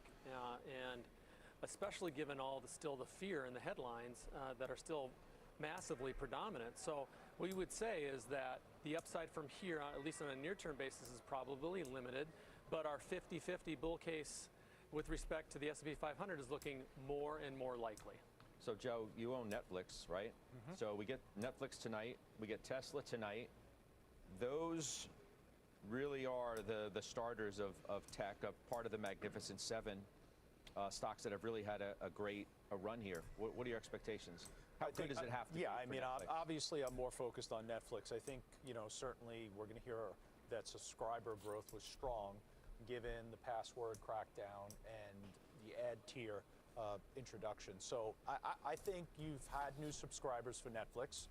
I think they're going to be satisfied with the content that they're being greeted with. I personally think the content and the documentaries are unbelievable right now on Netflix relative to the other streaming services.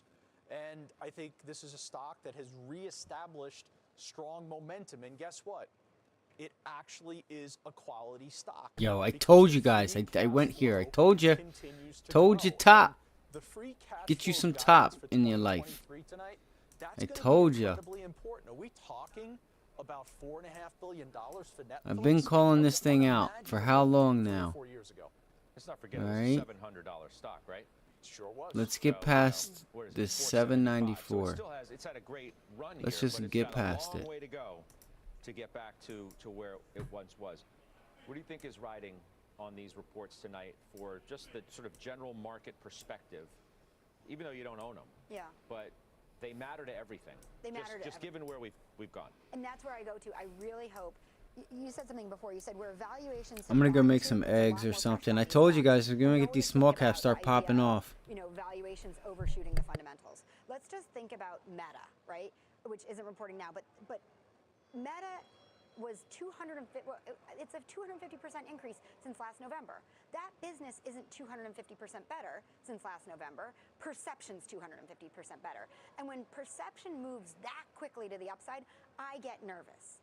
So I'm so hopeful that as we hear Tesla and Netflix, that the share prices are in line, right, with the perception that's developed, and that they just don't tank. Because I think it could get really ugly. And when you're talking about FOMO, FOMO cuts both ways, right? It can drive something up really fast, and it can tank something really fast too. And I think that we're kind of on a knife's edge right now. Like, valuations on some of these are pretty rich. Yeah. So I'm nervous, is how I feel. I'm looking at a tweet from our Dom Chu, who says the current, oh, I got to get it back, hang on. The current implied stock price moves post-earnings via options pricing for Netflix is plus or minus 8.5%. And for Tesla, it's a plus or minus 6.8. Yeah. So it's going to be exciting to see the results and see, you know, moves one way or the other that seem somewhat dramatic. All right, let's take a quick break. When we come back, what one of our committee members calls a sleeping giant, we're going to run through a few catalysts that could wake one legacy tech stock up. Jenny owns it. We're back on the half in just 2.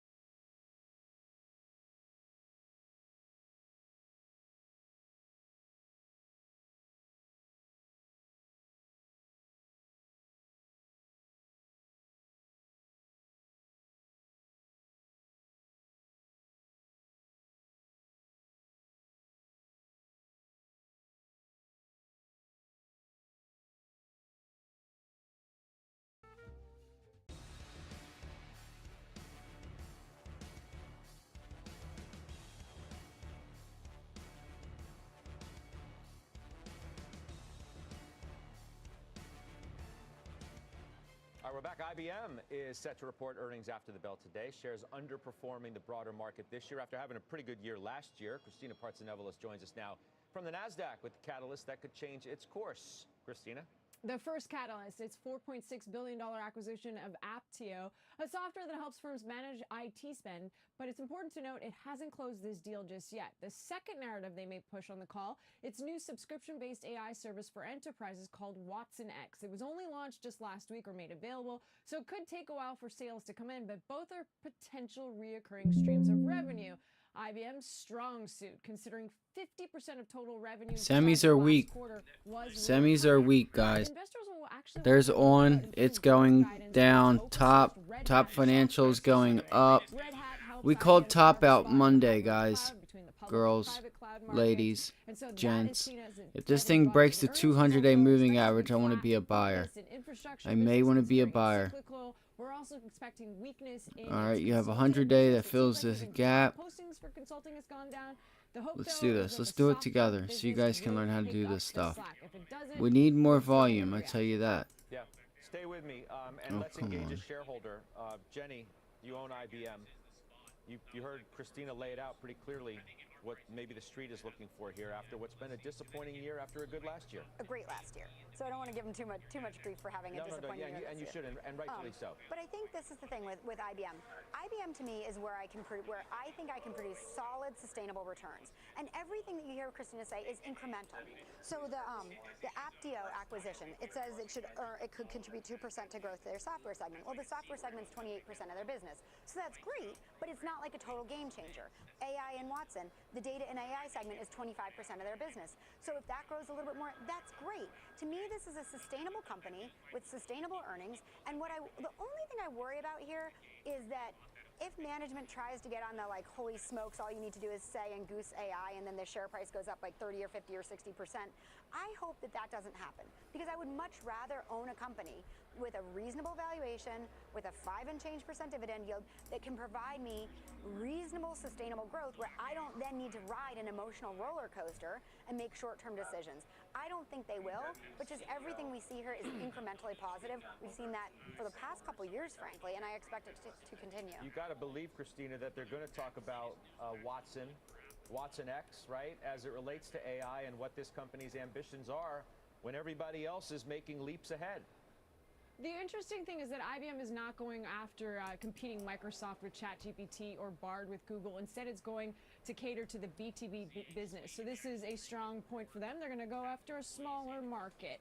To Jenny's point, though, the way that you're arguing your call for this, it seems like you're pretty defensive. You're talking about growth, but you're pretty much laying out, a strong dividend yield, a strong free cash flow, and the money that is there and reoccurring revenue. But overall, what is the growth potential for this company if both of these streams, whether it be Watson, whether it be Apptio, whether it be Red Hat, if none of those three come through, where's the growth for IBM?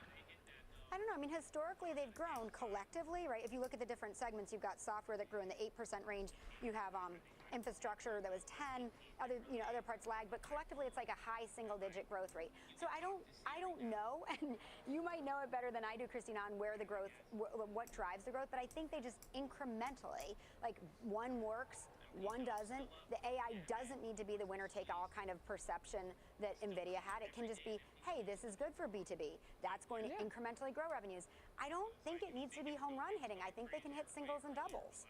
There's no expectations in the share price. Exactly. So then we won't see much movement then. Okay, but in this market, if I can get on average a 5% yield and I don't know, 5% growth on the share price over the next year. Just so drained. Incrementally adding, so drained. That works for me as an investor. It's not greedy. It's sustainable.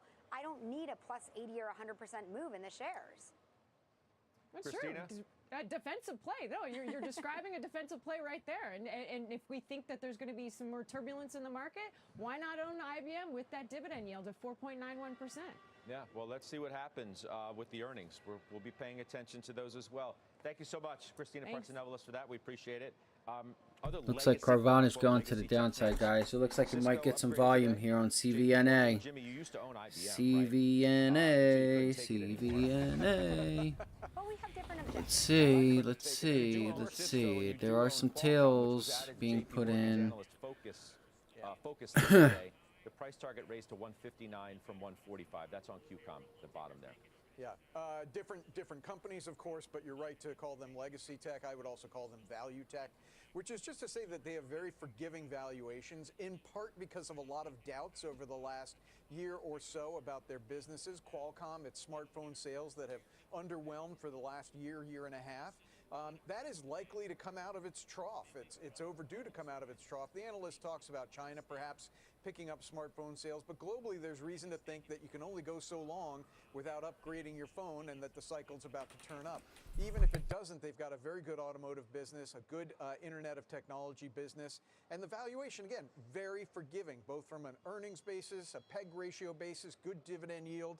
So this is very similar to your IBM in that regard. I think this is just a very easy stock to own at this point. Joe T, you got Cisco in the Joe T. Yeah, and that has of the legacy, the value tech, I think that has the highest probability of building momentum and moving forward. Fundamentally, orders increased in the prior quarter, but it seems to be all kind of tracking the opportunity that occurred from Oracle. Think about Oracle and what we used to talk about Oracle as, which was more a legacy tech, a value tech, and now we've seen a significant rise in Oracle. So can it follow that trajectory? Cisco, to me, has the highest probability of doing that. What's interesting is when we talk about IBM and think about Warren Buffett stepping away from it, where did he step towards? He stepped towards HPQ.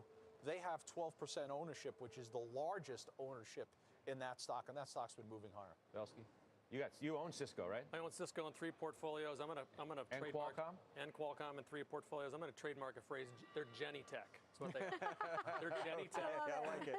I like it. Cisco's a dividend growth monster. You know, cash flow yields above the dividend yield, positive earnings growth. Who would have ever thought 20 years ago would be talking about John Chambers and go Cisco?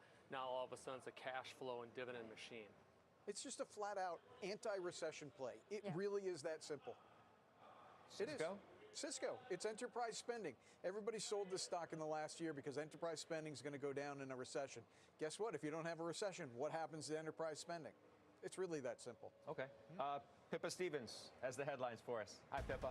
Hey, Scott. Russia launched its second consecutive air attack on the Ukrainian port of Odessa. A Ukrainian official described the attack as hellish, but said the port will continue exporting grain. The attack supports Russia's retaliation pledge for the Crimea bridge explosion, an offense Russia says was led by Ukraine. U.S. climate envoy John Kerry met with Chinese officials to restart climate talks. The U.S. and China are both experiencing scorching summers, with China hitting record temperatures. Kerry's trip focused on issues like deforestation and reducing methane emissions. He emphasized the importance of climate cooperation between the two countries, something that was once a bright spot in U.S.-China diplomacy. And Israeli President Isaac Herzog addressing Congress in the last hour amid tension with some progressive Democrats who did not back a resolution declaring strong support for Israel. Herzog called the U.S. Israel's greatest partner and friend. Herzog and Vice President Kamala Harris are expected to announce a new $70 million investment in climate technologies split evenly between the two countries. The halftime report returns right after this.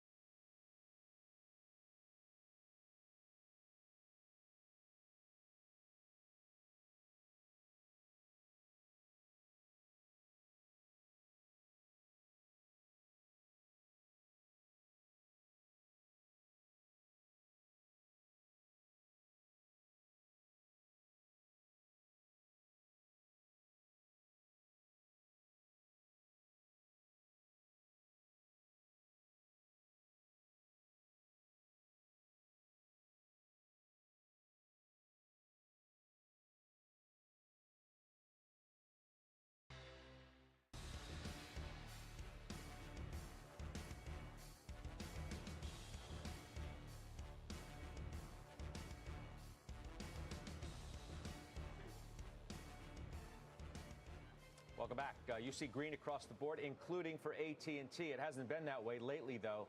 The stock's getting a big bump today, near 7.5%, as you see. It did have its lowest close in 30 years, Jenny. Awesome. Right? It's this lead cable issue, concerns about liability, what a number could be.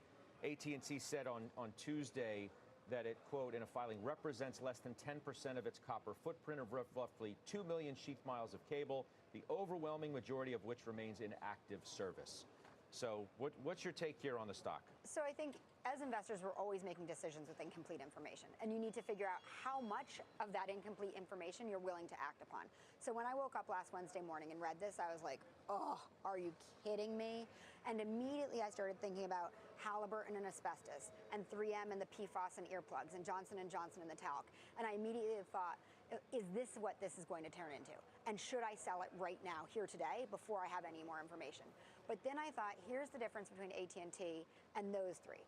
When this potential future huge litigation came out, this stock was already trading as if it was worthless. And it doesn't have a AAA balance sheet. And what those other three, when these, when you first heard about the asbestos or the talc, they all had really premium valuations, and they had AAA balance sheets, which the class action attorneys love to go after, just like fresh blood for them. So I thought to myself, okay, the stock's already so depressed, hang in there, wait, try to get more information.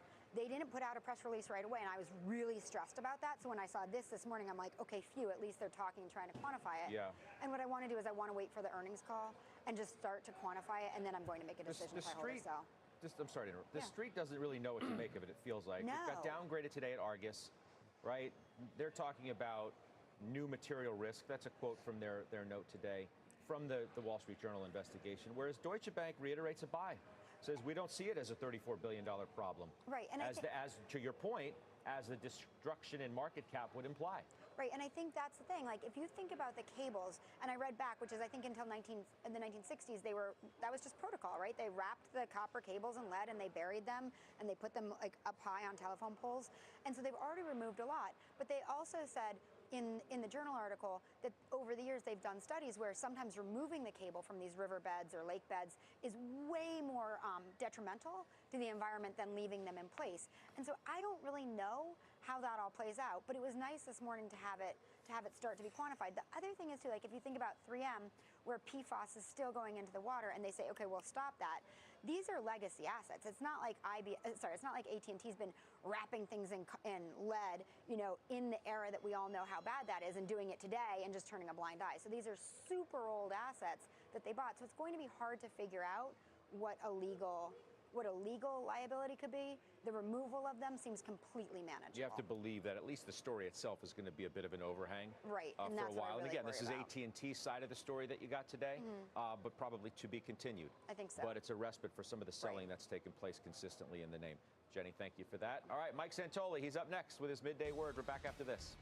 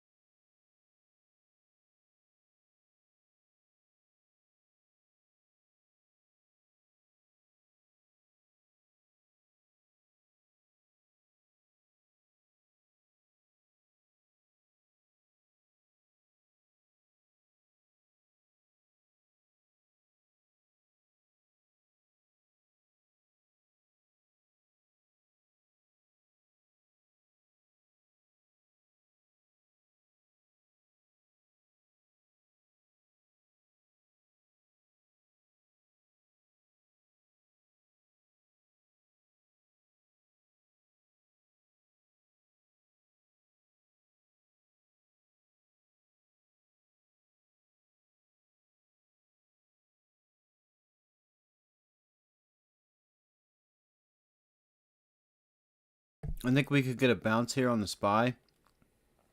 And I'd like to see if we can get it short around 450. I mean, like 455.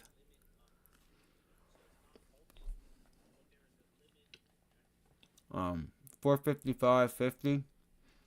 Maybe test VWAP. I'll show you.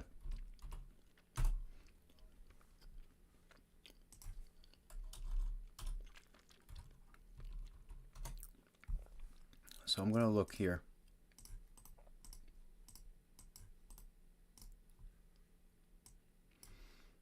I want to see if we can get it.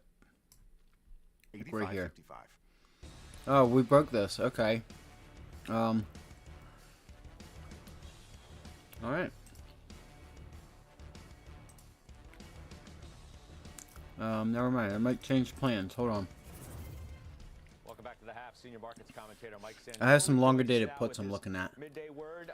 The importance, of Netflix and Tesla to where we are now.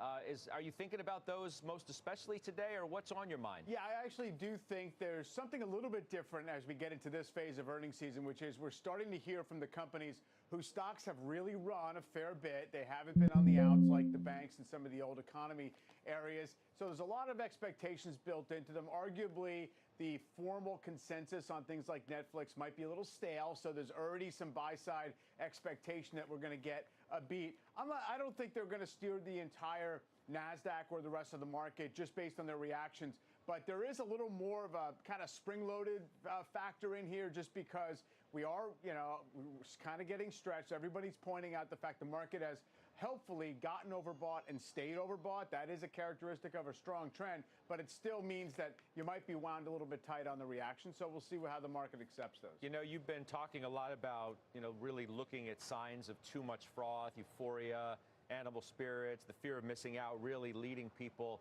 into this market in a bigger way. And then we have Jim Lebenthal on the show today, who says even for him, a real bull in this market, it's getting a little uneasy.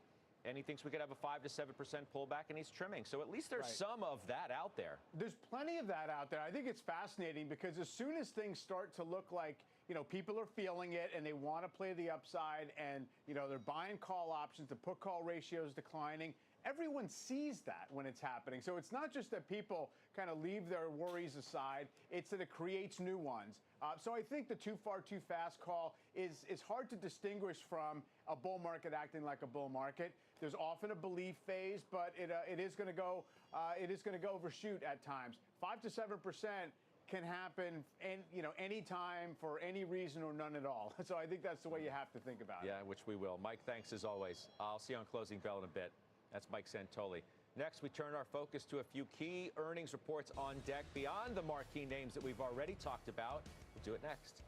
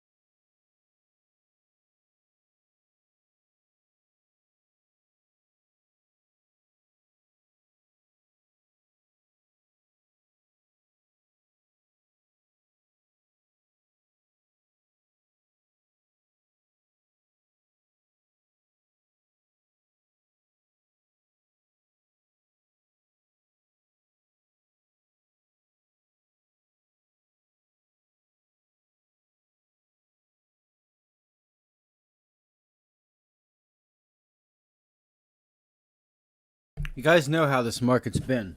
You know, I get short right here at this level, and then it busts through it. So, you know, we just get short anyway, and watch it bust through it. And if it busts through it, we stop out again. I'm just tired of, you know, I had my trade on AMD. I had the SPY trade earlier right here. This was nuts. That was absolutely nuts. We just, you know, it's just what happened to me today. You know, it is what it is. You got to just get over it, you know, and just understand that's what this is. You know, you're playing probability. It's your job to say, where's this market going to go? Where's it going? And for you to be short or to be long, and you just to be the direction of the market. So today is a sideways type of day. I want to see if we're able to run flat. That's the thing with options. You don't only have to do the direction. You got to get the timing right too. Look at this bear flag. Because if you look back to the last earnings quarter, they actually had a great quarter. They beat. I expect they'll do that again. And they're out there on their earnings calls, like pulling their hair out, saying, "Hey, people, our occupancy is still 98%. I'll be darned. We have the best assets. We're raising rents. We're in I'll be great shape. darned. Why are you not giving us any value for the stock?" So I think they're probably going to just do that again. The difference being people listen. Hopefully the shares go up a lot. They deserve to. Jimmy, Las Vegas Sands today too. Beyond Win. Yeah, and you know, Wynn's had a good year, but the last several months it's just been in this range, sort of 105 to 115. And the reason for that, we know, is because of the fears that Macau, the China reopening isn't going as So well. let's see what happens here. here. In the meantime, Las Vegas itself is doing great, but to Las Vegas Sands, which is all Macau and Singapore, we're going to get some insight into Macau tonight. I want to see where the sumbitch goes. Pretty positive from what we've seen of the gross gaming revenue. No, come on, bro. Commentary from the company. Going to get United tonight. I bring it up because if you're looking for confirmation signals for the rally, all right, let's measure the move. Where are we going? We going to this golden road here or what? What do you think about this group here? Well, we've owned Delta for a long time. We think Delta, by far, from an operational and fundamental basis, is the best stock. But clearly, you know that there puts me at 453, dog. You can't get a seat. And I still is that red coming through? Is the red coming through? Let's call it CPTSD, complex PTSD. Still green, kinda. And guess where they're living? On airplanes. Still green. That red's not coming in. It's gonna break to the upside. See? That's why reading time and sales and your level 2 is important, but that doesn't mean that we can't change to red. Business is coming back, and it's coming back in a unique way. It's still, there you go. You want to see it like that. That's what you want to see. Between economy and business that's really geared towards the leisure, the combination business and leisure traveler. The airlines are being smart. They're making money where they can, and the demand is there. I like the sector. 492.31. Wait, whoa. What's going on here? Uber, we've talked a lot about on the show, including yesterday, which was finally above the IPO price, right? I think yesterday was like 47 bucks and change. I'm not sure where it is now, but what else you have? Hey, 32. GXO and XPO. 32, there's some size. 455, 32. Why they've run up so much, given that we see the consumer weakening and we see retail sales slowing down a little bit. So why are these stocks up so much? We're thinking about trimming them, but we're not there yet. Boom, there it is. We'll come back. We'll do final trades there ahead. It is. See, I wonder if we just, man, we put in a higher, lower.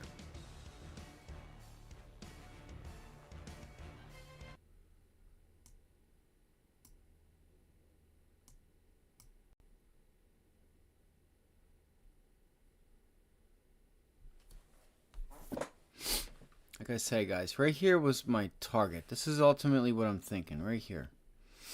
I want to catch a rejection off of this level right here. Okay. Right there. And what else do we have there? We have VWAP. VWAP away.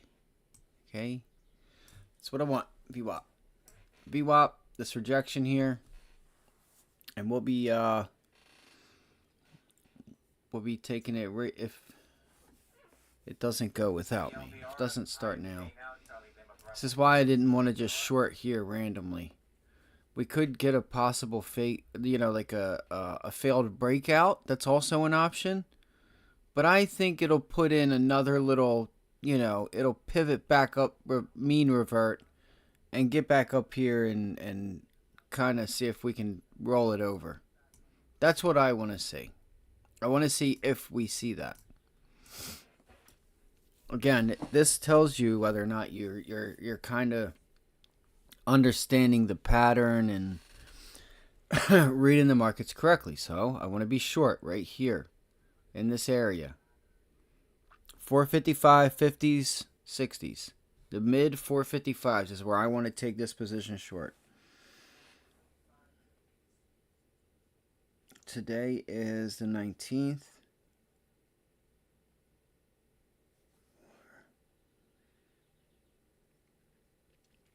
I mean, guys, these 450 calls for the end of the week are still pretty cheap. You okay? Abby just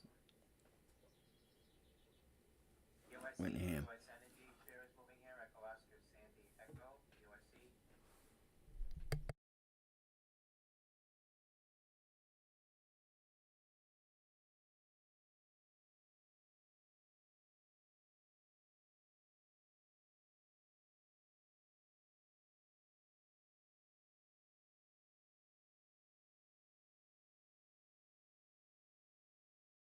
Fabletics.com.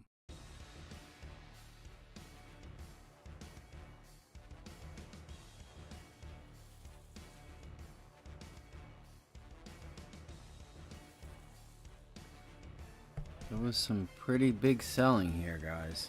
Are you following the Halftime Report And then podcast? it just flips. What are you Boom, waiting for? right back Look again. for us in your favorite podcasting app. Follow the Halftime Podcast now.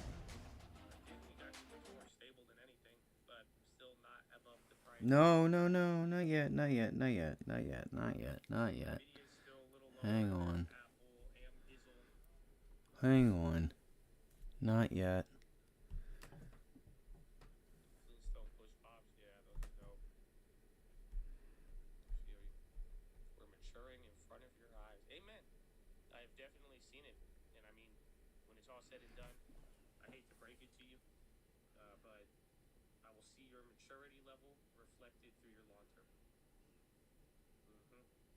One thing to be mature, there's another thing to be financially mature. So that's where the next level comes in. Are we gonna get that failed breakout? Or is that gonna be a hold and then we get the short up here? I'm just wondering, I wanna know. This is where I wanna get short. Like right around there. I wanna get short up here.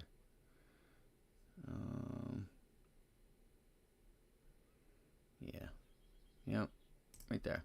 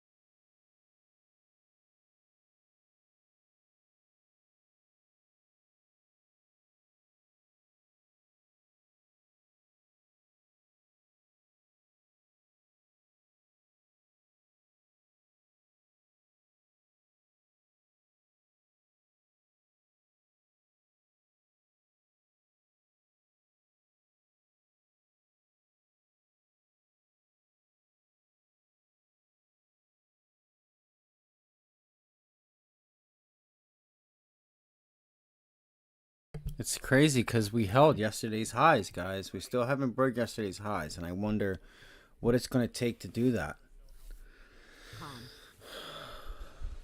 All right, closing bell, 3 o'clock Eastern. Hope you'll join me then. And we're going to count you down to those big earnings, Netflix, Tesla, and the others that we've talked about on our program today. Alex Kantrowitz, Dan Ives will be with us, Julia Borston, Alicia Levine. Hope you'll join me. I look forward to seeing all of you then. Belsky.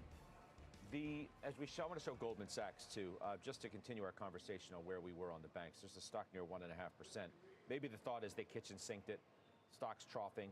Most underappreciated area of the market in your mind?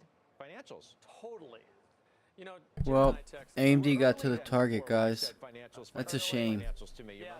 I gotta do better. I gotta do better, guys. It wasn't my fault. I tried to get in. I pressed the wrong button, and when I did, I just got just slashed that thing.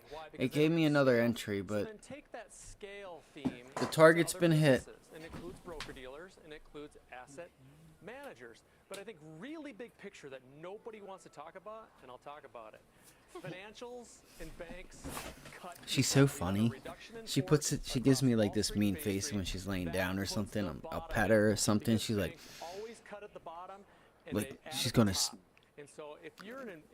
scratch me and get me, and she will. But I just know my girl too well.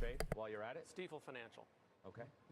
Outperformed the XLF, broker dealer business. It has become the place to be if you don't want to be at Morgan Stanley, you don't want to be at Merrill anymore. Morgan Stanley, whose final trade is that? Oh, that's mine. I want to be in Morgan Stanley.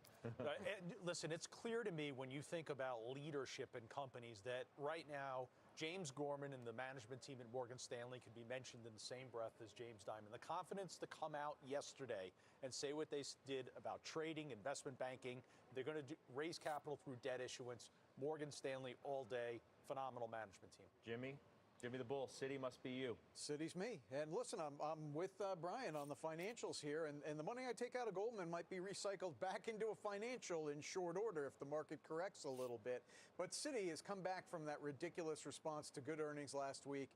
They'll get expenses under control, cheap stock buying back shares. Okay, and Jenny? Crown Castle. They own cell towers and small cell networks. I added it a month ago. It was down 5% the other day on a industry-wide downgrade. You can buy it where I bought it a month ago with a 5.5% yield. All right, good stuff. I'll see everybody on closing bell. The exchange is now.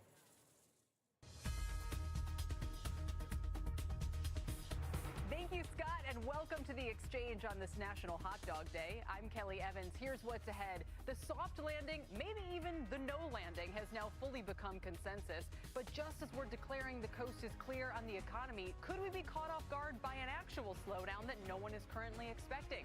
Our guest warns the market is overvalued and recession risk is super elevated.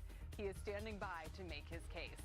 Plus, speaking of market euphoria, shares of Carvana have rocketed both to the downside and the upside in the past 24 hours. They're still up almost 30% in today's session and more than 1,000% from the recent lows. Are investors giving the company too much credit for its move to deleverage? We'll debate. And a surprise drop in new home construction to the slowest pace in a year. What will that do to prices and inventory? Before all that, though, to Dom Chu with the market numbers. The markets are as green as the relish you might put on a hot dog, Kelly, on this National Hot Dog Day. The conversations you guys miss off air between Kelly and I about today being National Hot Dog Day. Anyway, green on the screen as I point out, but we've lost a little bit of momentum in the trade so far today. The Dow Industrial's up about 1/3 of 1%, 120 points to the upside, 35,070 the last trade there. The S&P keeps going further towards 4,600. It's at 45.67, up about 12 points, 1/4 of 1%. For the trading range, I often give you guys that at the highs of the session, up roughly 24 points and up about 6 points at the lows. So again, generally positive so far today, although trying to find that middle of the range, losing some steam. The NASDAQ composite just about flat on the session, up 1/10 of 1%, 14,368. A little bit of a breather from that tech trade overall, but I'll get to more on that in a bit. If you take a look at one of the places that we are seeing a bigger bounce besides the major indices overall, check out AT&T. We've told you over the last few days or so the near 3-decade lows that AT&T stock has hit, most recently because of a Wall Street Journal story talking about the possibility of lead-lined copper pipe or copper tubing used in its infrastructure for its network for communications. Well, AT&T pushing back a little on that today, saying that they estimate less than 10% of their pipes could have this kind of lead exposure. That stock is up 8%, but again, year-to-date still lost about 1/4 of its value, bouncing a little bit here. We'll see how that story plays out in the coming days and weeks. So that's AT&T. And then on the financial side of things, we had Goldman Sachs, but on tech, arguably the most important stock in the market, AT&T to Apple now. Apple up 2/3 of 1%. Those shares, by the way, do hit a record high. Oh, I know it does, bro. It does.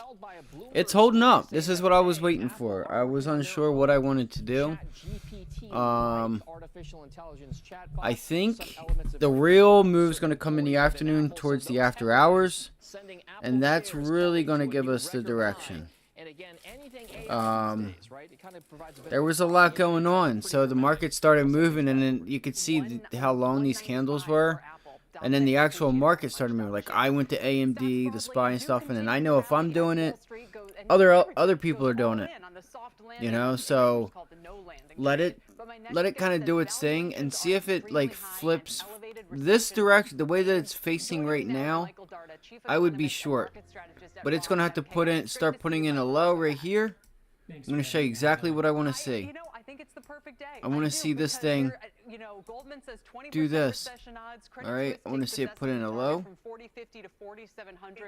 You know, puts in what's everybody missing? a high, but I wanted to pull back and catch it. Turnaround from where we started the year. That's okay. For sure. I think what's happened here is simply the chase is on. It's not gonna be exact because I don't have like curves and stuff. To the upside this year. That coupled with the fact that the bottom hasn't fallen out of the economy just yet.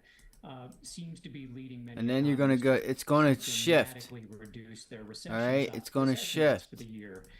This is what I want to see it do. I want to see it change from a downtrend, put in smaller ones, and shift and start getting to the upside. And we still have a heavy resistance up there. But as long as we don't sell off, this thing will go, and it can go just gap up on us.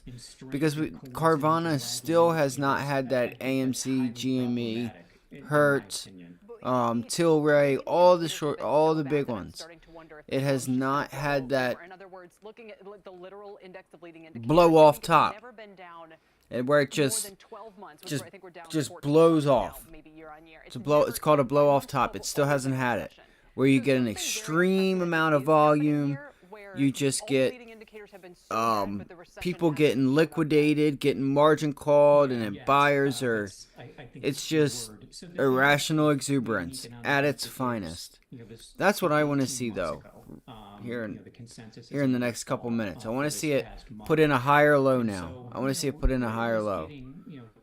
That higher low would probably be like right. Shit.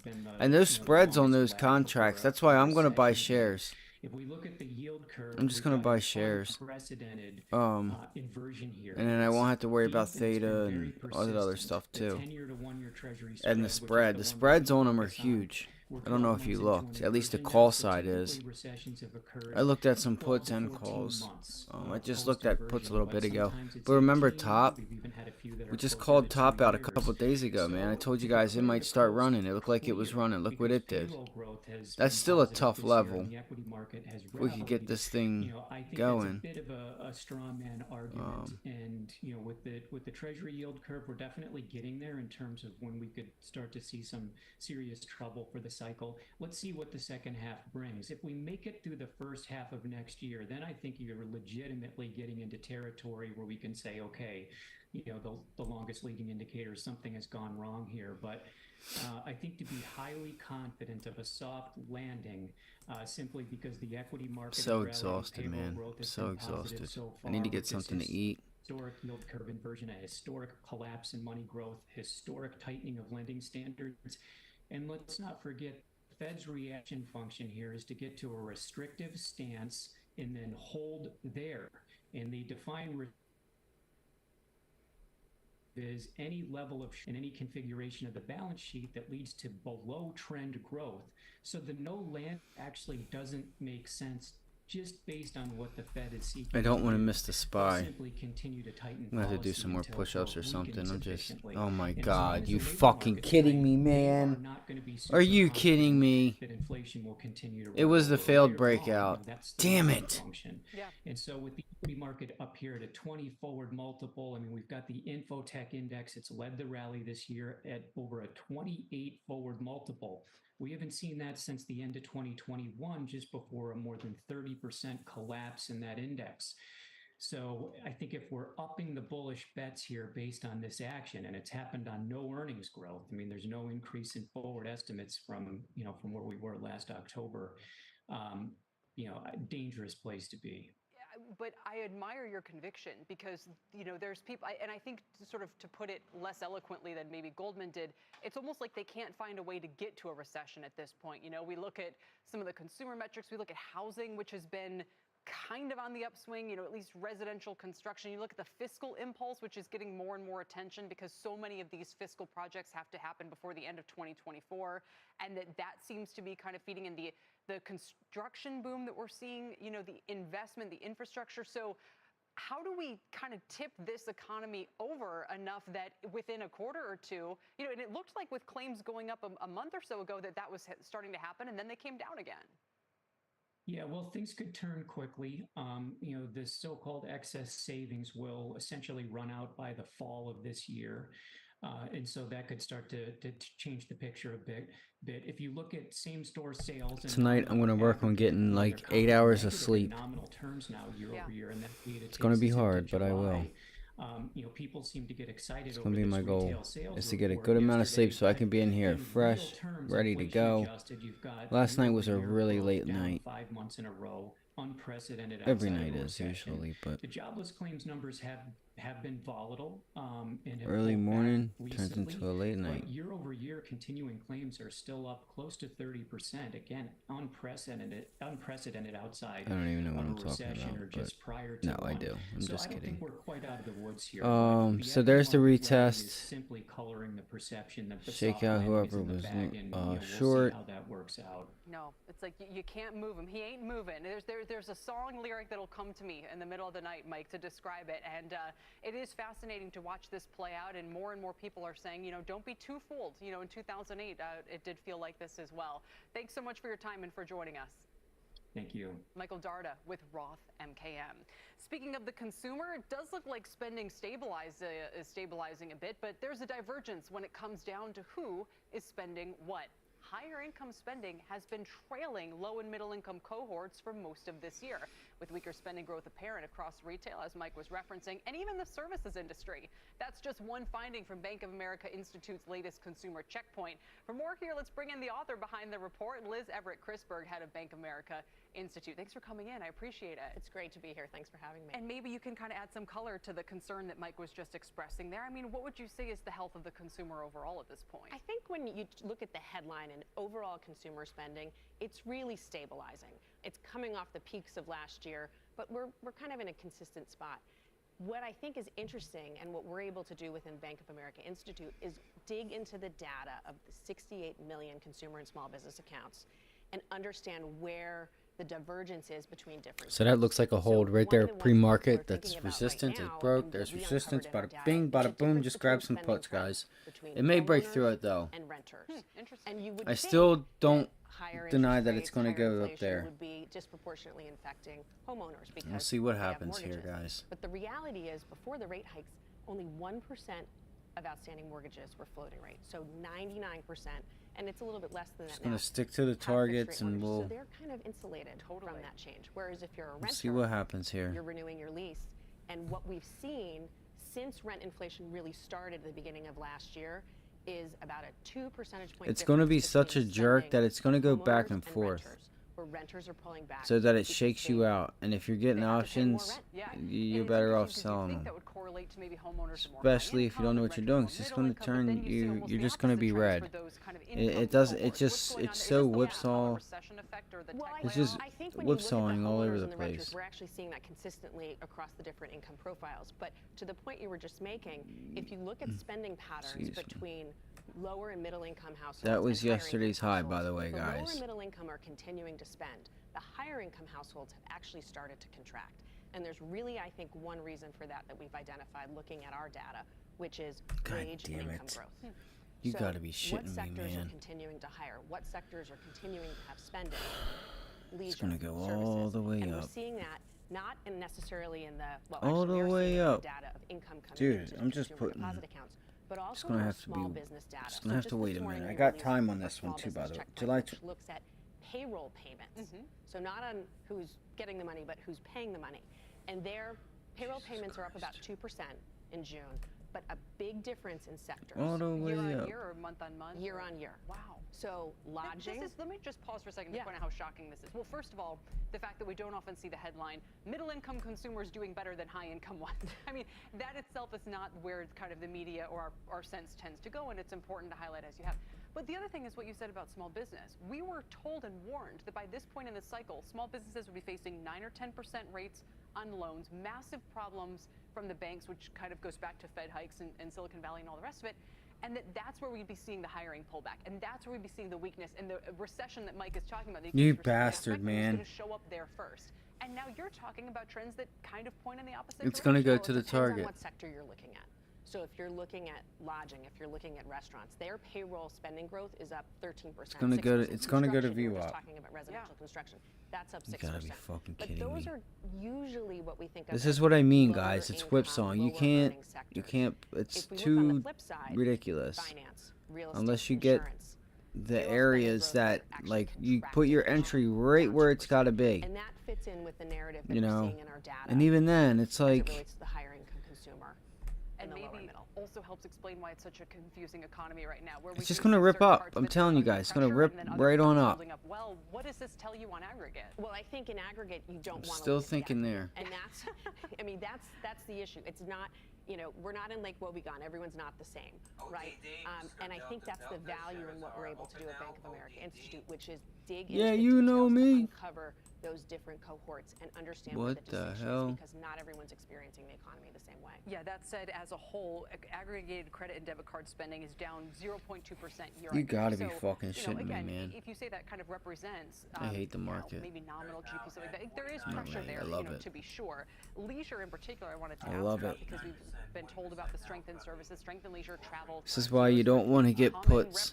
Look at it. See, it's starting to try to put in higher highs. That's what I wanted to see. Wall Street data showing, well, maybe hotel bookings are a little soft. We've seen the stocks reflecting that as well. What can you tell us about what's happening there? Well, what I think is actually interesting there is if you look, when we looked at the different spending patterns across sectors, the only sector where we saw all groups spending more money is restaurants. People still want to eat out.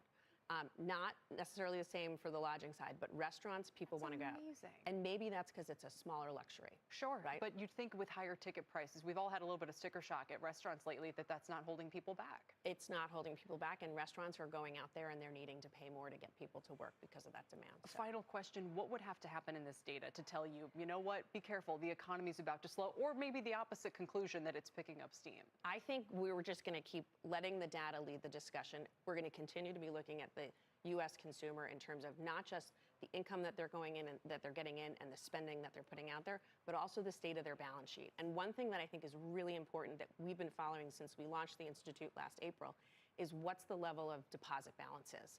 And to this day, we continue to see significantly higher deposit balances for every income level, every generation, 40 to 70% higher than it was before the pandemic.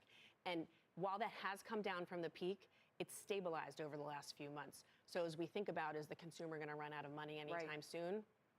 It doesn't look like it based on the patterns we see. That is fascinating. Liz, great to have you here. Thanks for the data and for breaking it down. Thanks for having me. Appreciate it. Liz Everett-Chrisberg, head of Bank of America Institute. Still to come, streaming, steering, and storming. We've got the action, the story, and the trade on three key names ahead in earnings exchange. If you can guess them, tweet me at KellyCNBC. Just don't look at the screen. And mortgage rates are still sky high, meanwhile, but refis have rebounded slightly. Who is doing a refi at these rates? We'll talk about that and more with Black Knight's Andy Walden just ahead. And as we head to break, here's a quick glance across the markets. Dow's up 0.5%, 151 today. S&P's up 11 or 0.25%. The Nasdaq's down about 3 points right now. The Russell's barely higher, and the 10 years at 376. We're back after this.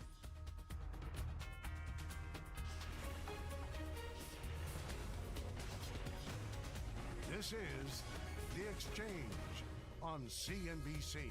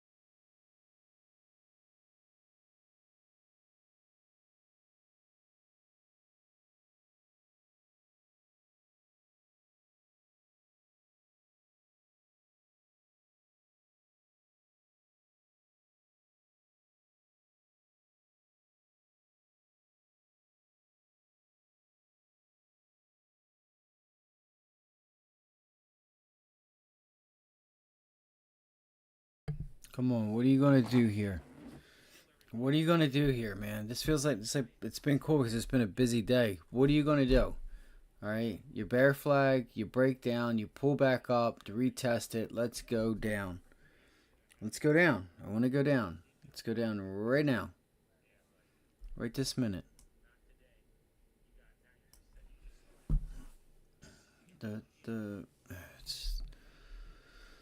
I'm so frustrated with that AMD trade and the SPY short. Grab puts.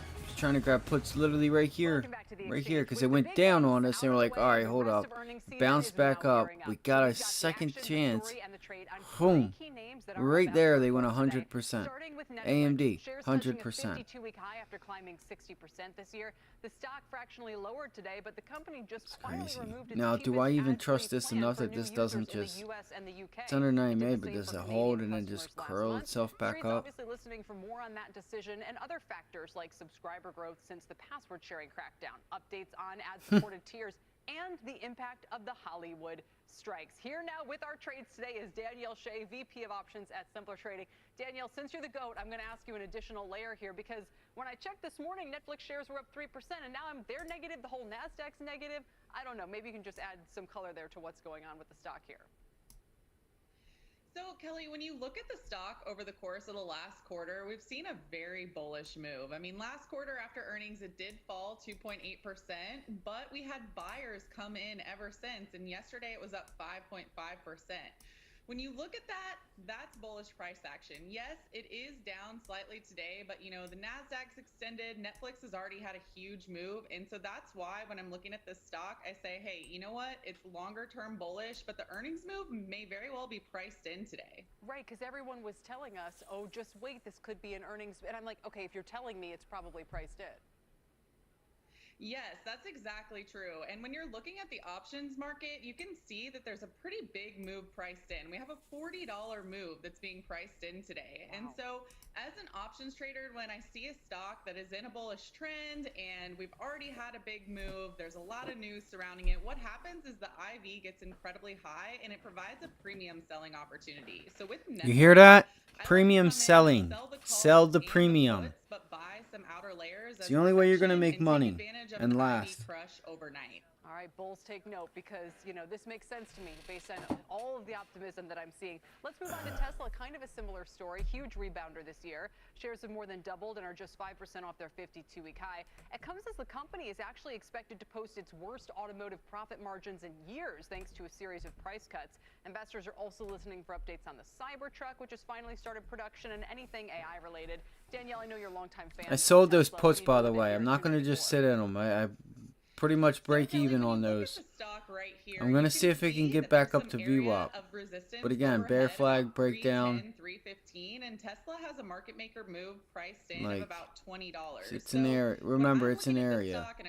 I'm just getting beat up, I feel like, today. Over the course of the last 6 months, you have the price cuts. Just getting slaughtered. I think the fact that Teslas are now able to get that tax rebate, I think that's huge. And additional car makers taking on the Tesla charging standard, I also think will be huge for Tesla. So I'm looking at this stock to break up above the 315 price point, hopefully on earnings. If we can't get it on earnings today, I'm still looking at those longer term price patterns to break it up through that zone and cause a FOMO-induced buying rally for continued upside in this stock. Wait a minute, you're telling me we're not already in a FOMO-induced buying rally? Oh, we absolutely are. And that's what's amazing about these areas of price resistance is every time we hit one of those zones and the price keeps going higher, people say, oh my gosh, I cannot believe I'm not involved. And even though it's up so much already, they continue to buy it, which causes the stock to continue skyrocketing. All right, 294 into the print, which could be a dramatic one. Let's end on one name that started out okay this year, but has been struggling in recent months. Travelers shares down 9% since Jan 1 as insurers get hit with catastrophe losses. That's a key number to watch. Morgan Stanley noting Travelers also has strong investment income and disciplined expense management, but more car accidents and costlier claims continue to be a headwind. Now, you might wonder, why did I pick Travelers, Danielle? But I was looking for a stock that you were much more bearish on, and this seems to fit the bill. Yes, that's correct. And when you look at the stock, I really do not like the way that it's been behaving over the course of the past few months. And then also look at Progressive. Progressive last week rolled over post earnings, and I think that same thing could happen with Travelers. The two charts have very similar patterns.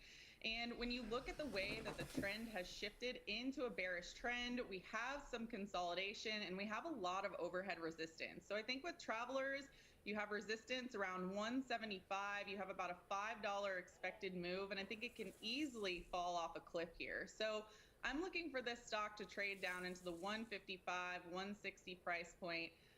Ultimately, the monthly charts, I will say, continue to look bullish. So this is more of a short-term short for me until we get into a decent pullback zone to resume the longer-term uptrend. That's interesting because it really has been a reversal of fortune for some of these insurers this year. Pretty remarkable to see. Danielle, we'll leave it there. Thank you so much. Thank you. Danielle Shea, VP of Options at Simpler Trading. Coming up, Carvana is off to the races after reaching a deal to reduce its debt by more than $1 billion. It's only up 1,000% since Jan 1. Oh, it's doubled in just the past month. Is the restructuring enough to reassure investors for the long term? We'll debate, with the stock still down more than 80% from its all-time highs. And as we head to break, here's a quick glance at the Dow heat map, with Verizon finally rebounding, catching a bid today, up 5.5%. Salesforce up nicely, 3%, new 52-week high. Microsoft, this whole day is really a reversal of fortunes. Microsoft down 1.5% today. We're back after this.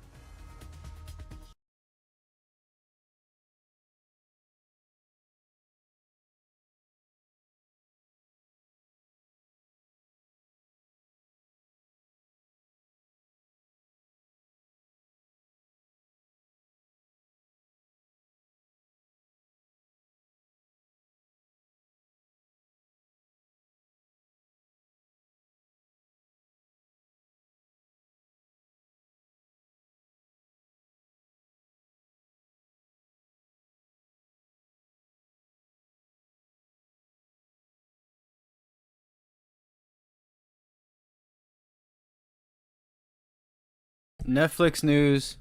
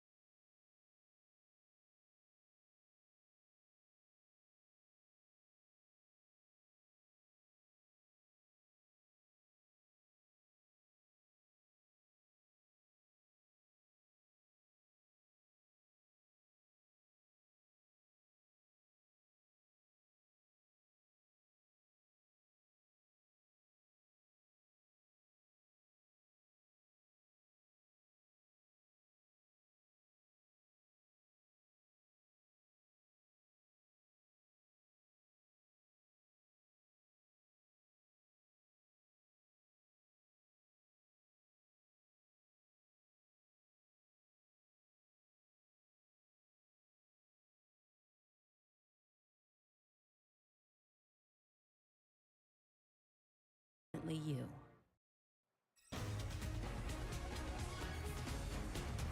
Welcome back to the exchange. Little different picture. Definitely still green on our screens today, but the Dow has cut its gains in half. It's up 141. The S&P is up 9 to 45.64, and the Nasdaq is lower today by 11 points. And by the way, some key names about to report, as we just mentioned, Netflix, Tesla, among others. Netflix shares are lower right now. And we want to zero in on shares of Joby. We highlighted the stock on the show recently as excitement about these smaller electric aircraft gain hold, the kind of thing that could take you to the airport, for instance. But the shares are down 17% today after JP Morgan downgraded downgraded the stock to underweight. They call their recent outperformance largely overblown, saying they decoupled from fundamentals after, look at this, a 250% rally since Jan 1. Now, we spoke with Canaccord's analyst last month who initiated the stock with a buy, saying the eVTOL sector, as it's known, could reach 45 million monthly active users in the next decade. But JP Morgan's, on the other hand, saying they're speaking with institutional investors and sense a lot of skepticism around the actual timing and size of commercial opportunities over the next decade. If you want more on that call, head over to cnbc.com/pro. Over to Tyler Matheson now for a CNBC News Update. Kelly, thank you very much. Here's your CNBC News Update at this hour. The Pentagon announcing just minutes ago a new round of aid to Ukraine, the additional security assistance totaling $1.3 billion. And the Pentagon says the money will fund munitions and critical air defense capabilities, including surface-to-air missile systems. Two IRS whistleblowers testifying now before the House Oversight Committee on the Hunter Biden investigation, both critical of Attorney General Merrick Garland and the U.S. Attorney David Weiss, who oversaw the case, criticizing them for gross mismanagement throughout the investigation and abuse of authority with DOJ tax and the Delaware U.S. Attorney's Office. And Live Nation says Travis Scott's concert at the Pyramids of Giza has not been canceled, contradicting previous reports. I can use my tickets now.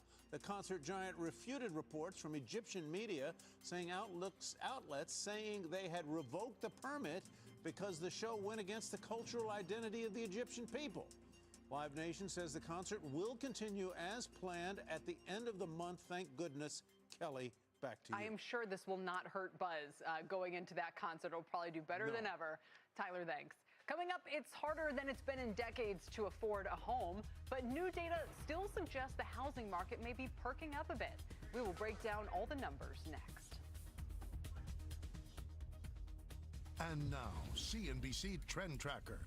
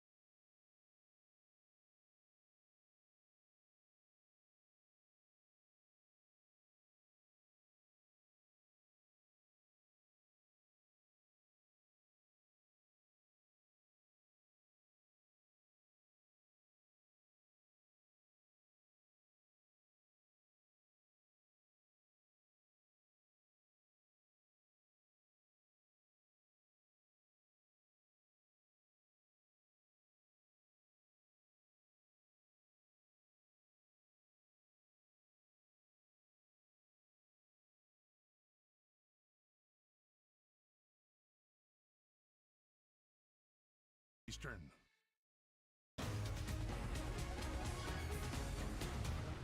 Welcome back. The home builder stocks mixed today like the rest of the market. Bees are touching a 52-week high earlier, still up almost 3%, but Toll and Pulte are slightly lower after the latest data on new construction. For that, let's bring in Diana Olick with the numbers and the takeaway, Diana.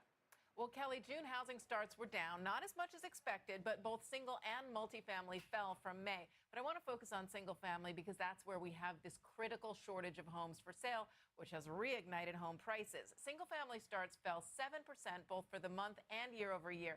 This after a massive jump in May that was revised lower. Builders said in the sentiment report yesterday that they were still getting strong demand due to low resale supply, but they're up against higher mortgage rates and higher costs for materials as well as material shortages. Now, lumber is getting some chatter after the starts report today. Lumber futures are up just over 12% since May, and that is partly due to the Canadian wildfires and slower deliveries of lumber. That's a big hit to builders already paying more for other materials. Single-family building permits were slightly higher from May, but down 3% year over year. Builders are clearly just being careful, especially as mortgage rates were over 7% at the end of June and have not come down much off that. Builders reported lower expectations for sales over the next 6 months in the sentiment report, and that, again, is due to those higher rates hitting affordability. Higher rates are still, though, keeping current homeowners who are paying much lower rates in place, and that should continue, maybe, to benefit the builders. Kelly? I don't know if it was your data or the weekly data or Andy's data. We'll talk with in a moment, Diana. But did I hear that refis, who in the world is refiing when the mortgage 30-year fixed rate is 7%? You have to keep it in perspective. Yes, refinance MVAS is going up because of rates came down from that 7% level to like 6.85. So when we say they rose a little bit from a very low amount. So you have to keep it all in perspective. They're still way down from a year ago and barely 25% of the mortgage market right now. They were, during the pandemic, 80% of mortgage demand. And maybe there it is, microvision. Base would be anybody who, got the worst possible timing, maybe like a 7.3. Right, exactly, and thought, okay, well, let me jump in and every little bit, I guess. Diana, thanks very much. We appreciate it. Diana Olick. Potential buyers. Look at Microsoft falling out of the sky, guys. Would be good news. Home prices might be starting to firm up and, dare we say, rise again. Joining me to explain is Andy Walden, Black Knight VPs of Enterprise Research. Andy, it's good to see you again. Welcome. Good to see you, Kelly. You warned months ago this may be coming. You think it's starting to happen? It definitely is. If you look at our Black Knight home price index for the month of May, you saw the 5th consecutive gain. You saw home price growth equivalent to 8.9% if we saw that for a 12-month span. So yeah, absolutely, we're starting to see a shift, and it's gone from firming to heating out there in the market. Explain that a little bit. Give us the numbers. Yeah, so it's 0.1% year over year, so effectively flat from the same time last year. But if you look at seasonally adjusted month-over-month changes, it's up 0.7% in May. That's effectively what we've seen over the last 3 months. And if you saw that type of growth for a 12-month period, we'd be talking about home price growth over 8% again here 12 months from now. So, we'll see if that trend continues to hold as strong as it has been over the last couple of months, but certainly some signs of reheating. So basically, if we sustain the recent price increases that you guys are tracking, and if it shows up in the Case-Shiller or FHFA or whatever, and if we sustain that pace, we could be talking about an 8% increase in home prices over the next 12 months? Year over year, right? That's what it's equivalent to. Now we'll see what takes place, right? Because we're still seeing this kind of odd position where we're seeing very weak demand out there. If you look at where it was in early July, we're still 35% below where we traditionally would be in terms of purchase rate lock volume in our Optimal Blue platform. So still weak demand out there in the market, but again, we're still 50% short on inventory. So when weak demand runs up against even weaker supply, you see prices firm and heat up, and that's exactly what we're seeing. Yeah, and again, there's probably a lot of new homeowners out there going, okay, well, at least I didn't buy and immediately find myself 20% underwater. Right. But if you haven't bought yet, you're going, okay, this picture keeps getting worse. Yeah, folks that haven't bought are just, they continue to get hit with blow after blow after blow. I mean, we saw home affordability hit a 37-year low last October. It just reset that low in July of this year while home prices are firming up. And so you just really can't catch a break for those folks that are out there shopping. All right, I think I'm going to go ahead and If we're trying to unlock inventory to normalize the market, this is tail, now a this is double a whammy 3 because no minute. one wants to move and pay a higher mortgage rate. No one wants to move and pay rising and I elevated think I'm home going prices to. either. If I think prices I'm. crash because of rates and we're down It's 30%, tough. people might go, you know what, I can find a I bargain. want to but wait for this that thing doesn't to sound like have the some case right now. momentum. Yeah, exactly. And when I say momentum, I mean like in market hours. So I don't have to worry about limit orders and all that fun stuff. And that's kind of been the story so far throughout 2020. I'd rather So be those folks exiting still locked in. You trades still have two-thirds of after folks that hours have a rate 3 than trying to get points in. below what they can get You know, today. trying to get an So you're not entry seeing and those trying to folks get budge out, Now, you all are that. seeing, despite the June pullback that Diana was talking about, broadly speaking, if you look at new construction, Again, I could you're just seeing set some orders relatively at good numbers. You're places. still seeing some decent supply there in terms of homes under construction, but those existing sellers that are that lifeblood just simply aren't moving.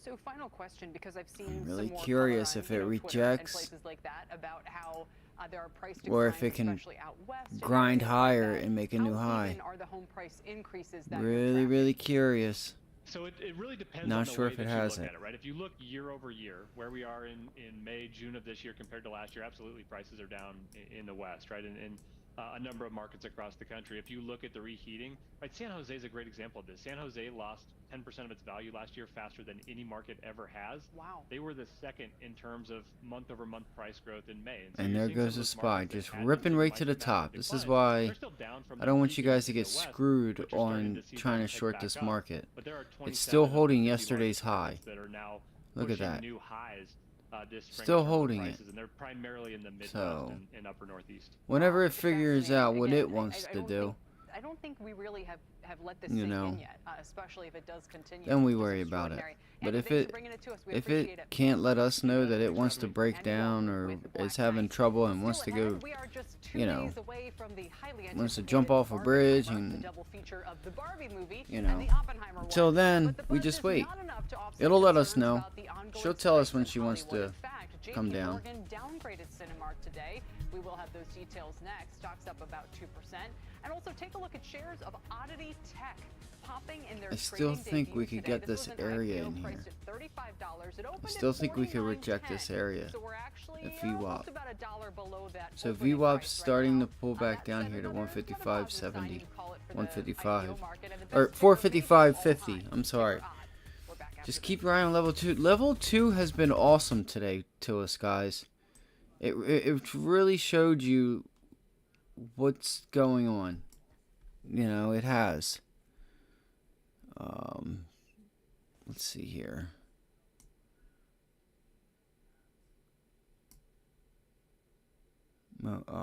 Carvana has, let me see. Carvana's got some strength, guys. Just so we're all aware. When you put in new lows, your indicators put in higher lows, and the stock puts in lower lows. That's a bullish reversal. You know, not all the time. Nothing doesn't have to be set in stone, but that's momentum, and that's like that's the breadth of it, the market breadth of the stock, breadth. I don't know why I'm talking like you guys are like 5 years old or something, or don't know how to speak English or something. I don't know. So it's holding up, held a 50% retracement in this morning low, and then we pulled back up to the highs, made a high a day, pulled back to 38.2 fib. Now we're holding. Now I think I want to start entering Carvana. Carvana is on the list. It's 2 o'clock. Let's see what we got.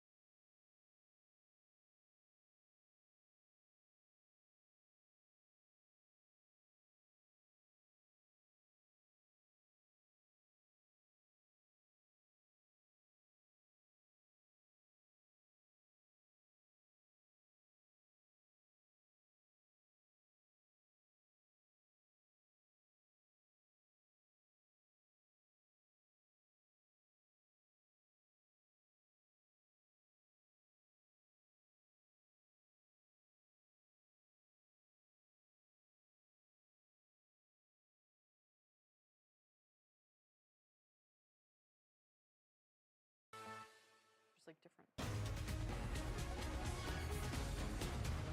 Welcome back to The Exchange. Cinemark shares down 8% since the Writers Guild of America went on strike in May, and they're down 4% just since last Friday when the Actors Union joined them, essentially shutting down Hollywood. They're rebounding a bit today. But Wall Street's now taking notice, with JP Morgan downgrading the stock to neutral and cutting their price target to 18 from 21, saying the actors' strike limits the film supply outlook. Investors had been hoping for more of a bounce from the movie stocks from Barbie and Oppenheimer premiering this weekend, aka Barbenheimer. CNBC.com entertainment reporter Sarah Whitten is tracking the action, and you're here with me today, which is very nice. Welcome. So let's start with, you actually have some figures behind this. What do people think the opening weekend might be here for so-called Barbenheimer? I mean, the numbers keep going up and up. I mean, 2 days ago, they were saying 90 million. Now they're saying as much as 140 million for Barbie, and that's just Barbie alone. Add in Oppenheimer, and you're looking between 40 and 60 million. So it could be $200 million this weekend just with those two films. That's not including the other films that are still out there, Mission Impossible, a number of other titles. So that's kind of crazy that it's going to be 200 million just from those two movies. When's the last time we had that big of an opening weekend or a box office weekend period? It's been a while. It's been a while. We've had a few big hits with Super Smash Brothers and movies like that, but we haven't really had a true summer blockbuster weekend in a very long time. And I saw some positive analyst commentary about the likes of Cinemark and the other movie stocks on this earlier, because again, finally foot traffic and people buy all the, the stuff that goes with it, and they just start to think about going to the movies again, which seems to be something we had lost practice in doing. Absolutely. I mean, that foot traffic is very key because they only get a certain percentage of those ticket sales. They're making all their money on concessions, alcohol, and, popcorn. So, these cinemas are very happy to have these two double features, and especially seeing that people are going to see both of them in the same weekend, sometimes on the same day. I know NATO, the National Association of Theater Owners, came out and said 200,000 people have bought tickets to see both movies this weekend. Wait, there's another NATO? There is another NATO. I'm thinking to myself, wow, this is getting geopolitical. Yeah, but no, I'm sorry. I like to clarify. National Association of Theater Owners, NATO. My NATO. Exactly. So the kind of ironic twist to this is along comes perhaps the weekend that will save or restore the box office, and now we have a writer's strike. I mean, what's the potential for that to chill the pipeline of movies over the next, 6, 12, 18 months? For sure. I mean, for right now, Barbie and Oppenheimer are going to be fine. They got their marketing in early. And really only saw a week where they couldn't do some press, and they weren't having late night because of the writer's strike. With the other films, it's really going to come down to everything's in the can for this year, for the most part. There's a few special effects things, but it's really going to be 2022 and 2024 that 2024 and 2025 that you're going to see some delays. Marvel has already pushed a number of its movie out on its slate for Disney. And you notice that Disney is not appearing at Hall H this year to announce any projects. At San Diego Comic-Con. So we'll see something if this continues, which most people expect it will. We should see a little pipeline clog up. That's amazing because we're only in 2023 right now. So we're talking about years from now that people, so is there anything else that could fill the theaters in the meantime? I mean, we'll probably see some legacy titles come in through, something like Fathom events that do sort of 20th anniversary specials or, Father's Day specials or Christmas specials where they bring in legacy content and put that in theaters. But on the TV side, you're going to probably see a rise in reality TV shows and unscripted. Yep, and I've heard that even influencers, if they ever want to be part of the union, they can't, Yeah, can't cross the line right now. Can't do anything that might violate that, so that kind of maybe rules out some of social media. If this strike were suddenly resolved this weekend, maybe these concerns could quickly go away. But what are you hearing on that front? What I'm hearing in Los Angeles and on the streets is this is going to take a while. This is not going to get solved in a couple of weeks. This is, the writers and the actors are in it for the long haul. They're looking to get some of the residuals, get some of those guarantees in their contracts, and it just seems like there's a lot of animosity out there right now. And it's going to take a little while to get back on good terms before they can come back to make a deal. I was just reading some of Fran Drescher's pointed comments about Bob Iger, for instance, and thinking this doesn't sound like a situation that's about to go away. No, it doesn't. Sarah, thanks for joining us on these early days of what could be a long strike to come. We appreciate it very much. Thank you so much for having me. Sarah Whitten. For more and the full story, you can head over to CNBC.com.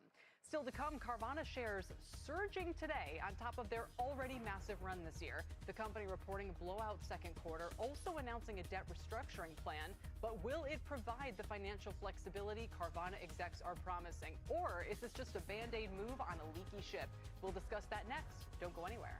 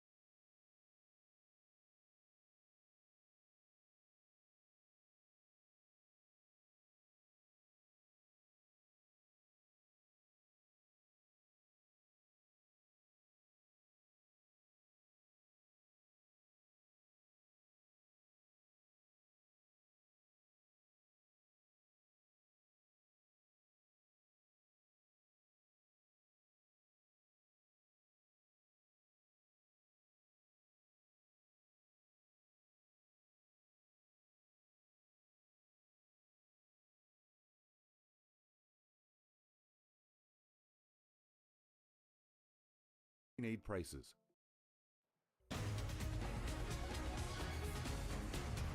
Welcome back to The Exchange. Shares of Carvana surging as much as 43% today after the company reported a narrower than expected loss and almost a doubling in gross profit per unit from the previous year. But it's also Carvana's billion-dollar debt reduction that's really catching investors' attention. That restructuring is part of an effort to slash Carvana's debt load after it raised billions to capitalize on that pandemic surge in used car demand. But of course, the market slowed shortly thereafter. In a separate filing, Carvana also says it'll sell up to $1 billion worth of stock to raise capital. So does the street really think this financial engineering will pay off, or is this just a short squeeze? We turn to none other than Herb Greenberg, senior editor at Empire Financial and a CNBC contributor. Because Herb, and I apologize if I missed, I don't actually know your thoughts on this one. I'm guessing in one way here, but I would like to know if you think they're being opportunistic. I would say if there weren't such a big short position, they'd be in real trouble, at least from their stock price perspective. Look, a few weeks ago, I wrote a piece for Empire, and I put it up on my Substack, my Herb in the Street on Substack, where I said, welcome back to Fantasyland, because that's kind of where we are. This is exactly what it is. I mean, think about this. Have people lost their minds, Kelly? I mean, look, Carvana is a market cap of about $9 billion, $9.3 billion as of a few minutes ago. That's more than AutoNation. It's almost as high as CarMax. That, my friend, is nuts. It makes no sense. Think about what we're talking about. We're talking about a company. I'm sorry, I get so worked up about this. We're talking about a company that did an arm's length debt restructuring with its founders. And then they're going to pay more interest rate. And then they're going to dilute. Hey, shareholders, you're lucky. You're going to get diluted. And then if you take a look at it, what did they really do? They really cut costs. They're still losing money. Oh, and if you look at the press release, and this is the thing that gets me, just look at the press release. The headline of the press release: Carvana delivers best quarter in company history for adjusted EBITDA and total gross profit per unit. This is one quarter. It's adjusted EBITDA.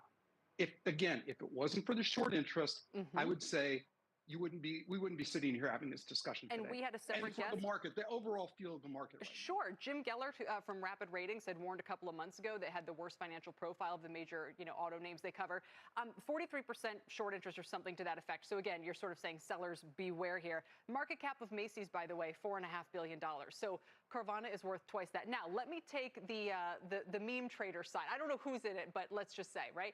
It's the future, Herb. I used to see their trucks up and down our neighborhood. They're being opportunistic, Herb.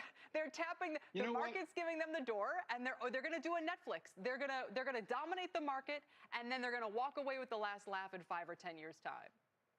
No, in fact, I'll say in 5 or 10 years' time, we're going to say, what are they going to be doing with those big towers they have, those elevators? Right. What are they going to become? Look, I give them credit for one thing. They disrupted the industry. They disrupted the industry. They caused CarMax to have to go back and retool itself. I give them that. But the reality is they've got a ton of debt. They've got a lot to prove. They hire turnaround experts. Who knows what their financial engineering plans are here? But I would say that, we're back in a market that works for Carvana, and we're back in that market right now. Let's come back and see what they do next quarter and the quarter after that. Because that's what you really have to look for here. One quarter does not make a trend. If you were the CEO, if they came and said, "Herb, listen, we think you do great work. We know we have a that would be stupid. We know we're in a pickle. Wouldn't you be doing the same things right now? Paying off debt, using the equity. Who knows why? It's like what AMC did, right? They said, I don't know, people are huge fans of the stock. We might as well, take the opportunity and go for it. You will do whatever you have to do to get investors' attention and move the stock higher, because the higher the stock, the more finagling you can do with the financial community. Who knows if there's something else what else they have lined up here. But I think the business model has yet to be proven. Again, they were a great disruptor, and they did it. As we can see, the company blew up not because they were such a great company. It blew up because they had to bare their souls. And when people saw what it really was, look, it's a real business. We see the towers.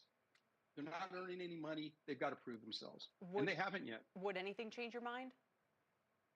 Yeah, if they start, if a forensic accountant can come in there and really go through the numbers once they start earning money and showing that this is genuinely high quality profits, and you can compare it to, say, a CarMax, yeah, maybe then. But I don't think that's going to ever be an issue. Herb, thank you so much for joining us today. We appreciate it. Herb Greenberg with Empire Financial. By the way, Jim Cramer will have an exclusive interview. I honestly agree with Herb. Tonight. Maybe can put I honestly agree with him. That'll be on Mad Money. Oh, he's on. I certainly won't miss it. I won't either. That's so For more funny. analysis on markets and the economy, I want to you see can sign up that. for my newsletter at cnbc.com/newsletters, or just scan that QR code on your screen. Coming up next on Power Lunch, 3 stocks poised for a breakout. We're bringing you some technical support. We always need it. There's Tyler getting ready, and I will join him on the other side of this break.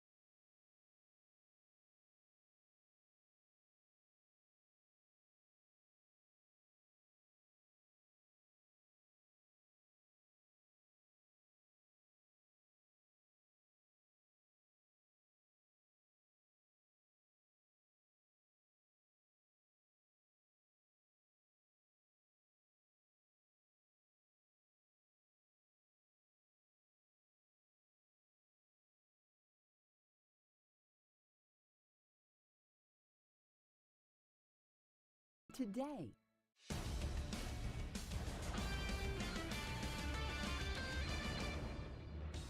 Good afternoon, everybody, and welcome to Power Lunch. Alongside Kelly Evans, I'm Tyler Matheson. Coming up, money and politics colliding in 2 key stories today. First, a potential move to ban stock ownership by lawmakers and their staffs. Some say the move is long overdue.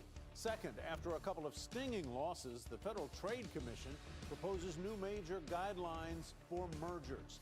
Plus, shares of AT&T bouncing back today after responding to reports about lead-sheathed cable lines, the company downplaying the issue. We'll get a doctor's explanation on just how serious this issue may be. Tyler, thanks. But first, let's get a check on the markets with stocks higher again off the highs, though. The Dow is trying to put together an 8-day win streak. It's still up 130, a pretty comfortable margin. The S&P up 0.25%, but the Nasdaq is negative by 5 points with a couple of big components like Netflix and Tesla about to report. It's all about earnings right now. Check out Elevance, the healthcare company. It beat on earnings, raised guidance. Shares are up 5%. It's helping the whole health insurance group, including United Health. And that is giving a nice boost to the Dow. And the big earnings we're watching after the bell, Netflix and Tesla shares. Here's, by the way, the health insurers, UNH up 1%. Netflix is lower, though, and Tesla has just turned lower, which those shares were previously at a 10-month high. Tyler? All right, thanks very much, Kelly. We will begin with a civil war of sorts brewing in Washington over investing. 2 senators set to propose a ban on U.S. lawmakers and executive branch members from owning individual stocks. Emily Wilkins has more. Emily. Well, Tyler, this is an issue that lawmakers in D.C. are simply not letting go of, whether or not they should be allowed to trade stocks. Now, currently, lawmakers can, so long as they follow reporting requirements, which they often do not. And several members also have come under scrutiny in recent years for trades that appeared to use insider information.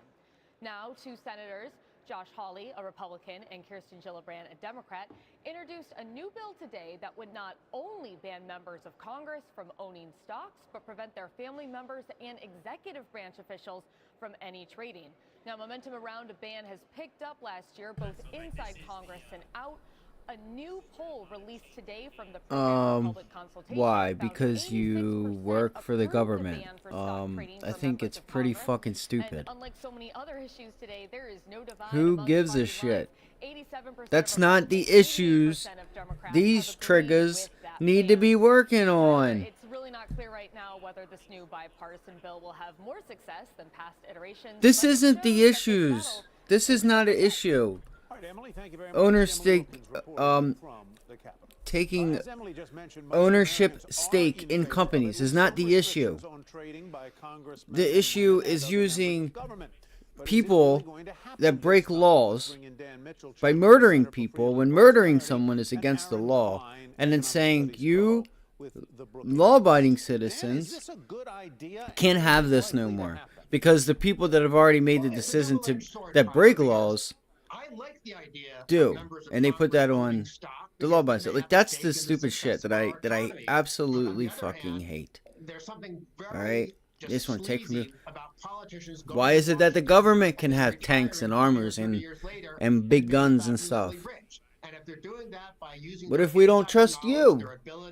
It's just not even about trust. It's just the fact of the matter is, who are you? You're an American just like every one of us. All right. You know, there's no reason to use the excuse of someone being stupid and saying you as a law-abiding citizen shouldn't have this or that, because the person that's not a law-abiding citizen misuses it. And it's like this idea that the government can just solve every problem. We don't want you to solve the problem. We can solve it, if so need be. And I'm just talking about guns.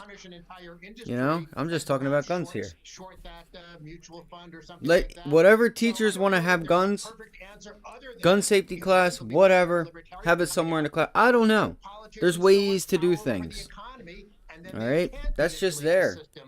Let's talk about going to the mall.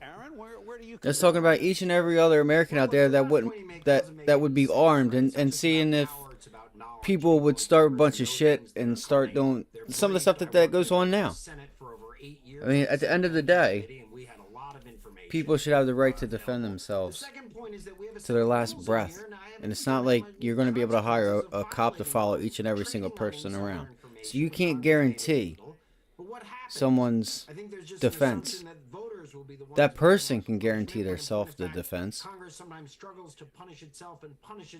But you want to take stuff away, have more cops, do this, do that, because they're not your friend. And then they act like they're your friends. I mean, Christ. People in Delaware don't even like Joe Biden. He's from Delaware. PA, same difference. Like, that should tell you everything. That should tell you everything, guys. The fact that they want to attack a former president the way they do tells you everything that you need to know. Senior government officials shouldn't be in the stock trading business. Very different than in broad-based investing. It's an interesting point. As many people know, we are subject to certain restrictions here at CNBC. For example, on-air talent like Kelly and myself cannot own any individual securities, corporate bonds, corporate stocks. We are able to own mutual funds and ETFs and other kinds of securities. But yeah, the securities are not the issue here. It actually might help somebody out if they're smart enough to use their head and go read filings. Put their money to work in the same places. How far down would you go in there we go. Come on, man. I need Spy to break down. Let's go, Spy. I don't want to keep sitting here trying to short this thing and it not work. If you're an owner of Google, you don't have to be trading it to profit from inside information, right? You can know what's going on here and put more money into the stock if you wanted to, or sell it because you knew something was coming. No, but buying and selling the stock is trading. There's a distinction between saying you owned Google when you entered government, and you could own, and you own it till you What's leave. this fucking dumbass talking about? Google stock that you walked into government with, you have to leave government. Otherwise, it's yours, and whatever information you have. Yo, go comb your goddamn hair, bro, and stop looking like a goddamn fucking whack job. Because you sure are talking like it. Can come up. And the second point is, I think we need to have a little bit of de minimis. If you have $1,000, if you have $5,000, if you have 1% of your net wealth, it's very different than if you have 10, 20, 50%, if you're investing in large amounts. You make an interesting point. Dan, I want to get you in because I saw you shaking your head there. We have to move on to the next topic. You're going to play in it. But what was your final thought there, Dan?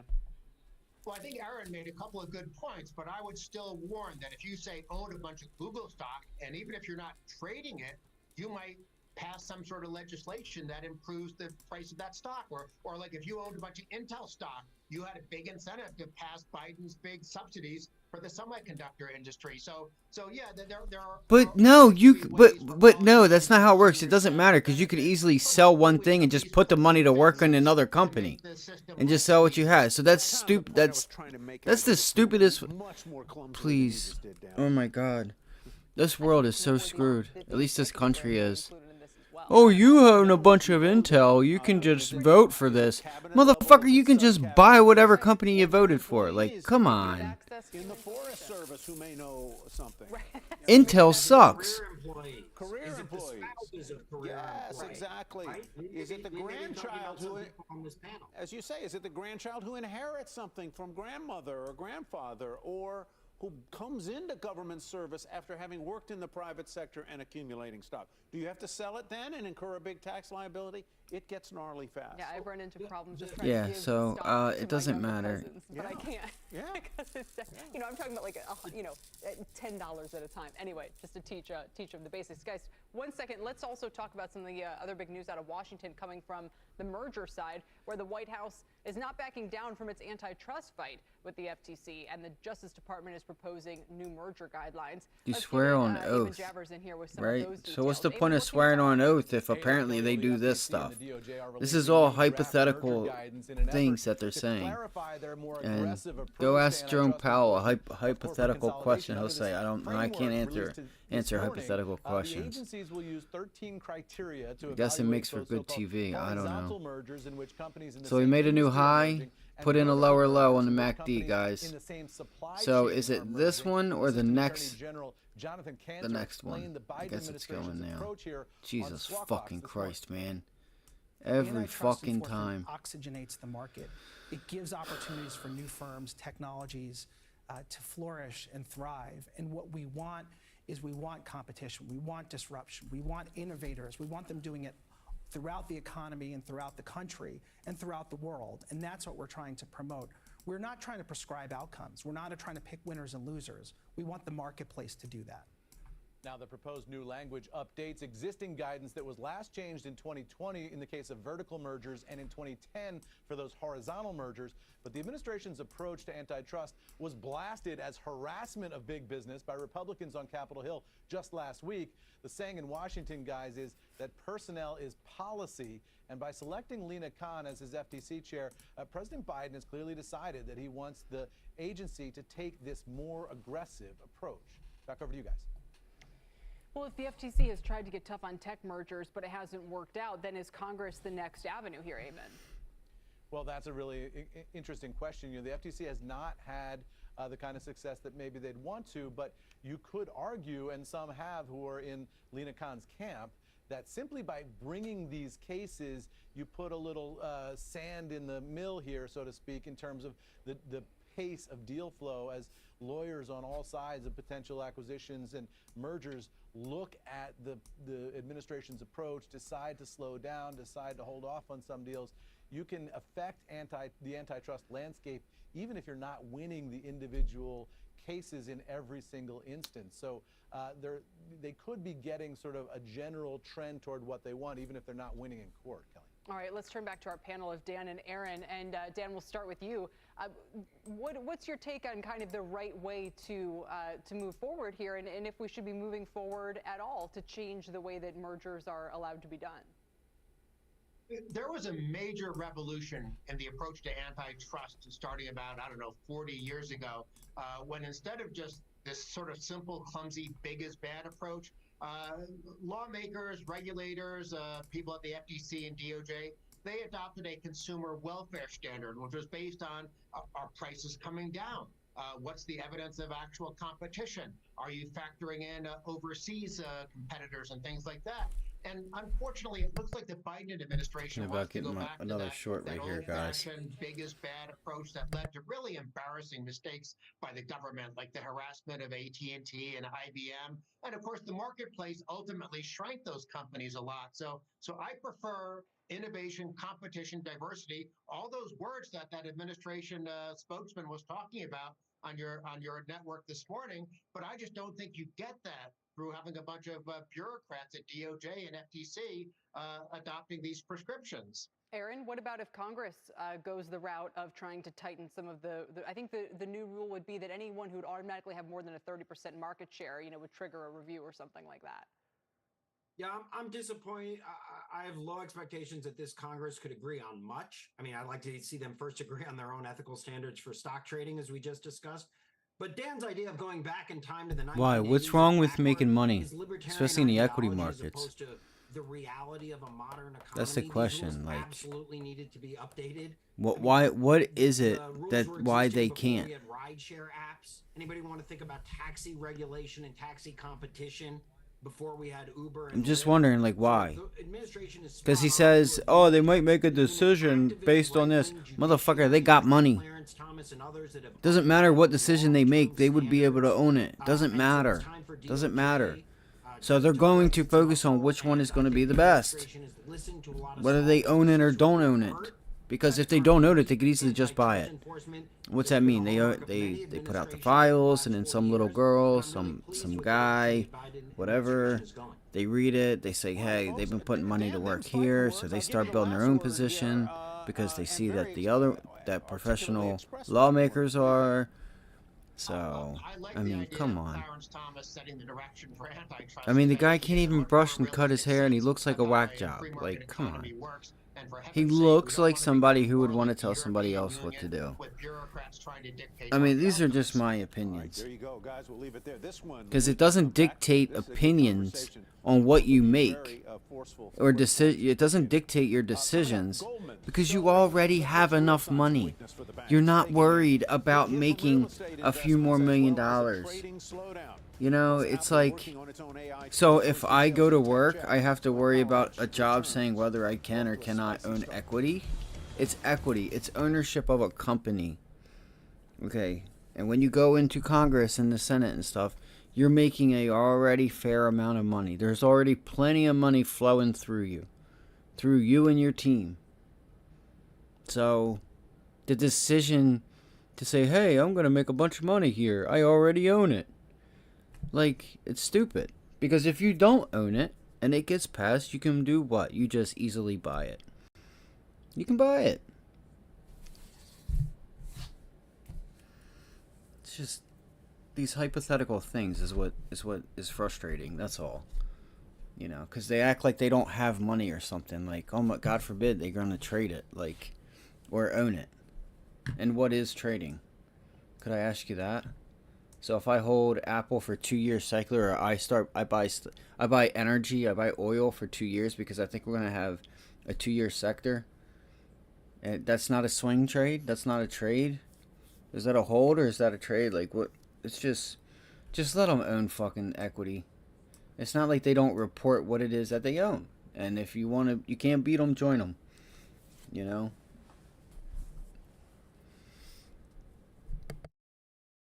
To say about that.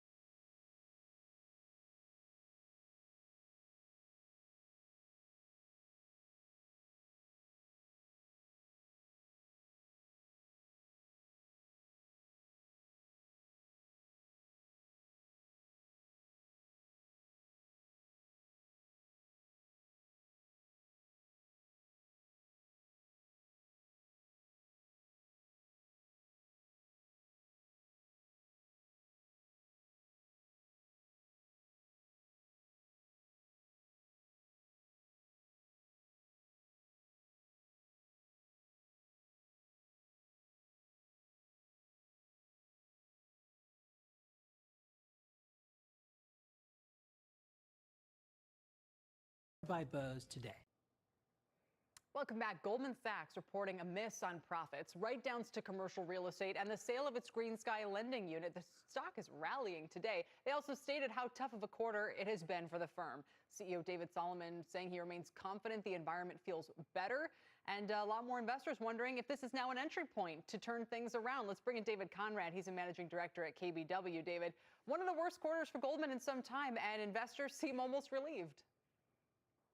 Yeah, it was a tough quarter, but I think it was largely expected. I mean, they had guided to quite a few of these charges. And I think if you take a step back, some of the charges, whether it's goodwill impairment, Green Sky, impairment on private equity, or the consolidated real estate investments, these are kind of really investments that weren't really getting part of their valuation.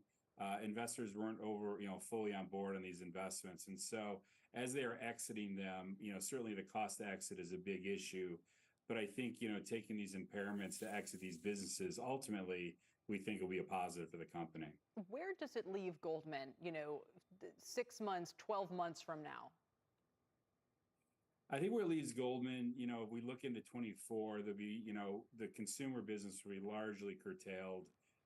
We'll see, with the Apple relationship in terms of the cards business, but presumably Green Sky won't be part of it. I think the bigger issue, though, is some of these equity investments that took the charges these quarter. If you go back a couple of years, equity investments were over 20 billion. Now they're 13 billion. These are really heavily capital intensive businesses. And so I think freeing those things up, shrinking those investments, and really focusing it on the investment bank, trading, and asset management will be a much more capital free business and will allow a lot more buybacks and improve the profitability. Do you have to have investment banking and deal flow come back for Goldman really to light it up? Yeah, I think you do. And I think that's why you kind of want to own the stock here, because we're at the trough of that activity. We are seeing, I'm sure you said on the show many times, the green shoots coming through, but announced M&A is up quarter on quarter, ECM is up quarter on quarter, and we've just been in a over a year lull in this activity. And so with the Fed nearing end of the tightening cycle, with inflation coming down, we think those businesses are set up better for 24. But you definitely need that leverage in the capital markets to get the ROTC up for the business. So what I'm hearing you say, not to put words in your mouth, though I'm really expert at that, is this is an opportunity to get in at a trough point of at least one of their critical businesses. I think that's right. I think when you look at it, it's trading at 1.1 of year-end tangible book. I think that's a pretty attractive valuation. Mm-hmm. I think the rest of the year is gonna, there's more noise to come with exiting the consumer, but I think it's going to be largely cleared up by year end. And yeah, you are positioned really well with an attractive valuation, a company that's really strongly capitalized with hopefully momentum in these businesses. David, thank you so much for your time today. We appreciate your insights. Thank you. David Conrad, KBW. Coming up, we're calling in tech support. The chartmaster Carter Worth will be here with a look at 3 stocks and where they're headed. Don't go anywhere. More Power Lunch right after this.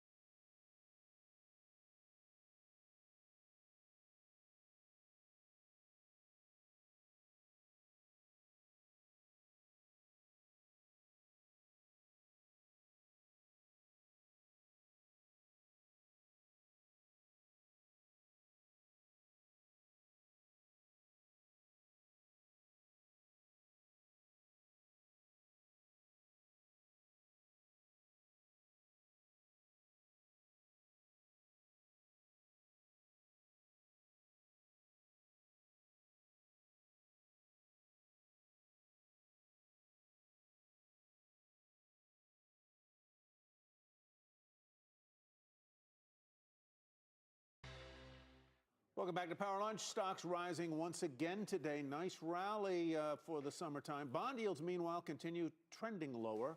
Rick Santelli joins us now from Chicago with more. Hi, Rick. Yes, Tyler, we're rallying on the price of treasuries, pushing those yields down, but not all at the same speed across the entire curve. Look at 2-year and the furthest maturity 30-year bonds on one chart.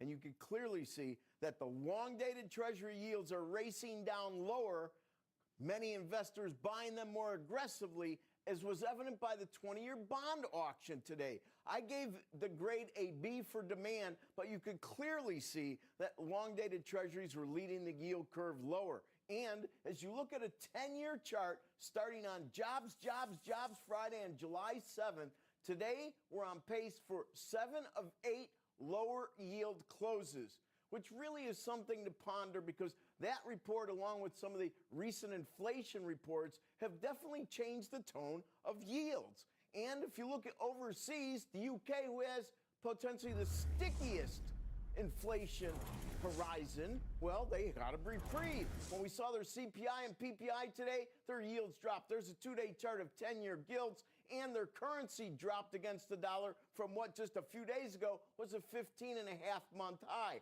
And as you look at a dollar chart starting on June 1st, This is important right here, the dollar guys. index has not had a very good time lately, but we What do he's see some saying. buoyancy around that psychological level of 100, thanks to much of the European currencies starting to slide along with inflation. Kelly, back to you. That was definitely welcome news, Rick. Thank you very much.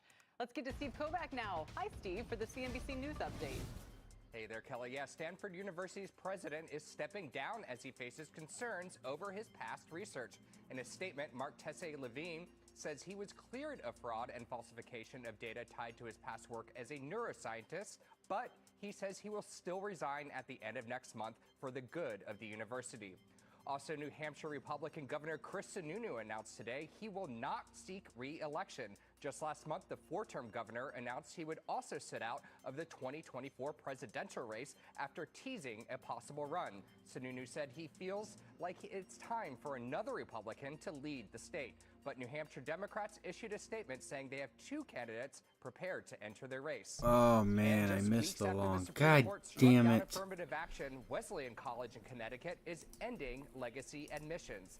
The practice I'm receives telling you scrutiny guys, following the there's High going to be a Court's play ruling here on because white, TLT. wealthy applicants tend to benefit And this is from going to legacy make, this can programs. make you a lot of money when it MIT, comes, Amherst, guys. and Johns Hopkins are among It's other going to go. institutions that And when it receive goes, if admission it can break out of this for range that children it's of been alumni. in, Tyler, I'll send things back over to you. it's going to be a monster. This is why I told everyone to buy it while it was in the 90s. Scott Gottlieb will join us to discuss Look at it. It's done nothing but rally its ass off, man. and several other Fuck. important topics. We'll be right back.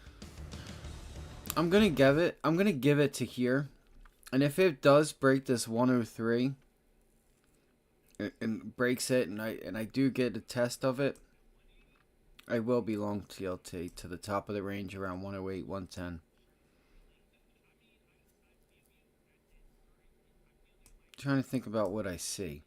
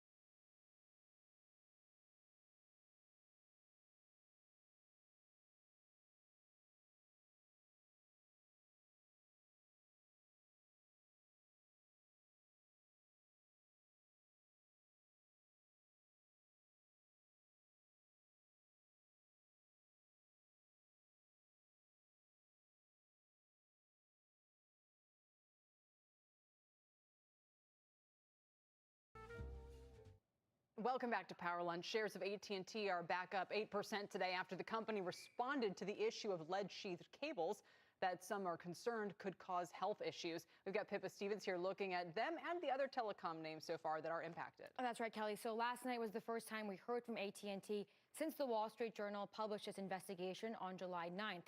The company saying that lead-clad cables represent less than 10% of its copper footprint of roughly 2 million sheath miles, while also saying it strongly disagrees with the journal's conclusions. AT&T's rebuttal was convincing enough for some investors, with the shares rebounding today after falling to a 3-decade low yesterday and posting 10 straight days without a gain. Stocks of other legacy telcos with possible lead cable exposure, including Verizon, Lumen, and Frontier, also surging, although all 4 stocks are still in the red this month, with more than $30 billion in market cap wiped from the sector since the initial report. Now, AT&T and Verizon are widely held stocks in part because of their traditionally attractive yields. One or both of the stocks are owned by 1 in 10 U.S. mutual funds and ETFs, according to Morningstar Direct. For equity funds specifically, that number rises to almost 15%. And we've seen an uptick in options trading activity amid the sell-off, with volume spiking yesterday. Open interest has also increased while the put-call ratio has declined, according to Schwab. And taken together, that could point to investors betting the upside will continue after the stock became extremely oversold. But Wall Street remains divided. Argus cut AT&T to a hold rating, pointing to, quote, new material, stuck to its buy rating today, saying, quote, this doesn't seem like a $34 billion problem. The one thing they all agree on is that there are still a lot of unanswered questions. All right, Pippa, thank you very much. Pippa Stevens reporting. As the telecom companies face pressure over concerns about cables covered in lead, just how big of a danger does the potential exposure pose? Here now to discuss that and more is Dr. Scott Gottlieb, former FDA commissioner and a CNBC contributor. Dr. Gottlieb, welcome as always. Good to have you with us. Let's talk about these lead-sheathed cables. Do we know enough to come to any firm conclusions about the dangers they may pose? One thing we do know is that lead is a danger no matter where it is. That's right. We don't know what the level of exposure is from these cables right now. No amount of lead exposure, whether it's inhaled or ingested, is safe. It stays in the blood for a period of 2 or 3 months. It could stay in the system for much longer than that, getting sequestered in organs or in the bones. And lead has deleterious effects on multiple organ systems. Its most damaging effects are on the neurological system. It can impair cognition and development, especially in young children. It also has substantial effects on reproduction. It lowers sperm counts. It can cause stillbirths and miscarriages. So you want to make sure that people aren't getting exposed to lead. Now, the question is how much lead exposure is happening as a result of these cables. And I suspect that's going to need to get resolved by the EPA. The EPA probably has authorities that it could use right now to step in, investigate these cases and make a determination about how much lead is actually leaching into soil or water and potentially getting into human consumption as a result of these cables. There's probably going to be certain parts of the country where cables are leading to exposure to humans of lead, and there's probably a lot of other parts of the country where these cables are buried and they're going to be best left alone. That taking them out is probably going to cause more harm than good. So I think you're going to need an authoritative judgment on that and a risk assessment. And that's ultimately going to come from EPA. As was the case in, I believe it was Flint, Michigan, it would seem that maybe the biggest risk would be if these cables were near water supplies. In that case, it was lead pipes in the water system. That's right. You worry about access to water, and some of these cables undoubtedly are going to be near water supplies and probably are leaching lead into local water systems. I suspect that that's the minority of cases where these cables are buried. Just looking at some of the reporting that's been done, the very good reporting from the Wall Street Journal. You know, we worked a lot with EPA when I was at FDA, and a lot of that work was on setting allowable limits in different environments for things like lead and other contaminants, other chemicals. Like I said, lead, you don't want lead exposure no matter what, but there's going to be instances where these cables are buried and left undisturbed. The lead isn't getting into any soil or water supply where humans can get access to it. There's going to be other cases where humans are getting access to that lead, and it is contributing to lead levels in children and adults. And those are the cases where you're going to want to remove those cables. EPA can make a judgment. They're going to have to set, sort of a stricture, a sort of framework around where these cables are going to get removed and where they could be left in place. And also there's questions about whether you can sheath some of these cables to prevent lead exposure, particularly the ones that are on overhead wires. Dr. Gottlieb, let me ask, because this one seems like, because the lead risks are so clear and the evidence is so clear that there's been, like, for instance, people who have been fishing in spots with, 15 times the acceptable limits for almost 30 years. I mean, every paragraph in this original story details examples like this, the Lake Tahoe one with a camping ground and a lake, and you can imagine how many people over the years have been, there's not going to be any question of possible exposure and possible damage. So my question to you is, what's the precedent for these companies? Is there a precedent for some kind of structure or pay settlement that could help investors understand how big the financial risk might be and how it might be resolved? Yeah, look, I don't think that there's a precedent on this kind of a scale that's this distributed, attributable to one source of lead. And we know that people are still getting exposed to lead, but we don't know the source. Quest did a study, Quest Diagnostics did a study in Carvana 2021 looking at lead might levels break in down. children who were tested for lead. Most kids get tested for lead. It's about it. around It's the age coming of to my 1 or 2. target. And about half of the children had levels of lead, and you can't trace that back to a very clear source. We've done a lot to reduce lead exposure in the environment, taking out lead pipes, removing lead from paints and gasoline. Even if it took People until continue to tomorrow. get exposed to lead, so it's probably going to be from these kinds of environmental sources. I think demonstrating causality, except in the most I'd like to obvious know when cases this where someone was directly exposed to a source that was contaminated from one of these cables, is probably going to be difficult. I don't think that there's Well, I wonder when this precedent dilution's for going a to take company place. I having, needed to read it. Responsibility and obligation, facing potential I liability. need to read for it. something that's this But I will distributed. this afternoon Whether or not and- the and government get all steps that. in to backstop some of that, there's obviously funds that do that. This may fall under some of the clean water standards. Right. Remains an open question. Let's switch to the sort of If any of topic y'all everywhere these days, and that is AI. have questions or Is there a anything, just give me a scenario holler. under- I'm right here. As medicine begins to I think Carvana might break down though. I don't know. It's hard to into say. its various realms. It's hard to say. It's Is going to be there hard a to compete with some scenario selling under volume which like that. AI products could be deemed medical devices subject to FDA regulation?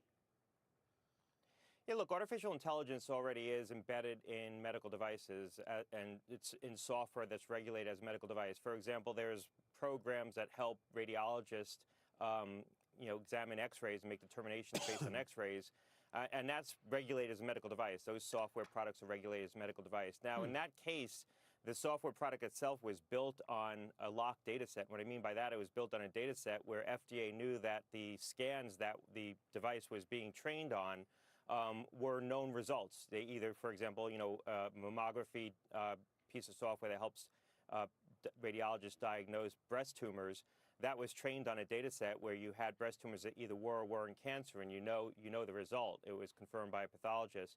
What's the difficulty is in these large language models, which are trained on open data sets, where they're trained on data that sometimes has mistakes in it. The FDA is going to take a different view with those kinds of AI tools that are trained on these large data sets where you can't guarantee the provenance of the data.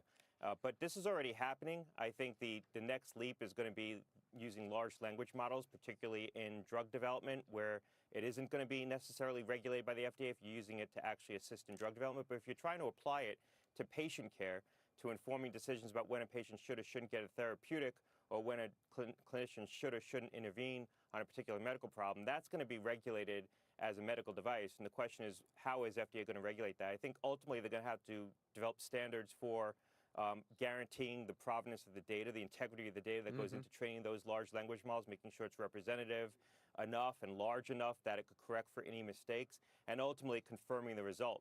Having some of these AI tools, running them against known data sets and making sure that they're giving accurate results based on known examples. Let's talk very quickly about weight loss drugs. How do you see them fitting in the medical culture? Is it going to remain that the best way to lose weight, frankly, is to have a healthy diet and exercise? Is that still the best way to go? These drugs are incredibly popular, and they are going to be marketed really, really aggressively. Not to the extent they aren't already. Yeah, the best way to lose weight is to have a proper diet and watch your calorie intake. I think that we're in the early innings of the use of these drugs. Right now, there were 5 million prescriptions written in last year in 2022.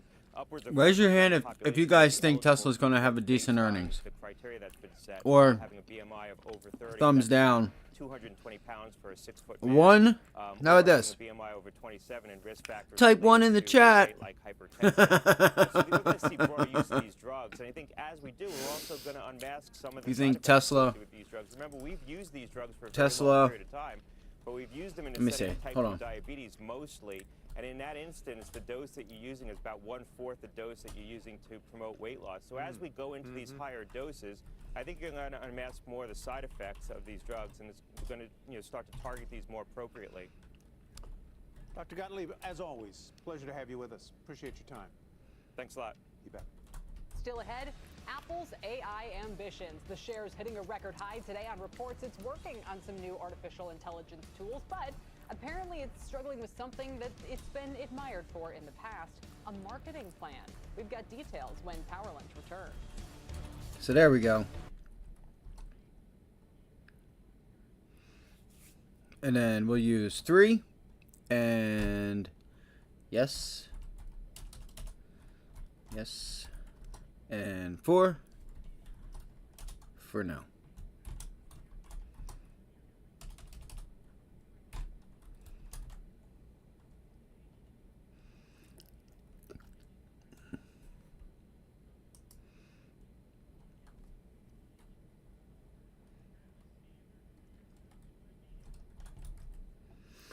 Come on. Earnings.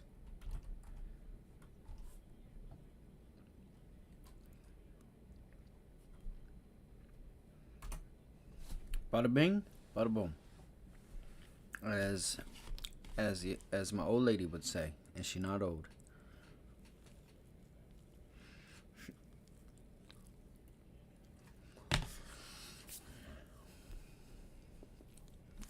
And this is why you don't try and get cute and short in front of a bull market. For this reason right here.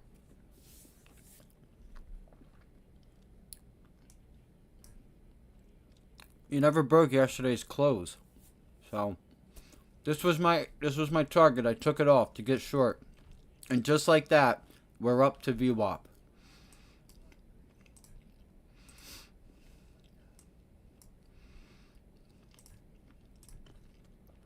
Now I think it's the time to go short. Really, you want to wait for after Tesla and Netflix earnings because that's what's. Wait till this afternoon.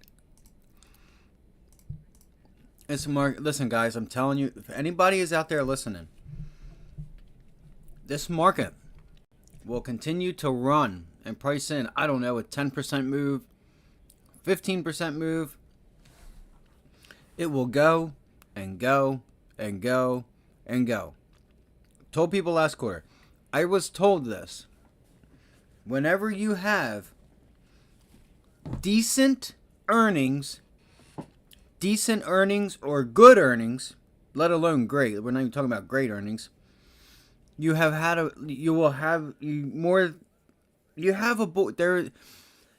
there's always usually a bull market rally of sorts with decent or good earnings. It usually will come down to the earnings at the end of the day.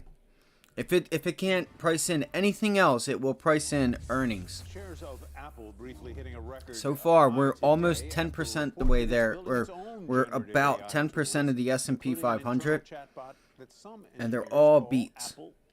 What has the market done? It's ripped. So Apple GPT, maybe we'll take a measurement and measure from where the earnings started till now and see where we are. But is working on its own large just I want you guys to model, remember so that. sort of like a ChatGPT that All right. insiders And you can have inside all the these company other employees can reasons use and why the test market out, should and go we know down. that But just Apple like is last comfortable quarter, the first being a quarter, second earnings were mover, so it good. shouldn't be all that They weren't surprising. great. But what made They were getting okay. in- They weren't getting bad. investors excited, and you saw the They weren't stock bad. pop on And what this happened? news, We rallied. is the idea that Apple would be able to monetize general AI. It's the same reason we saw Microsoft shoot up yesterday when We heard the announcement that it was going to be charging $30 a user to use some of these generative AI tools. We're at this phase of the bubble, guys. We're still, it still has the ability to mention generative AI to create a pop, but investors want to hear about monetization as well. You think about Apple's user installed base of 2 billion devices. If you could simply charge for some generative AI tools on top of that, the way that they charge for things like cloud services that bring their services revenue up so much, that is exciting. It is exciting, but I guess what's the concern about their marketing of this potentially, Deirdre? I don't think there is any marketing yet, right? Apple likes to test things internally before they come out. We heard that they were working on an AR, VR headset for a long time. Then we got the Vision Pro. So they're comfortable moving kind of slow and steady. I guess some concerns have been about Siri, right? That it has fallen behind some of the other AI assistants, and some general doubts over how much Apple is actually focusing on generative AI. But when you take a step back, you see that they are incorporating it into a lot of their different products on the devices, whether that be autocorrect or photos. So it shouldn't be surprising. Remember as well that Apple has a secret self-driving car project that would lean very heavily on artificial intelligence. Indeed. Deirdre, thanks. Deirdre Bosa, we appreciate it. Over to Dom Chu now for a market flash. Hi, Dom. All right, so Kelly Tyler, Carvana is soaring today on a slew of different headlines. We're going to start with the deal to reduce the company's debt by more than $1.2 billion in a restructuring. So the used car retailers reported around $6.5 billion worth of long-term debt at the end of the second quarter. The company is also selling up to $1 billion worth of stock in a restructuring and capital raising effort. And all of that comes as Carvana reports a much lighter than expected loss per share figure, along with revenue that topped analyst estimates. Now, Carvana stock has now gained over 1,000% so far this year, but it still remains a whopping 86% below where it was during its record highs during the COVID pandemic, Kelly, back in August of 2021. So keep an eye. Goes to show you the math you need to know about the markets. It's up 1,000%, but still down more than 80% off of its highs. What a shame. I'm sorry, Eastern time. Still ahead, poised for a breakout. CNBC Pro out with a screener of stocks about to make a bullish golden cross chart formation. We'll ask the chart master himself, Carter Worth, to break down his favorite names on the list for us. We'll get some technical support after the break.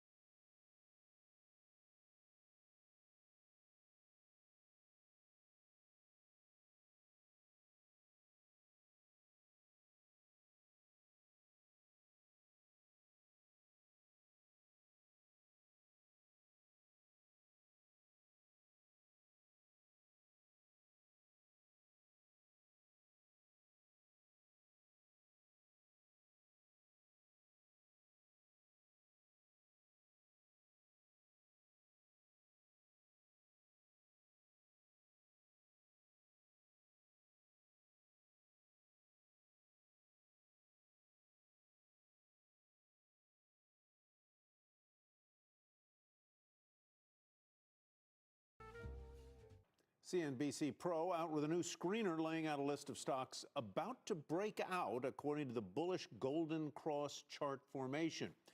These are names where the 50-day moving average is approaching the 200-day moving average and is within 3%. And the 50-day moving average has not been on the other side of the 200-day moving average over the past month. Got that? Okay. Our support technician today is Carter Worth, founder and CEO of Worth Charting. I set it up for you, Carter. Take it away. You sure did, Tyler. So if you think about the circumstance, before we look at the charts, of a golden cross, definitionally it's something that's been in a downtrend, and where current price over the past several weeks is so aggressive that it's allowing for a short-term moving average, a 50-day, to move above a longer-term moving average. But let's look at the charts together and try to figure it out. What you have here is a comparative chart, and what it is three stocks: LabCorp, which has nothing to do with BlackRock, which has nothing to do with Best Buy, a retailer, a financial, and a medical company. And yet you can see they're quite correlated. What's leading the way there on the top is the S&P. So let's drill down here a bit and look at the year-to-date chart.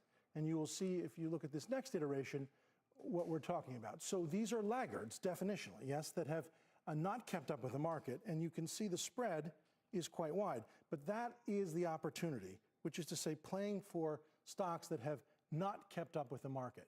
And so we'll look at them individually, and you'll see, I think, what is an important circumstance in each case. So the first one here, this is LH. And the way I would draw the lines is as follows. We have a well-defined downtrend line, and we have something of a head and shoulders bottom. So that warrants a nice arrow up and to the right. And we're going to look at each of these in turn, and they have the same exact setup. But you see here LH, right, making the turn. We might look at the other two just to make a point. Take a look here at BlackRock, and I'll clear, but you almost don't have to clear it. Watch. Draw the lines again.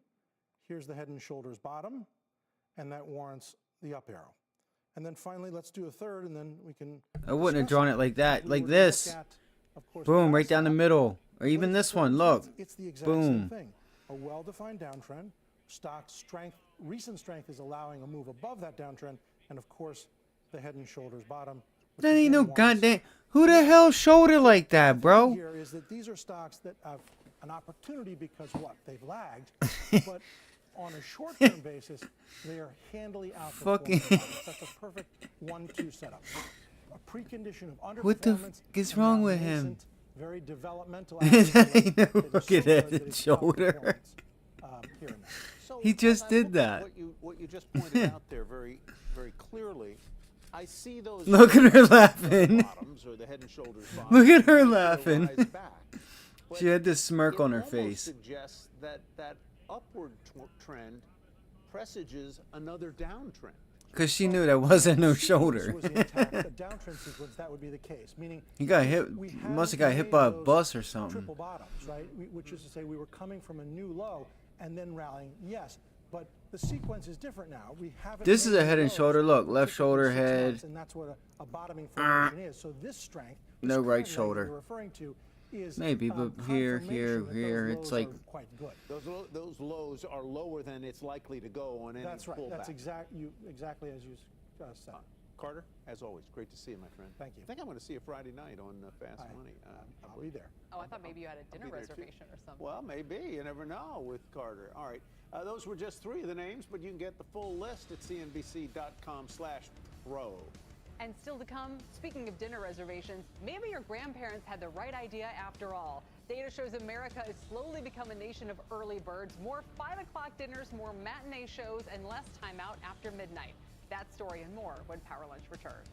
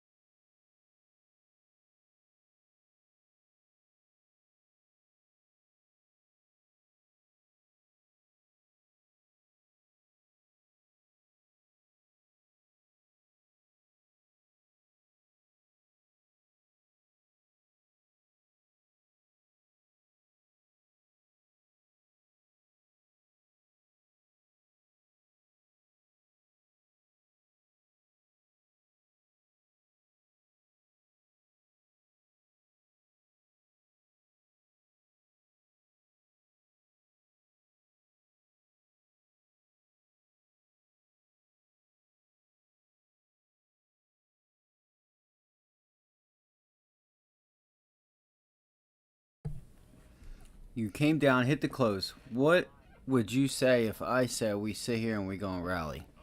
What if we go test the highs again? I would not be surprised one bit if that's what happens. God damn it, Carvana. Make a move so I can make a fucking move. Bust a move so I can bust a move. Please. Something.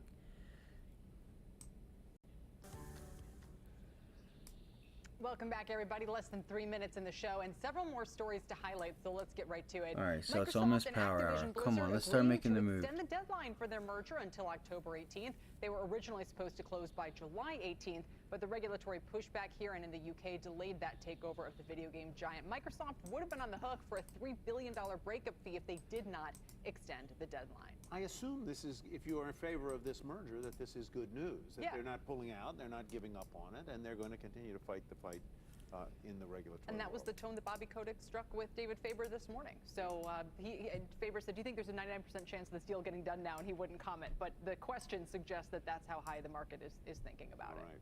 Clear sign that 7% mortgage rates are taking a toll on the housing market. According to Redfin, just 1.4% of the nation's homes changed hands in the first half of the year. That is the lowest level in a decade, and it equates to 14 out of every 1,000 homes. That puts a number on what we call the inventory problem. The pre-pandemic average was nearly 2% of homes changing hands in a given year, and it's easy to see why. Why, if you own a home with low or no mortgage, or the low mortgage rate, would you sell and take on a high mortgage It's not rate? going to unlock until rates come down. Yeah. It's going to take some time. An unexpected group of workers is leading the resistance against, this is not unexpected, the top level executive. Wait, am I reading this right? No, they're leading the resistance against being in the, Okay. A survey from McKinsey found that the largest share of employees who prefer to work from home are those earning more than $150,000 per year. 44% of the most senior workers wanted to hold on to remote work abilities. Again, the real question is, will they be extended to everybody? Will this be enshrined as an option? Yeah, bosses want to work from home. Why? Yes. And now the rest of the workers have the power too. All righty, the Wall Street Journal highlighting how America is turning into a nation of early birds with data to prove it.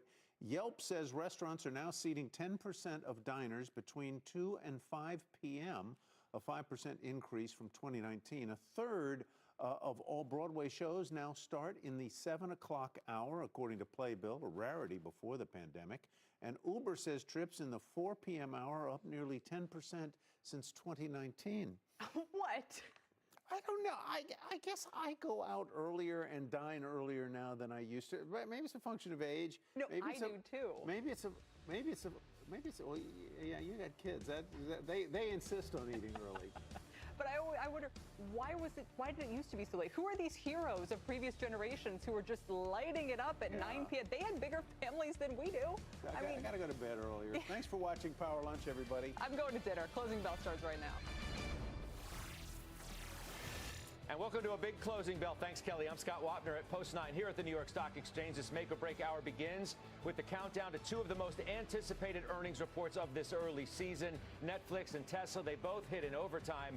And we're going to get you set before the numbers hit with Alex Kantrowitz and Dan Ives. First, your scorecard with 60 minutes to go now in regulation. More gains for stocks today. There it is, green across the board. The S&P 500 sitting just about 5% away from new all-time highs. The Dow working on its 8th consecutive day of gains, getting help today from Verizon and Goldman, Salesforce, and Cisco. Well, it's been up and down for the NASDAQ ahead of those earnings we're waiting for. Apple, it is mostly higher on some AI-related headlines, not quite as strong as it was when those hit, but nonetheless, it is green. It takes us to our talk of the tape. All that is riding on these critical results. We'll hit Tesla in a bit. First, though, big technologies. Alex Kantrowitz is watching Netflix closely. He's here with me at Post 9. Of course, also a CNBC contributor. Good to have you. I love when these earnings start coming down, especially the marquee names. What do you look for here?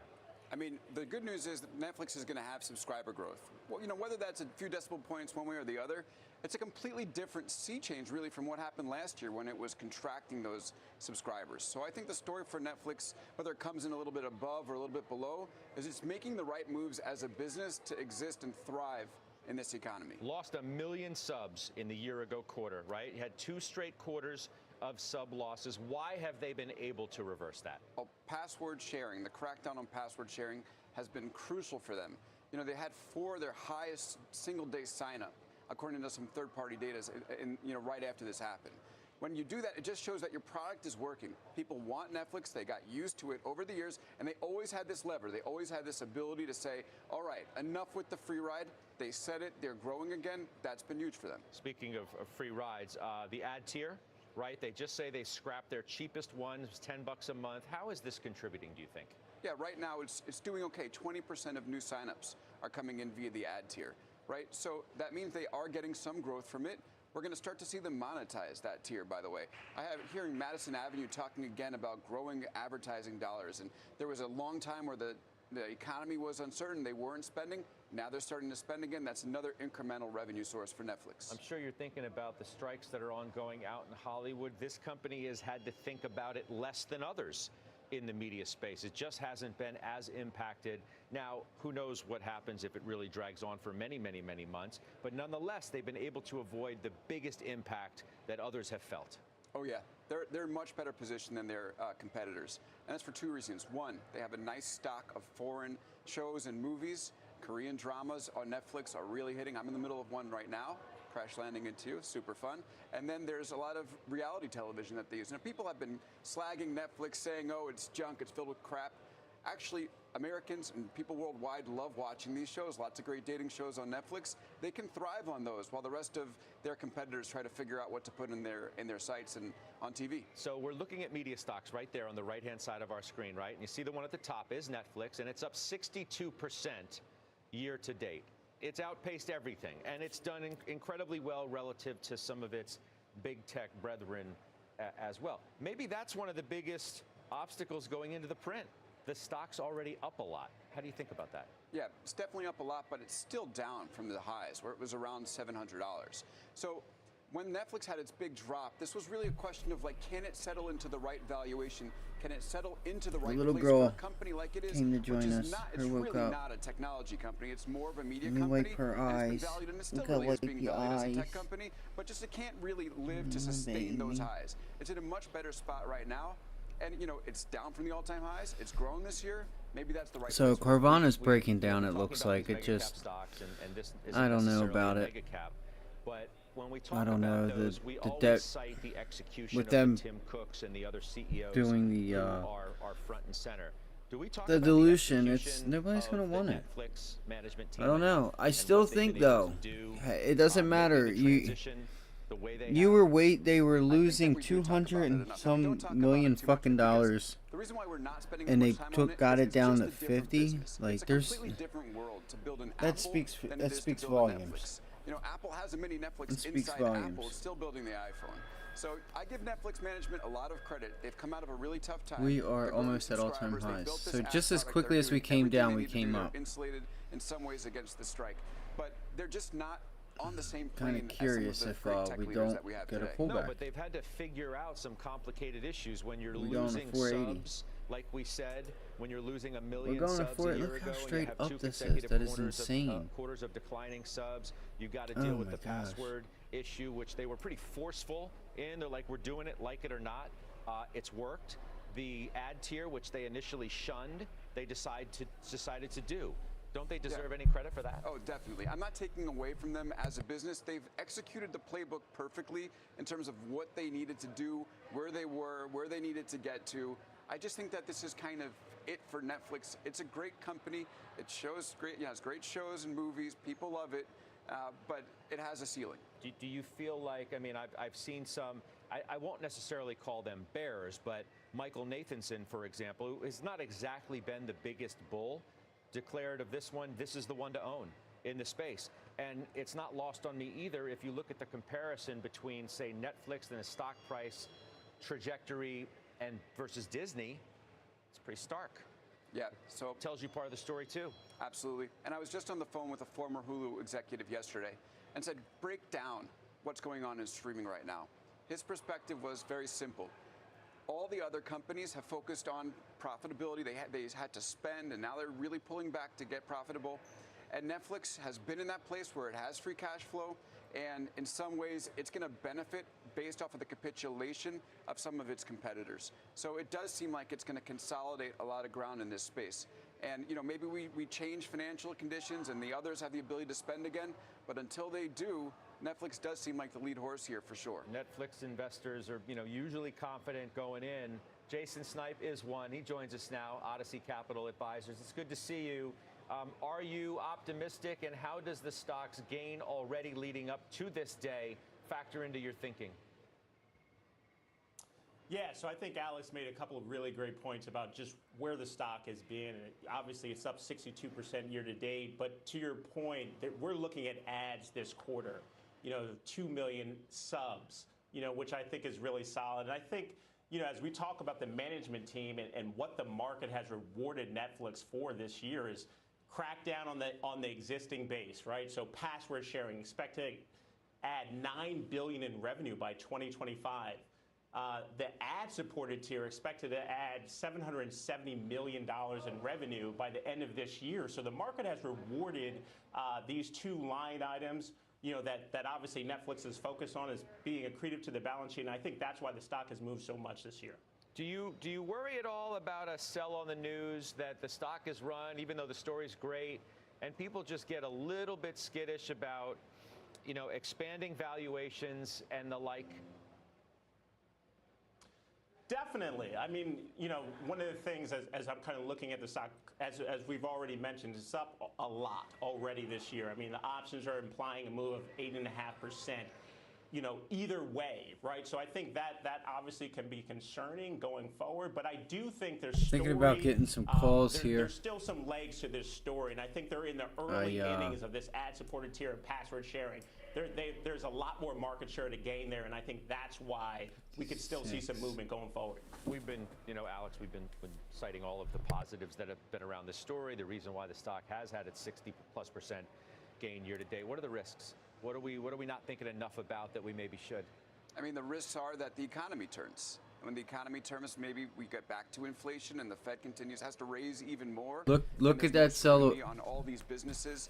We know they're not immune to shocks. Look, right? they're filling it heavy. Netflix, for instance, went down from 700 and has only inched its way back up to the mid 400s. They're trying. They don't want it to run up, but there it comes. There comes the closeness. We're not clearly out yet. Save the there day. could be some surprises on the way for every tech company if that happens. How about give it a that, second. Jason, We'll we be look there. at these gains and we think that everything is great. Are we ignoring some of the more broad risks that are just out and round that could ultimately come back and have an impact on a company like this?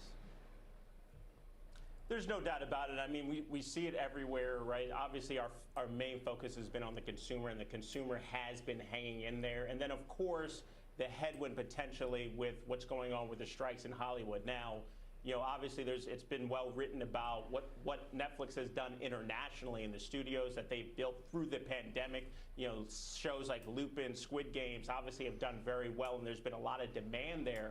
So not that they're completely immune that what's going on from a consumer perspective, and also potentially what the strike, what the issues might lay down further from there. But I do think that they're still well positioned and better positioned than some of their other players, like we've talked about Disney and some of the others that are out there. So that's why I continue to like the stock here. Yeah. What about big tech more broadly? How are you thinking in general as we say this is the curtain raiser on what are the most closely followed reports of the season? Yeah, so I think with big tech, we've seen actual economic activity around AI really at the very foundational layer. That means people are paying OpenAI for ChatGPT and other API access, and they're paying NVIDIA for those GPUs. What is built on top of it? Because remember, a lot of this rally has been driven by artificial intelligence belief, really. It's been a belief that these companies are going to turn these innovations into something bigger. Hype and hope. Hype and hope, exactly. And so what I want to hear from Amazon, for instance. What is AWS doing to enable its customers to build with AI? I want to hear from Meta how this AI, generative AI in particular, has helped its advertising business. All across the board, there's going to be big questions for these companies in terms of whether they've turned that hype and hope into dollars, and that's what it's really they're going to be riding on for this quarter. You see a lot of the stocks that we're just flashing through as you were speaking are down today, except for Apple. Speaking of AI and hype and hope, maybe it's been the lone holdout of the most marquee of names in this market in terms of what their plans may be as it relates to AI. Got nothing at tired WWDC too, when we were Turkey. out there. There's a headline out there tired today too. on what they might be working on. The when stock Daddy said spikes off of tired. it. It's still in positive territory. How are you thinking about that one? Yeah, I mean, it was kind of bananas to me that the stock would spike over 2% on this Bloomberg report. Now, I think the Bloomberg report is right. Every company, it's table stakes. They're all working on ways to implement generative AI. But in the first paragraph of that report, they say they have no idea how they're going to bring it to consumers, and the market sends it up 2%. Now, of course, it's moderated a bit, but it is still positive as everyone is negative. So it just indicates to me there is an over-exuberance around AI with investors right now. Can Apple implement something? Sure. Do they have a really good track record of doing anything like chatbots or consumer applications? No. Are they going to license this to other companies? That would really be bizarre for Apple. So it really just, it's puzzling to me why investors, there's almost this FOMO factor. Yeah. You hear AI, throw the money. Why are we doing that? What's the answer to that, Jason? You're one of those who are continuing to throw the money at these names. Do you see an over-exuberance around AI? And if there is around AI, how can there not be around the AI stocks? Of course. I mean, at the early stages of any of these, very unique technologies, I think stocks really move, and clearly that we've seen that in the first half of this year. For me, as it relates to Apple, I just look at their enormous consumer base, right? So they have a lot of data. AI, generative AI is going to be productive in some shape or fashion. I think a lot of companies and firms are trying to figure out ultimately how that's going to play out. We'll see. I mean, if we thought that Apple was going to take a back seat and watch all the other Magnificent Seven companies participate and not get involved, I mean, I think you're missing the boat. But ultimately, they'll do some beta testing internally and see how it plays out. And then I'm sure they'll bring something to market in 2024, and we'll see how that works out. The other stock yesterday, Alex, that popped was Microsoft, some 5% to a new high. And you generally don't see a stock like Microsoft move 5%. It makes me think about what role Alphabet plays in your mind on where we're going from here. If they've ceded too much ground to a Microsoft, and what you expect when they report and what they have to say, if they really have something big to prove. Yeah, I think investors were wrong on the Microsoft deal yesterday. I mean, it's about Office, AI in Office. I'm right now in a test group that's using Google Docs and Gmail that has a Help Me Write button in there. So the generative AI is available for free within Google, and Google is keeping pace. So for anyone who's given up on Google and said Microsoft has won this, that just strikes me as a totally incomplete picture of what's going on in the market. So do you think that Alphabet was unfairly punished, at least from a stock standpoint? Now, it's caught up in some respects. I mean, the stock has done well, as everything in that area has. But the early narrative was that they got caught sitting down when Microsoft and others were running. Yeah, I mean, investors were right to be skeptical of what Alphabet was doing. I mean, they sat back. They had this technology internally. They sat back as OpenAI and Microsoft brought it to market, and not only did that, but created unbelievable hype and shine around their brands. Now it's time to catch up. I just don't think it's hopeless for Alphabet. These tools inside Docs and inside Gmail, they're good, and they're just going to get better. And this is a multi-year battle. I mean, 2023 doesn't just end, and all of a sudden, Microsoft wins. They have big engineering teams that are working on this stuff. It's already live in consumer products in beta, and it's just going to continue to roll out and get bigger. So it's not over for Alphabet by any means. It's the perfect place, Jason, for you to have the last word because you own so many of the stocks in this group. Yeah, no, absolutely. And I think for me, as it relates to generative AI, as I mentioned earlier, I think obviously these new technologies will definitely be productive new assets to a lot of these companies. And I think we just have to, we're very much in the early stages, and we just have to kind of really watch the technologies evolve and see how companies are able to put them to use. And I think all of us are obviously evaluating that at this time. And of course, there's been some over-exuberance early on, but I think we'll start to see the real players emerge as we move forward. All right, guys, I appreciate it. Jason, thank you. I'll see you soon. Alex, I know we'll see you soon as well. Let's get to our Twitter question of the day. Will we see record highs for stocks this quarter? Told you at the very top of our program, we set some new 52-week highs today for the three majors. Dow right now is up 157. You vote yes or no, please. on Twitter at Closing Bell. We'll tell you the results a little later on in the hour. Let's get a check meantime on some top stocks to watch as we head towards the close. Christina Partsinevelos is standing by with that. Christina. Well, Joby Aviation is falling today as JP Morgan downgrades the air taxi company to underweight. Analysts are concerned that the path to commercial operations could be slower than investors were expecting. And that's why you're seeing shares down, 16%, almost 17%. The stock, though, has more than doubled just in the past 3 months amid excitement over the FAA's permission to test Joby's prototype. Point of sales provider Toast is removing its 99-cent online order processing fee just days after it was first introduced nationwide. There's been widespread backlash from restaurants that forced Toast's CEO today to admit they made the wrong decision. Market didn't like that reaction, though. Shares are down over 15% right now, Scott. Yeah, paging Josh Brown. Paging Josh Brown. I know. A lot of our viewers noticed how bullish he was on Toast yesterday. Yeah, they seem to notice everything. Christina, thank you. We'll That's see you a good. little bit later. Thank Yes, you. it is. Yes, it is. Christina Partsinevelos. We're just getting started. Up next, Tesla's moment of truth. The company gearing up to report earnings after the bell. Shares have surged more than 60% in just the last 3 months. Star Wedbush analyst Dan Ives is here at Post 9 with his expectations ahead of the numbers and later putting public service over profits. We'll bring you the details of a new bipartisan bill that could ban lawmakers from owning individual stocks. Is it dead on arrival or not? We'll find out. We're live from the New York Stock Exchange. You're watching Closing Bell on CNBC.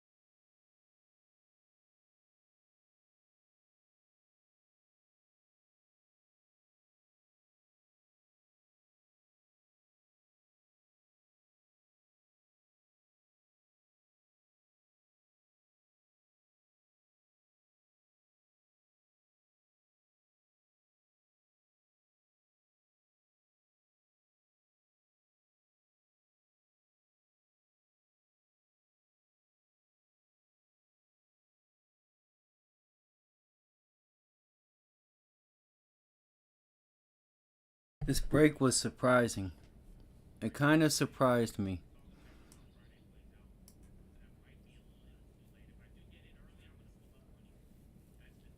Let's see if we get a pullback to here. We have 20 minutes, so like I thought, this, if it does take off, it's going to do it after hours. If it takes off, this level may be too much of resistance for it to break through with the with everything that's going on. Not sure how the street's going to take it.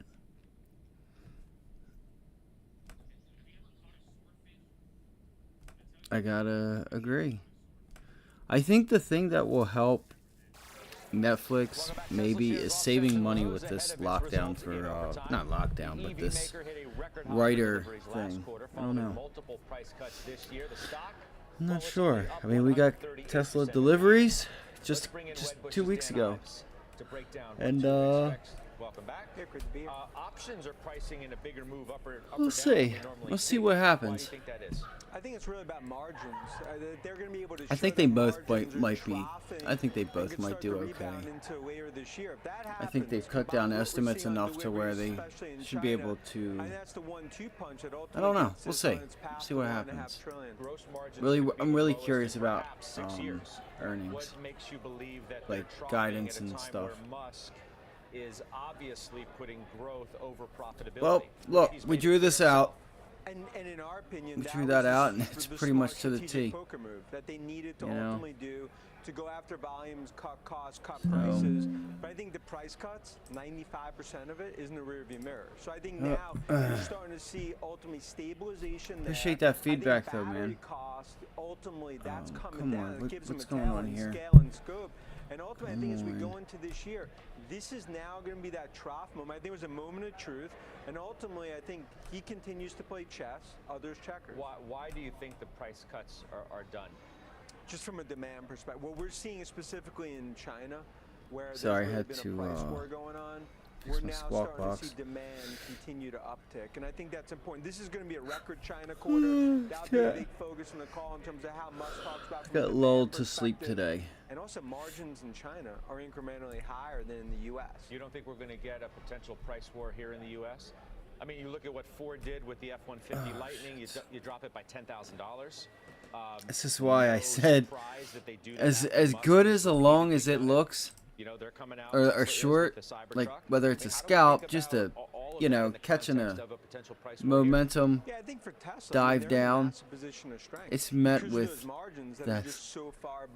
Sure, well, Musk wants to remain in that position. And then That's my point. you think it's gonna, you think you're gonna break the close, and then boom, they're buying the dip. We're about 10% in, 10% of S&P earnings. 10% of S&P 500 earnings are in. We're about 8, 9, maybe 10%, and they're beats. We're still in the first inning of this EV green tidal wave playing out. Just need time. Just need time. Listen, we'll rally until something happens, and things should slow eventually. Yeah, I think they'll probably tip the hand a little about potentially delivery second half of the year. What I believe is going to be toward that 2 million vehicles overall for the year. Give me the one. I need the 1 minute chart for this real quick. I was going to just get 350 or 457 calls here. I kind of fell asleep. I just got lulled to sleep. To reiterate productions on par.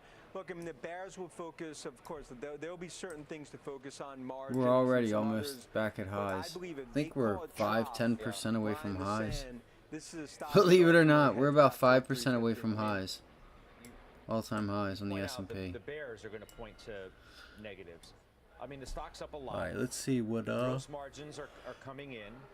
So let's see what we got. To be a bear on the stock, to point out some of the concerns that exist on those really, I think, key metrics.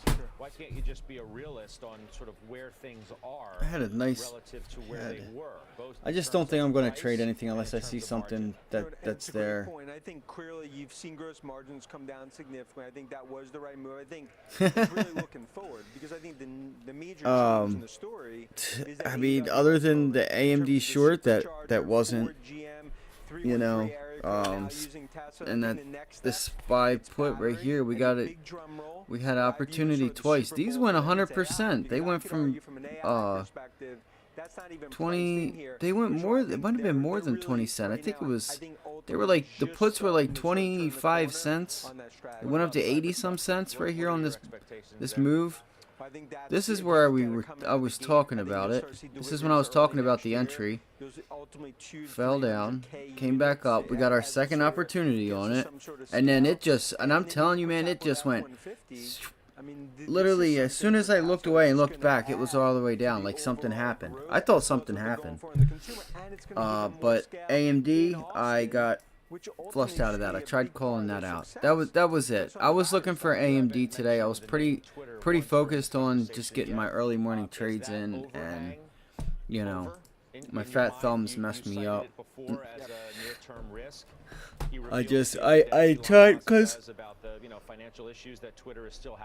they've had limit order up, and if I have time, maybe I'll limit order if I know like the range in the options price. Then maybe I'll put a limit order. But usually I'll just have market order up, market order in, like into the dip, like it'll pull back in, and as it's pulling in, I'm getting in.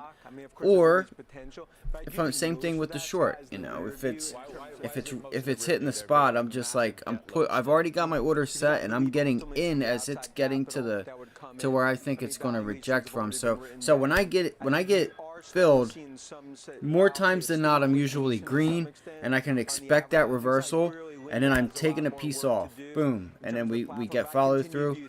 But they've had limit order up, so I got to go from limit order to market order, and then I got to put my order in, how many I want. And I was trying to catch AMD. I was trying to catch AMD to the downside. That was it. I don't know if you were here or not. I called it out. I called AMD out when we tried to get it, and my boy Deontay, he was like, don't even sweat it. You tried. It's right there. It was a perfect entry. Because here's what happened. Let me tell you what happened. Right here. Let's see. We came down off the lows. And yes, right here, because it was on VWAP. I actually did get in AMD puts like right on this extension. It was like right here. It's like right there when I got in. This is one of these. This is a 1 minute candle. These are 1 minute candles. I was on a 3 minute. But I got in down there, and what I did is on the extension, I'm like, I know this thing is going to reverse. I'm buying the bottom, so I sold it. I literally, I had 10 contracts, and I think I was down like $10, so it cost me commissions. And I might have been down $1 on, like, between the spread, I might have got filled with like 50 cents plus commissions, or $1 plus commissions. So I was down like $10, $15 on 10 contracts. So I pretty much was like profitable, but got ate up on the commission side. So damn near flat trade. But I went to re-enter right here. We look at this 3 minute chart. You're going to see the rollover. You're going to see the rollover. Watch. You're going to see it because I called it out, and I went to enter, and it flushed, and I'm like, I can't buy it. They went from 60 to 120 in like, I don't know, maybe 15 minutes, 20 minutes. They were 100%. They were 100% when they got down here. Here, nope, it was right here, guys. I bought like right here. I got short right there. And I'm like, no. Because this was the level. I'm like, let me get my bounce back. I don't know if you guys can see this. It was right around in here. And I took profits on one of these extensions. And I wanted to re-enter up here. At the time, this green volume was like, I was watching that. And see, it's so funny because look at this. If you don't see anything, right? If you don't see, President Biden says we need to keep making progress on inflation. If you don't see anything, you're gonna say okay, because this. See, now it's different because these green bars earlier, in real time, were a little bit. They felt like they were above here because I was looking at them. I put my cursor up to like this. Long story short, I bought and sold on the extension down. Caught my position was green, but by the time I got filled and commissions, I was like down $10, $15. And then we did it right here. This is where we tried to enter, and we felt this candle. That candle right there. It just whoomp, it went, and I'm like, no. And they were up 10, like the contracts went from 60 to they were at 80, so they were up $20. I'm sorry, they went to like 78 from 60 because I was watching them. Right here, they were like it was when I was like getting ready to get into them, I was kind of watching the options because I wanted to see how low the bid and ask would go, or the bid on those would go. And I noticed they got to 57, like 57, 56 cents, and then they would flip back. They would go up. So I'm like, okay, I know. This is resistance. I know if I get a chance and I see it go from 58 and I see the big drop to 57, I'm in. Like, I'm taking it as soon as it gets there. Because I know there's orders at 57. 56 cents. I'm sorry, it was like 56 or 57 was the price that it would just hit and go back to 58. I'm pretty sure it was 57. It would go to 57, go right back to 58, then it would go to like 62, 63, and then it would come back down. And I was hoping to be able to get on entry, but this thing just rolled over, and I when I went to hit market, when I went to hit limit order to be able to bring the thing up to get to market order, because I have to tap limit order to, you know, change the thing, and then I'm doing that, and then it goes to like individual it went to something. I'm like, what the fuck is this? So I hit something on it. Let's see. I hit something on it, and then this candle happened right here, and I'm like, I can't do it. I can't pay $20 up. I can't do it. Because we felt the rollover right here. We put the order at the 9 EMA. So it is what it is. Right here, they were 100%. Right at that level, from here to here, they went from 60. I think you could have got them in at like 60, from 63 to 65 cents. That was like the lows were 57. So when we entered, you had this extension, and when we got the rejection there on this volume, because we seen the pullback, the break on that low volume, and we're watching the tape, time and sales, and then it went. You could have got in at 63 cents. They went to $1.20 down here, and the target was 115. I said it this morning. I said it throughout the day. I said the target's 115, 115, 115.50. So, and it's exactly where we got to. I don't even want to look at them now. They're probably 180 to 200. I mean, now they're probably a little less, but you could probably catch a quick scalp right now. I wouldn't, because it's probably going to go up. Because it's been hitting these levels, and then just, they've been buying the dip. But look at the tape. You know, you got, see, now you're going to get a bounce. See how green it, they're fighting. It's hard to say. I'd have to sit here and watch the tape for a minute. But we'll see if they have any more strike prices. If it gets the volume, they will. If they feel they need to.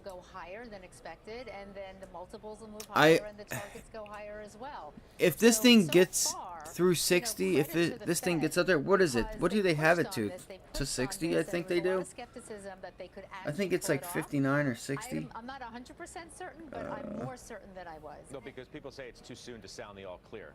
I think it probably is too soon to some extent. They may. But if you look at what the 59. You're then forced to say, I think they added some last week. I don't know. So if you say it's different this time, nope. you have to say, well, what's different? I think they're probably working on it. They're probably working on it. I'm sure you'll hear about it tomorrow. Going into this, you have I'm sure they were working on it today. Essentially, a 30-year fixed at under 3%. Can I ask you why Tesla? Of a higher Fed interest rate is not damaging. I know it's a YOLO, but like I say, Tesla just had delivery numbers a week ago. Potential concern. It just had good delivery numbers a week ago, so I could see that. But I don't know. I think tomorrow, I think you're going to get, or today, you'll get Tesla. It'll either go up or it'll go down. The earnings call will come out. And I think Tesla will open up tomorrow right around where it closes today. I don't think there'll be that much. It'll be up or down some, but I don't think... I don't know if you... I don't know. I could be wrong. You could... That's why we play the game. You know what? That's why we play the game, because you could very well have a surprise. You could very well have a surprise. I was so upset I had that fucking AMD right in my hand, man. I literally had this AMD trade in my hand. That would have made my week. I'd have been done. I'd have been done for the week. I could have sat back. I've already had a green trade from Monday. You know, just getting in the game. I didn't take the day off yesterday. I just knew that I was waiting for today into tomorrow, and obviously we come into today, nice volatility, and I get screwed. So that seems reasonable based on history. It is what it is. It's whatever. I'm gonna just keep it moving. You know, we got 2 more days left. We got 2 more days left. I plan on trying to see. I want to grab puts so bad on the SPY, just to see if I could get a gap down, but I can't. I can't, because it's not going to work. I just don't think that... I don't think you're going to have a surprise from either one of them. You might, but I doubt it.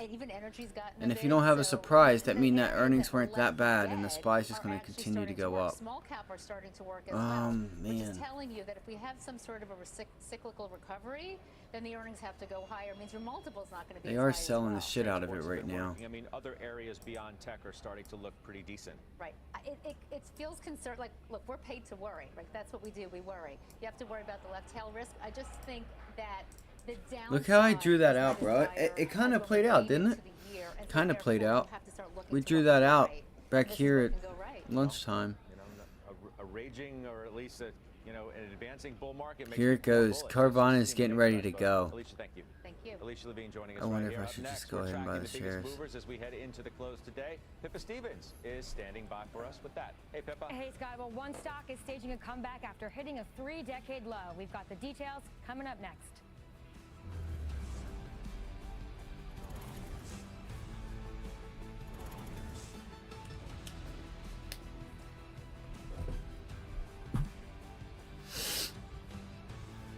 So, good luck, Chad. Good luck, Colin. Holly. I hope you guys, crush it. I hope you guys crush it.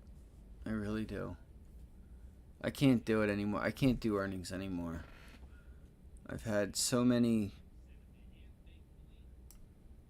I've had some big losers that were stupid that I thought, I don't know. I just can't.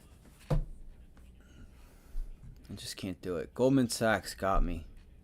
Goldman Sachs got me like a couple years ago, and then after that, I was good. I was good. I mean, even throwing a couple of... if I think, for some odd reason, I think that I could get some follow-through movement, I would hedge myself. I would buy it. I would buy puts and calls both ways if I was fairly certain that I would get the movement, because I'll collect that the different, you know what I mean, if I know I could have a strangle on and just hit it from both sides and be able to collect, I will. But Goldman Sachs got me, and I lost a lot, and I'm done. They are. It is flipping a coin. It is. Like you say, unless there's something, that it's better. Now Netflix, listen, here's why Netflix would be good, because you have that Hollywood stuff going on. How does that affect them, or what do they say during the earnings call? That's why I could say, you know what, maybe buy out of the money both ways, or close to the money both ways, and maybe one should pay for the other, and you'll still have profit. But Tesla, the only reason I just don't like Tesla is because they just gave us delivery numbers. So the street already knows. That's what really matters. The delivery numbers is what matters. Dude, we called that out. Bro, didn't I? Called it out this past week. I called it out Monday and Tuesday. I'm like, yo, this thing looks like it wants to go. It's because of Carvana. I almost said that this morning too. Like, where top financial, because I wonder if drugs went too. So these are just a few small caps that have been going. This would have been a nice gain. I mean, if you think about it, this is 12%. I thought of it. I said it in the morning. I don't know if anybody was here or not. I know you guys. Guys, I said, watch if Carvana goes. If Carvana starts to go, you could probably just buy small positions in top, HKD, and just, call it a lot. They're cheap. You'll be able to manage your risk. And if this starts popping, I am almost 100% positive. Top, HKD, like any small cap that's been played, will start to short cover too. You'll start to get it. Everything will just start popping off. That's how it works. And that's how, this is how small caps start. Is you get one company, whatever it is, and you get one of them started, and then it's on. Because now, depending, like, let's say Carvana went today, or let's say, and it just kind of chilled out, and then people went to tops, and then we had top, go up, and it's hanging tight, and then you get another bit of buying going on here, which it looks like you're going to. You're putting in a lower high here. I would not be surprised in the close if we get a gap up or something tomorrow on top. It did pull in close to a half, just under 1 million shares on that ride up. Did it didn't get halted, did it? Record highs for stocks this quarter. And at CNBC closing bell on 40, Twitter, vote yes or no. no. The results are coming right after this break. So what all I was saying though, I'm sorry, was that when you get one short squeeze, all the stocks that are shorted, those shorts will start managing risk by covering, and then people in the market like me or anybody that knows, like you guys will know right now. See, like VRM, even just anything that's shorted, buy it. Like I said it this morning, guys. I said, yo, if you want to, go throw a couple $100 on top, set your stop loss at 650, 640, whatever you're comfortable with, or buy a few shares. I don't know. Buy a few shares. I don't know. Because I can almost promise you, if Carvana goes, you're going to hear TOP across the scanner. You're going to hear HKD. You're going to hear DWAC. I said DWAC, all of them. They're going to go. They're going to get pops. It's just how the small cap, and that's how the season, that's how they start. Is one of them gets, the shorts get their asses handed to them, and then you start going into small caps because everybody else is scared. They start covering, and then you just start seeing small caps just lighten up the board. We haven't had like a good couple weeks with small caps. I think, when was the last time we had it? Was it? I'm pretty sure it was like when we had drugs, tops, after HKD and stuff like that. I don't know if you, Chad, do you play small caps? I've been around like, we haven't. I mean, we've had a couple here and there, like throughout the day, like throughout the weeks. But I mean, when it's really on, you know what I mean. If you guys know what I'm talking about, we haven't really had like that real, like where you can put your foot on the pedal. You know that they're going, because shorts are scared and they're getting out of their positions. All it takes is one. That's why if Carvana goes, we could get the start of something, but we need something to start it.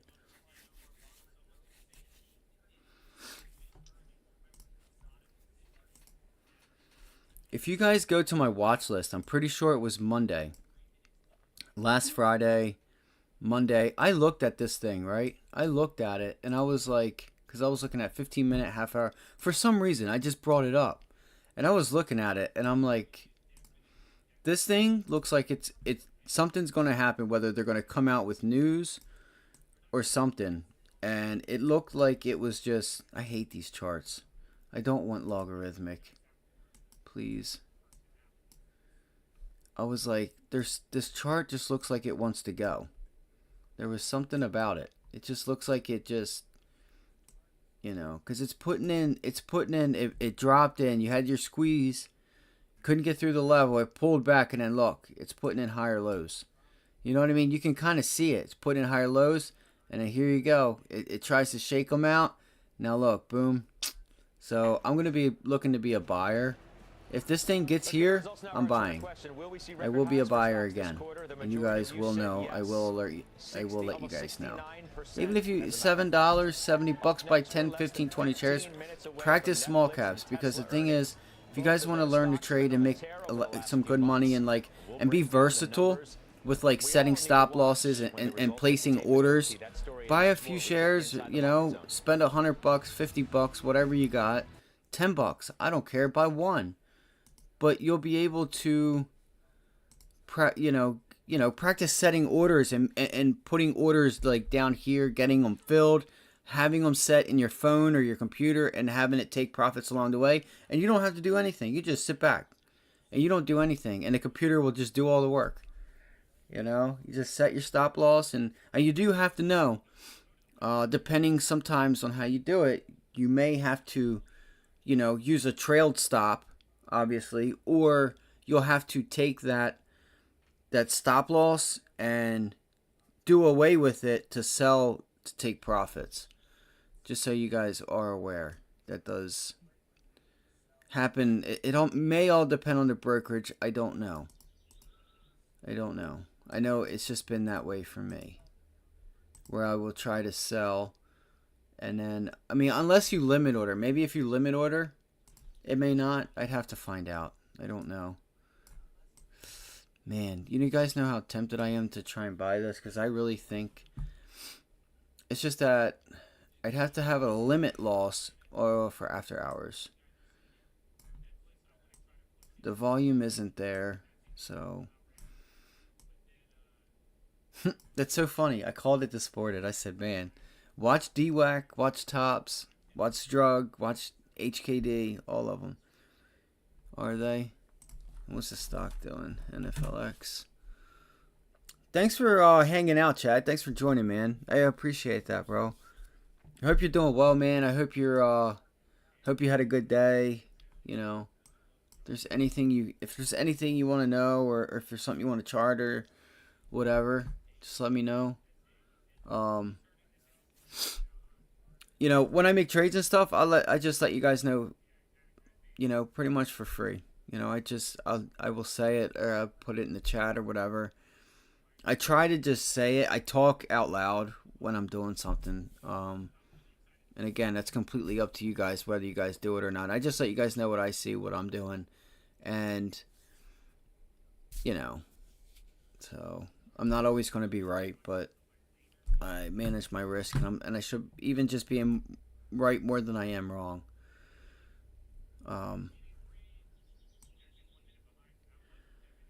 I want to see what Carvana does. I'm really curious. I just don't know if it has that. It's going to be, I don't know. I don't know what to do. Part of me wants to buy it, but I just don't think it can get through this level. I don't think it can get through this level. I'm starting to be under the impression that, they saved so much money. They said in that thing that they were wasting $275 million, and they've brought it down to 50 this quarter. Last quarter was like 200 and some million that was lost, and now it's 50.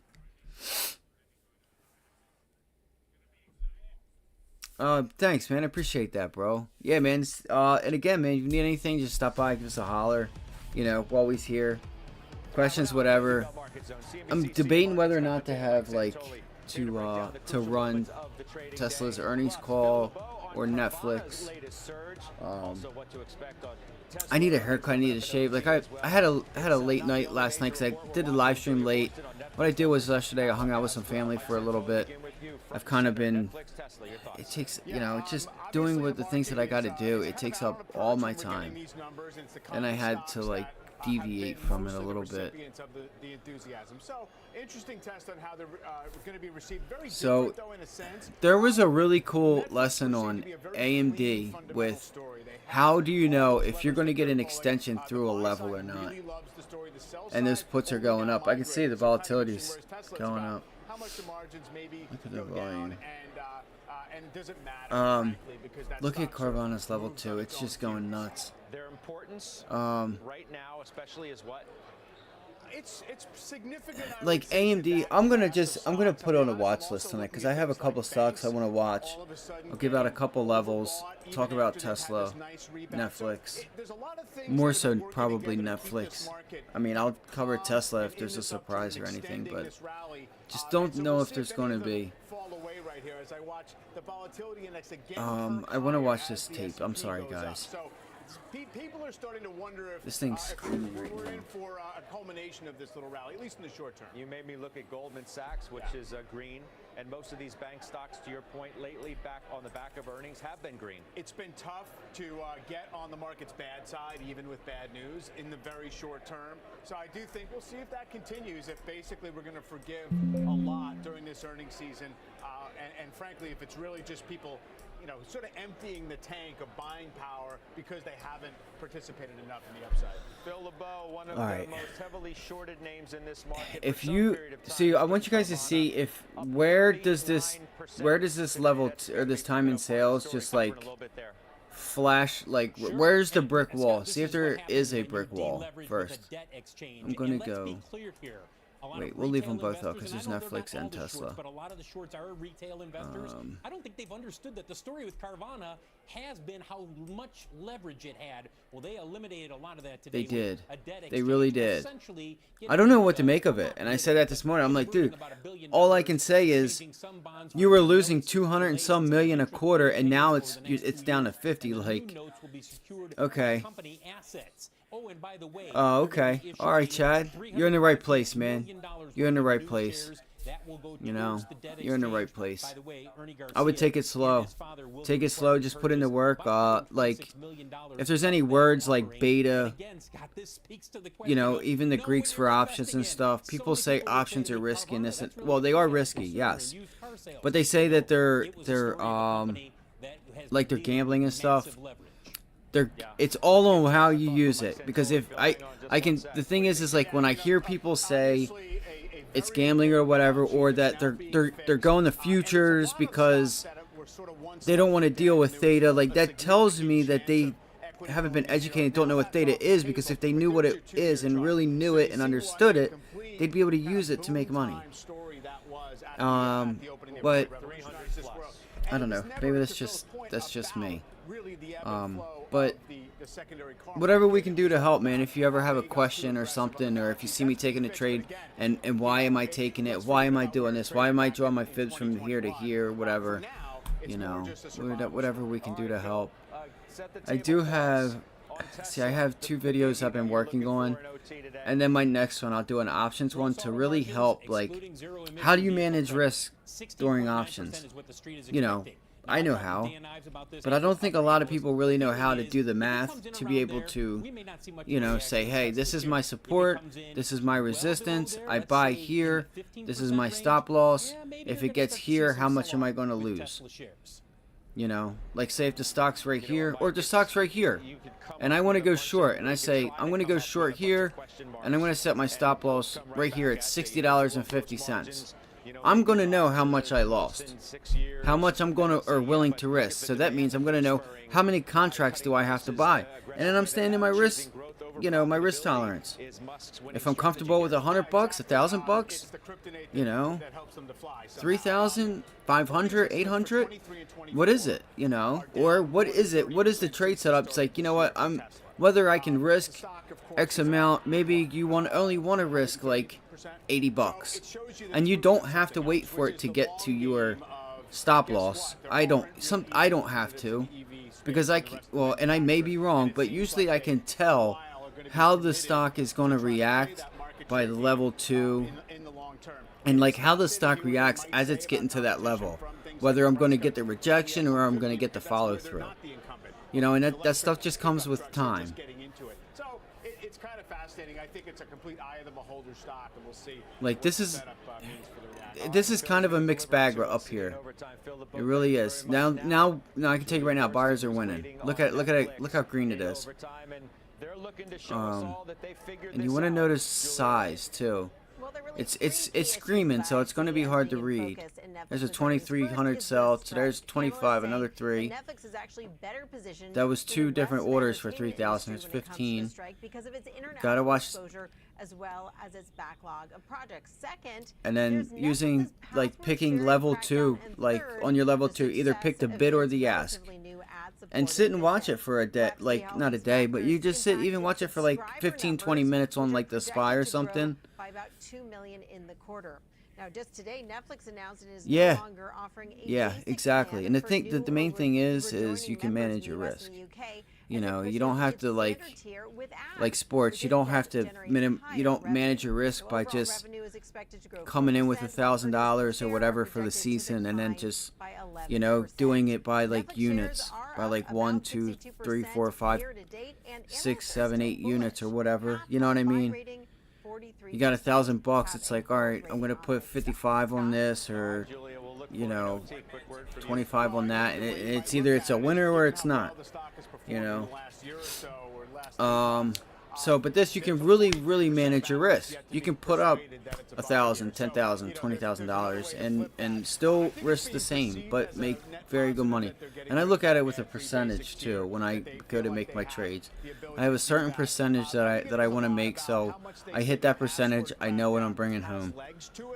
And sometimes it may cost me more, but if I'm playing Netflix at $482 a share versus a stock that's $60 a share, 2% is different from 400 at 500 than it is from 60, or 10%. You know what I'm saying?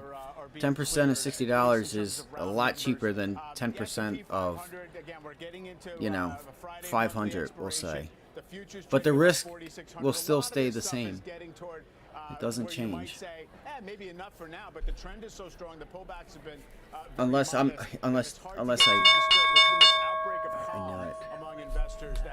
It seems like it wants to last a little longer. I mentioned here you guys go. I don't get too caught up in the day-to-day of it. Netflix is out. I'm just revenue of 8.19 billion. S&P is also gaining. It just shows you people are at least tensing up for the fact that once we get the meat of earnings season, $3.29 reporting, we might have to brace the estimate was $2.86. That's at some point you're going to have to go from hurdle to maybe a Netflix high beat. jump and then to a pole vault as expectations that is a beat. As this market continues revenue to go up.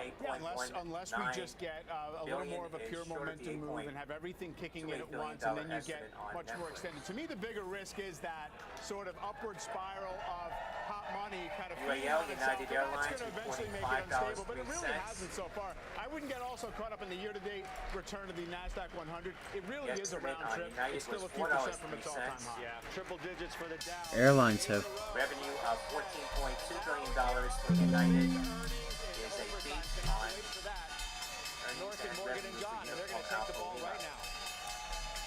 Shares of Netflix volatile here, trading just right now about flat, now moving lower.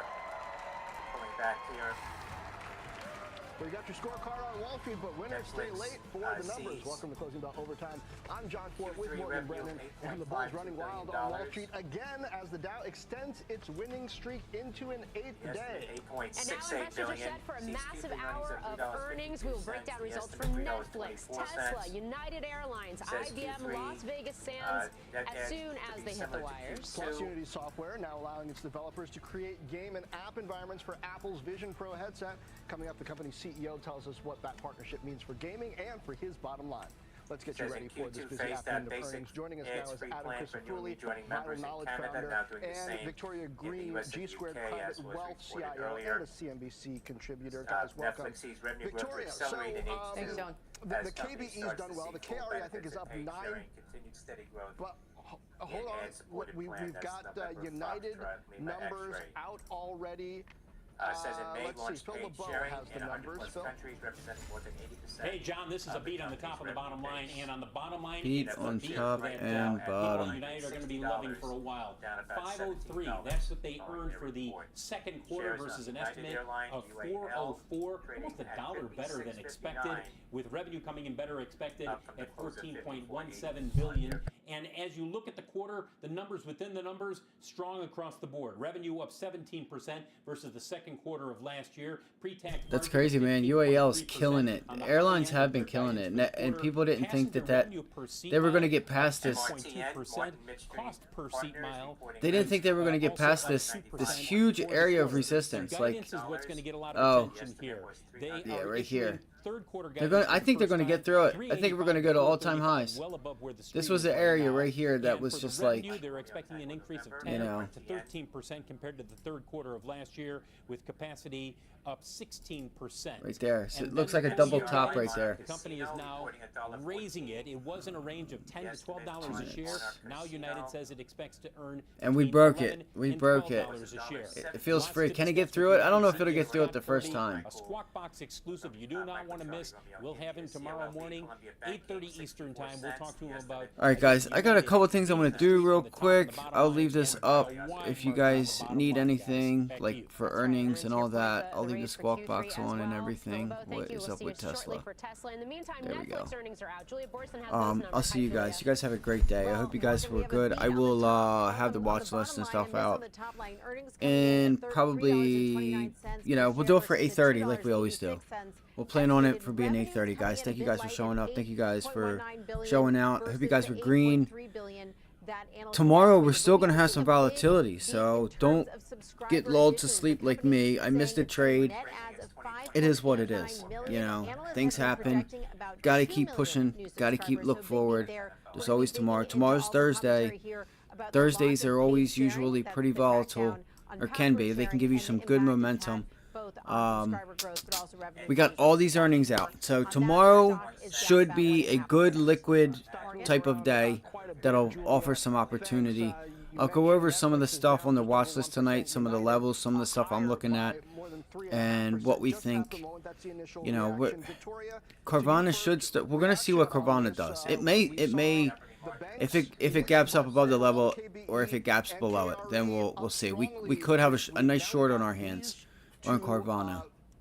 We just got to give it a little bit of time. But I'll see you guys in a couple minutes. Thank you guys so much. And again, if you guys have any questions, there's Tesla. With the quality of assets, how much they're paying on deposit. So it's not just about the earnings, but what's underneath there. And I think everybody's a little concerned. Are we at peak net interest income and net interest margins? So some of these companies aren't going to be able to show the growth going forward. They're the ones that the investors are getting a little bit worried about. Are we at this kind of peak margin and everything else is downhill from there? But for now, there's no boogeyman in the closet. Everybody was a little worried after State Street last week, but you know, Bank of New York and Northern Trust knocked it out of the park a little bit, kind of assuaged some fears. So I think for now, Goldman missed, but I think everybody said we know all the works on Goldman now. We feel like we understand what they're doing. They kind of cleaned up Marcus, cleaned up the Green Hill, and generally Goldman was seen as a positive that maybe they'll get momentum back. They're done getting distracted, and we all know investment banking will pick back up at some point. All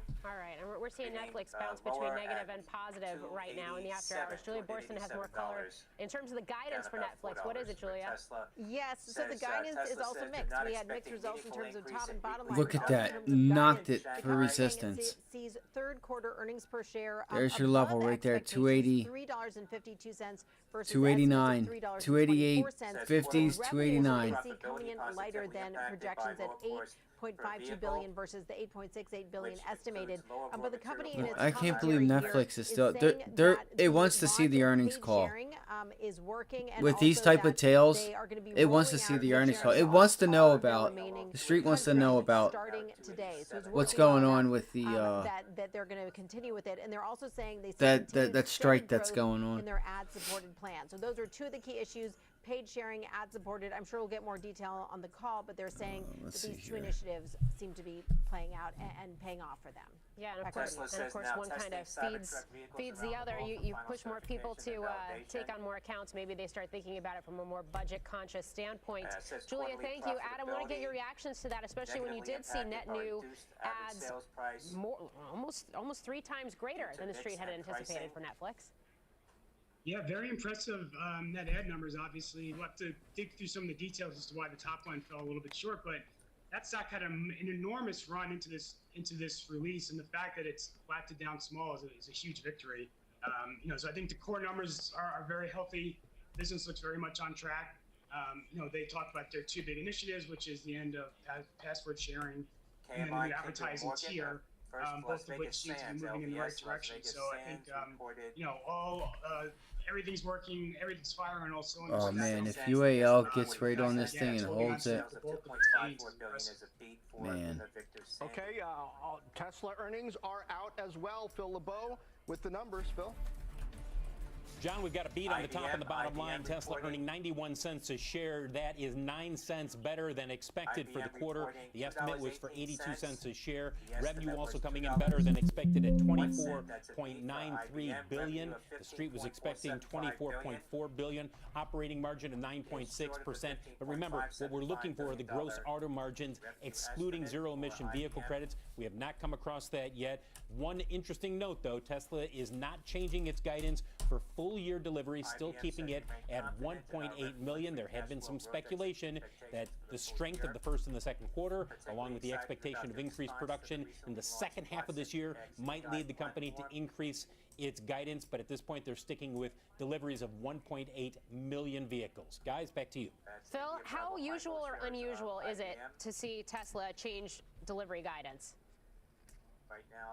I did not expect it. I talked about it this morning on Squawk Box. If they're going to do it at any time, Morgan, likely they would do it after the third quarter. I just think this time of year, I wouldn't expect them to do it. Okay. All right, Phil, thank you. Tesla right now higher by about 1%, but it's been bouncing around, as have many of these. Mike Santoli back with us. Netflix a little bit lower. Nice job, my guy Chad. Let's go, Chad. With them puts. Let's go. Good, but pretty.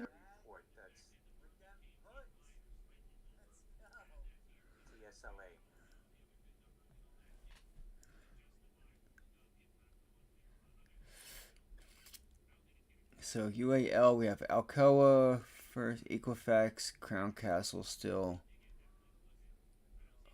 Not sure what happened. Equifax reported Q2 revenue of $1.318 billion. The estimate was $1.32 billion, so that was just about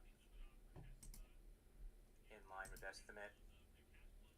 Reducing its full-year revenue at 2023 midpoint to $5.3 billion. That's Echo Foxtrot X-Ray. Oh, I know what it was.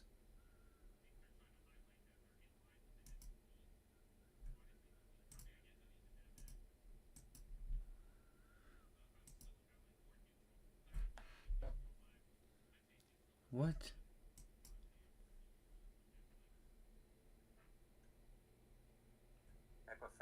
Their mainframe product last year. It's a highly cyclical category, fewer orders now.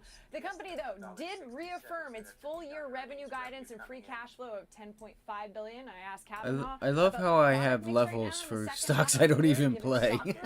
Las Vegas Sands. When did I ever do that?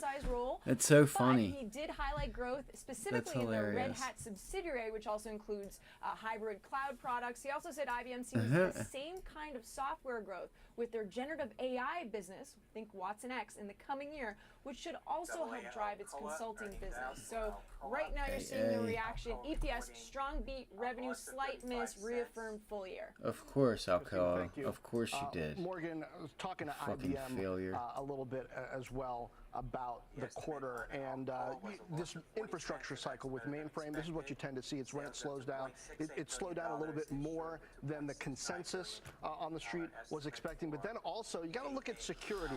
All right, guys. Thank you, guys. You guys have a great night. I'll see you guys in a couple hours. Stay blessed. Thank you. when we get into the call between services and software. I hope you guys. Security, it seems like I hope these YOLOs really work out for you guys. Was a little light when you look. Certainly, consulting came in at about 5-ish, a little bit lighter than the street was looking for. Also, automation, that line within software.